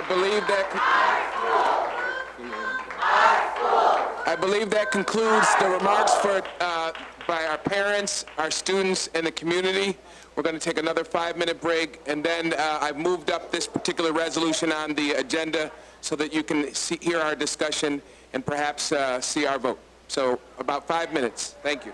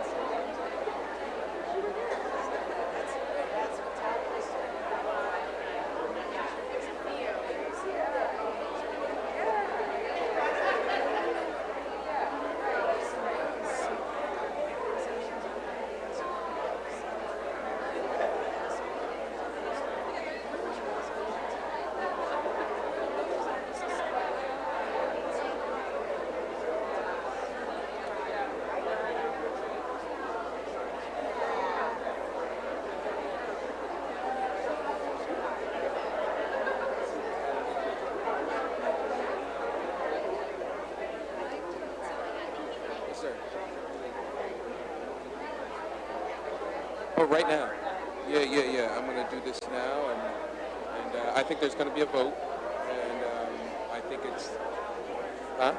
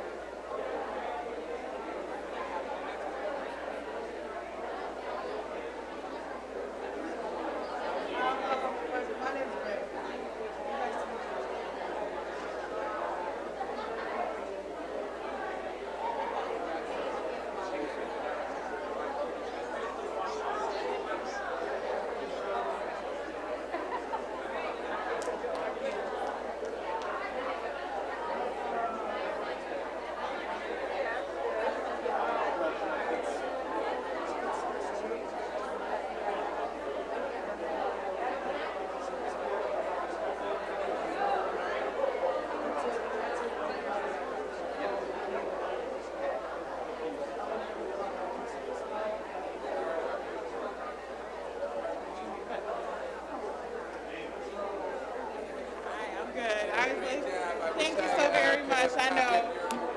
Okay, I'll give you a copy. My parents were all like, okay. Hi, I'm Rekia Hardaway. I'm sorry. I just wanted to come over and introduce myself. Okay. Give a smiling face. I'm okay. Thank you. I appreciate it. Yes. No, I know. I'm just, you don't know. What's funny is I was here a month ago at the meeting last time. And I was like, people are like listening style. Because I know, like, when I sit in service, I don't necessarily but I'm still. And normally what I like to do, what I've said in terms of my learning style, I really like to make me focus. I really like closing my eyes. Yeah. So if I would close my eyes, they would have thought something, but this is just, this is a tact. I get them all the time from me. Don't feel bad. Because, no, I was going to say they.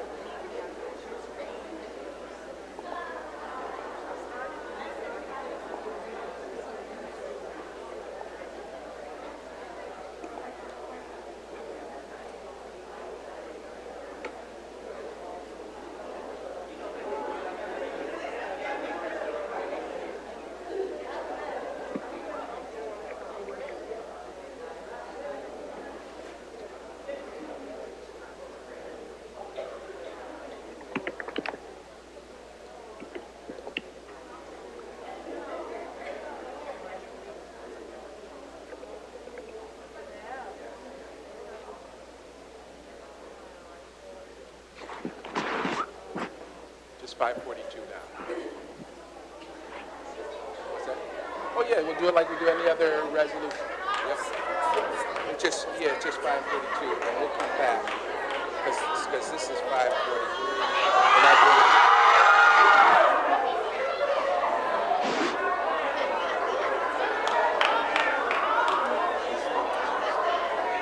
And yeah, but when we come back out of this stuff is the production. Ladies and gentlemen, we have some business we have to attend to. Let's refocus. Okay. Okay. The resolution.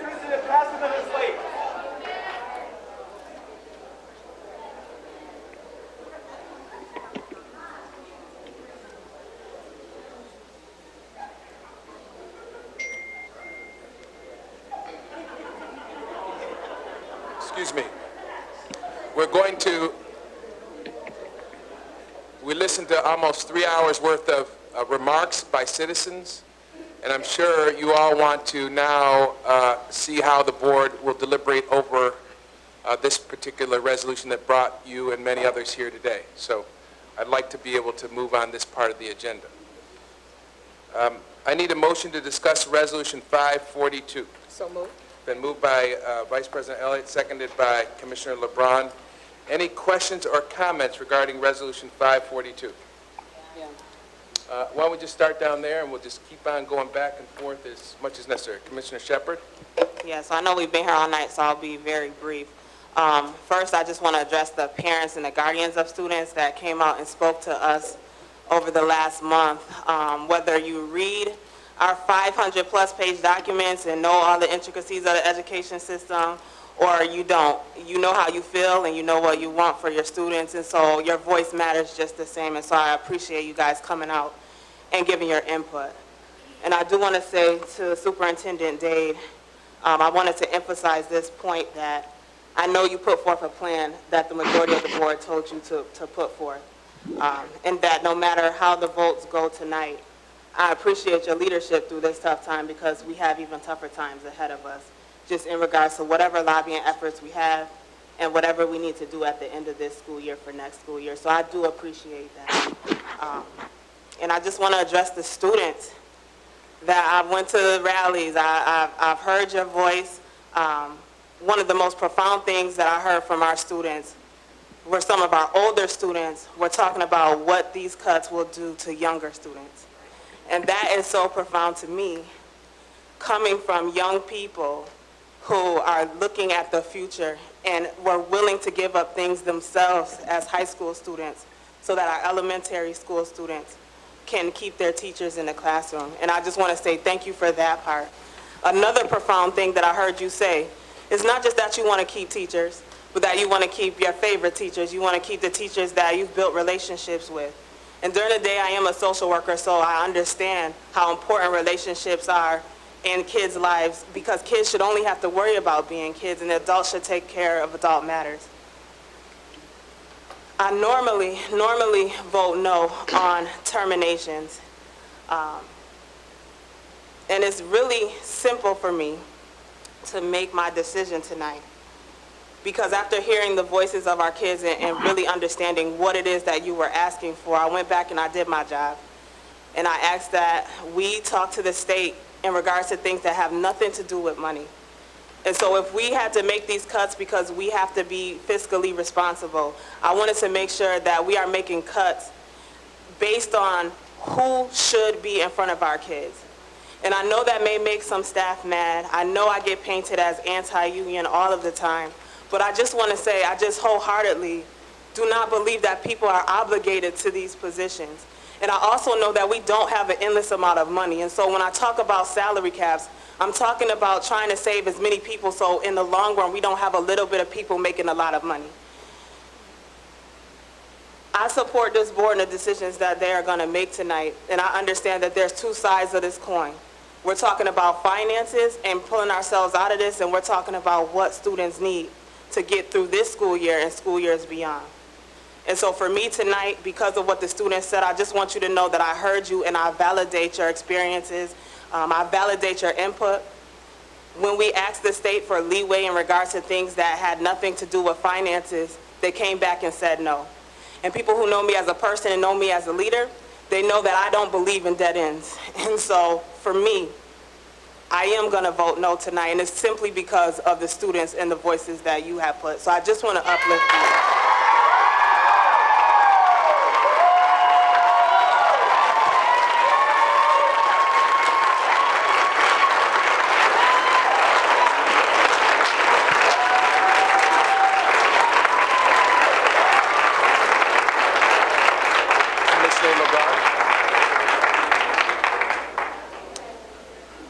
So, I don't know if my mic's up. Is it on? Okay. So, a couple of things. For me, I have a little bit of a different perspective. Last year when I came to, first and foremost, I'm a parent in this district.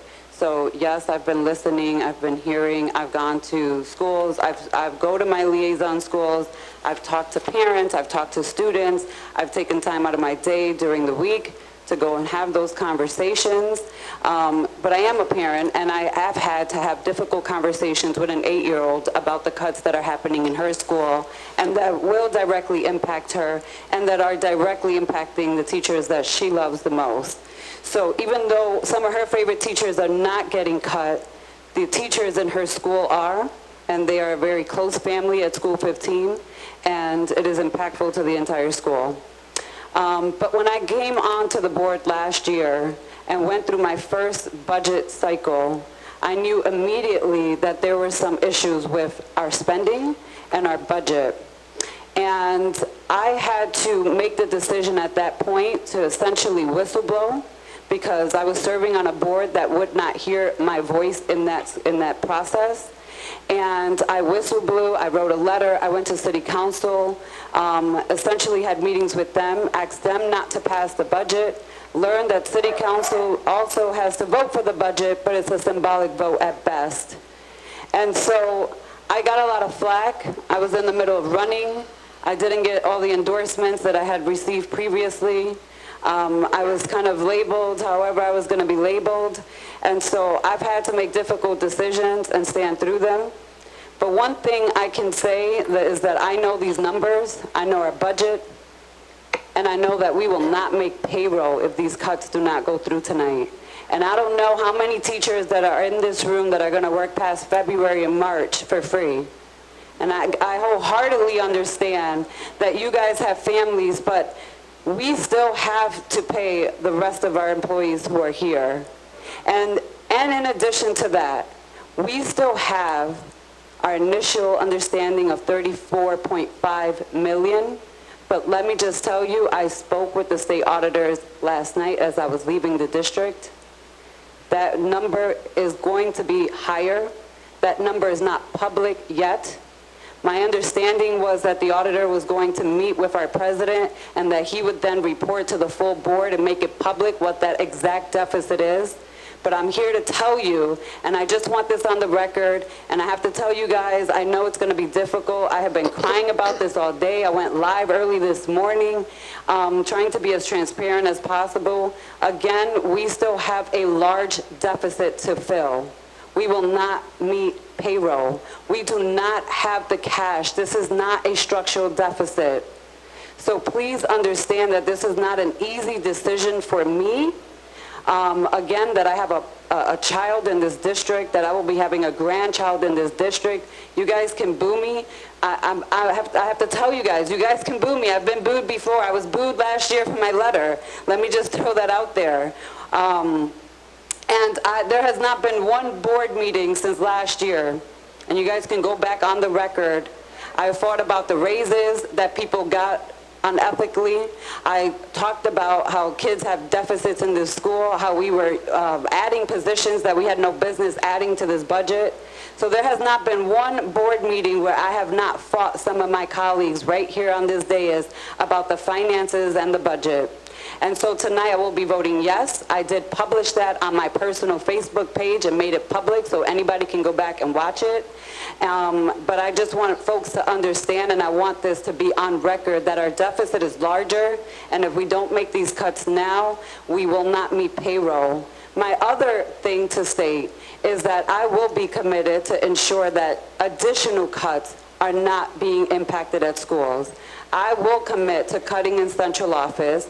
I will commit to removing and cutting the SRO's budget, and I know that everyone in this room will agree with that.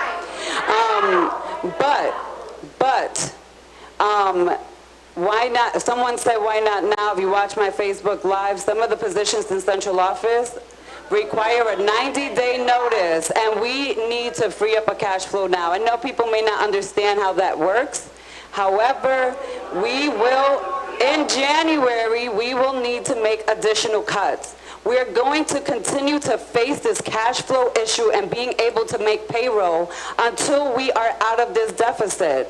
And the state has not committed, and it's unfortunate that they have not committed, but please do not mistake that I have not been advocating directly with the governor's office, pleading with the governor's office, pleading with our state legislators.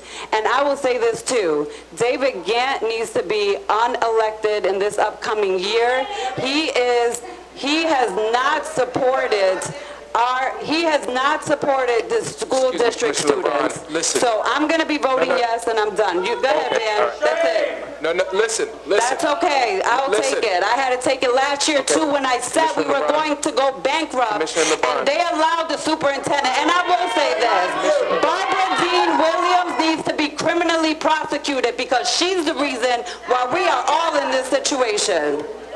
So it's a yes for me. Ladies and gentlemen, before we take any additional remarks from any commissioner, let me remind you, for the last 3 hours, we did our duty. We did what we were supposed to do. We did what you expected us to do, which was to listen to you. I would imagine you all want to hear from us, and we expect our children to reciprocate in listening to people. Just hear us out. After we're finished, you will continue to have the opportunity to speak. But right now, the Board of Education is responding to the proposal. I appreciate and expect the courtesy and respect that we gave to you all. Commissioner Hallmark, you have to make sure you turn off your mute button. Yeah, can you hear me? Yep, we can. Okay, good. So first of all, I want to say thank you to everyone for coming out and speaking so eloquently. We are really between a rock and a hard place. We need our teachers and our supports, and in fact, we even need more than what we have currently in order for us to accomplish the goals that we have for ourselves. However, we simply don't have the money to pay for it. You know, I heard wait till the end of the year. Well, every day that we delay adds to our deficit. If we aren't financially responsible now, you think it's bad now, just wait until the delayed problem gets compounded next year. A delay will actually impact the viability of the district itself. So, and I'll just say this too, I find it extremely ironic that only a few short months ago, when a deficit was discovered by our auditors, the public was calling us irresponsible for an unbalanced budget. So it is our responsibility to balance the budget. I've heard people say find more money and make other cuts. Well, Albany has not stepped up.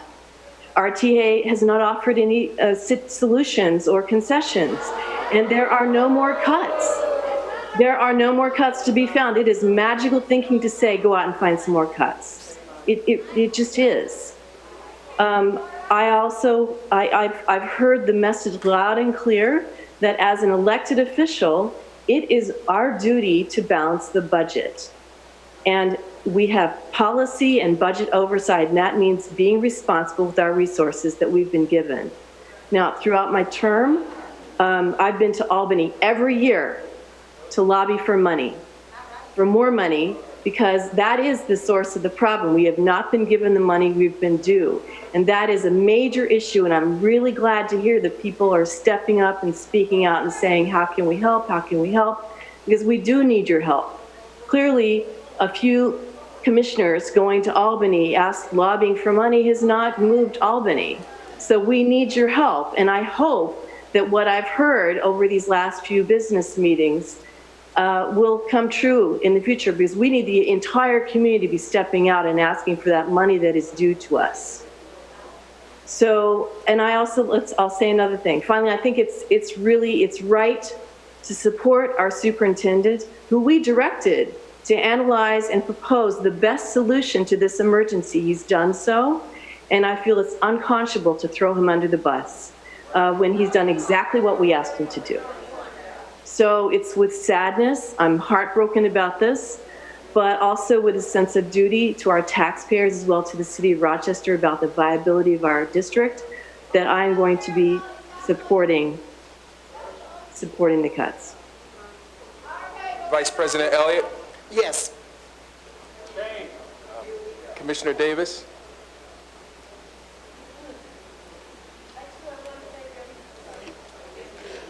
I too want to thank everyone that has come out, that has come to share and to share with us the grief, to share with us the pain that these cuts are bringing into our Rochester family. This train started years ago, unfortunately. Our revenue was here, and our expenditures was up here. Decisions were made, fiscal decisions were made by the board to go and take cash to make up for the difference. And at this point, over the last 3 to 4 years, we've taken cash out, and there's nothing left. There's no cash left. We're negative. On top of that, we thought when we took the cash and we brought our expenditures and our revenue, and the way that we bridged the gap is we took money out of the bank to make up, to have the whole budget. What we didn't know was under budgeting was taking place. So even when we took the money out of the bank and we thought that we had a balanced budget, we never did. It was still like this because there was under budgeting that was taking place that, again, like you all, I would like to know how in the world all of that happened. It is my fiduciary responsibility to not have our expenses over our revenue. You did lift up some very important things today. The way that you have organized, the way you have come together in one voice, you uplifted some systemic problems. Last in, first out is a systemic problem. The fiscal inequity for our districts is a systemic problem. I hope that you do not disperse. I hope to join you to fight in Albany for the money that we need to have.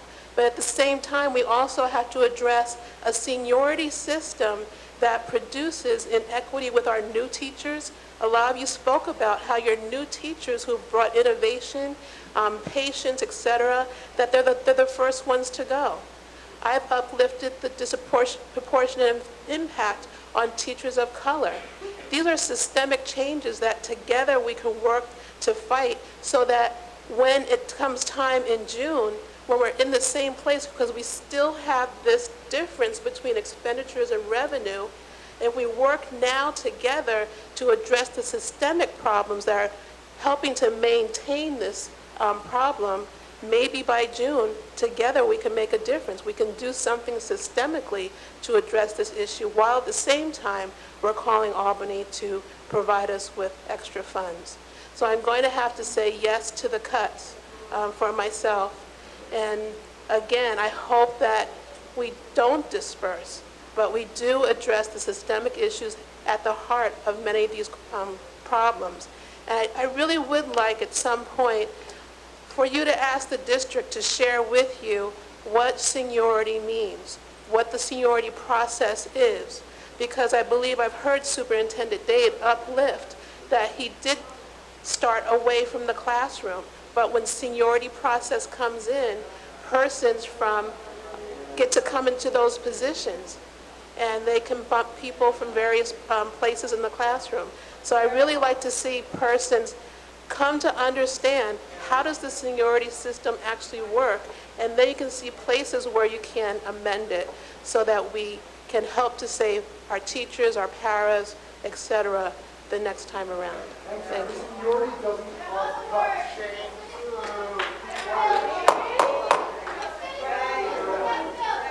Ladies and gentlemen, we listened to 94 speakers, at least hear everyone out. Hear everyone out.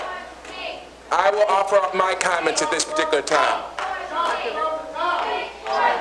First of all, I want to thank the citizens, including parents,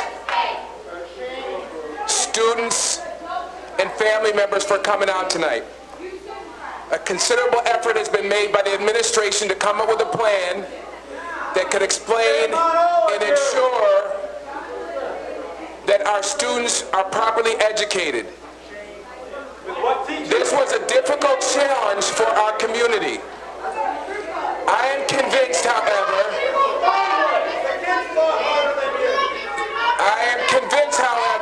that more work needs to be done. And since people don't want to hear everyone's comments, I will say simply, I believe that we ought to be spending the next week, 2 weeks, 3 weeks trying to figure out a resolution. But since people are already shaking their heads no and leaving resources on the table and giving up and walking away right now, you won't even hear me say my vote is no. My vote is no. Commissioner Powell. Commissioner Powell. Commissioner Powell. Commissioner Powell. Commissioner Powell.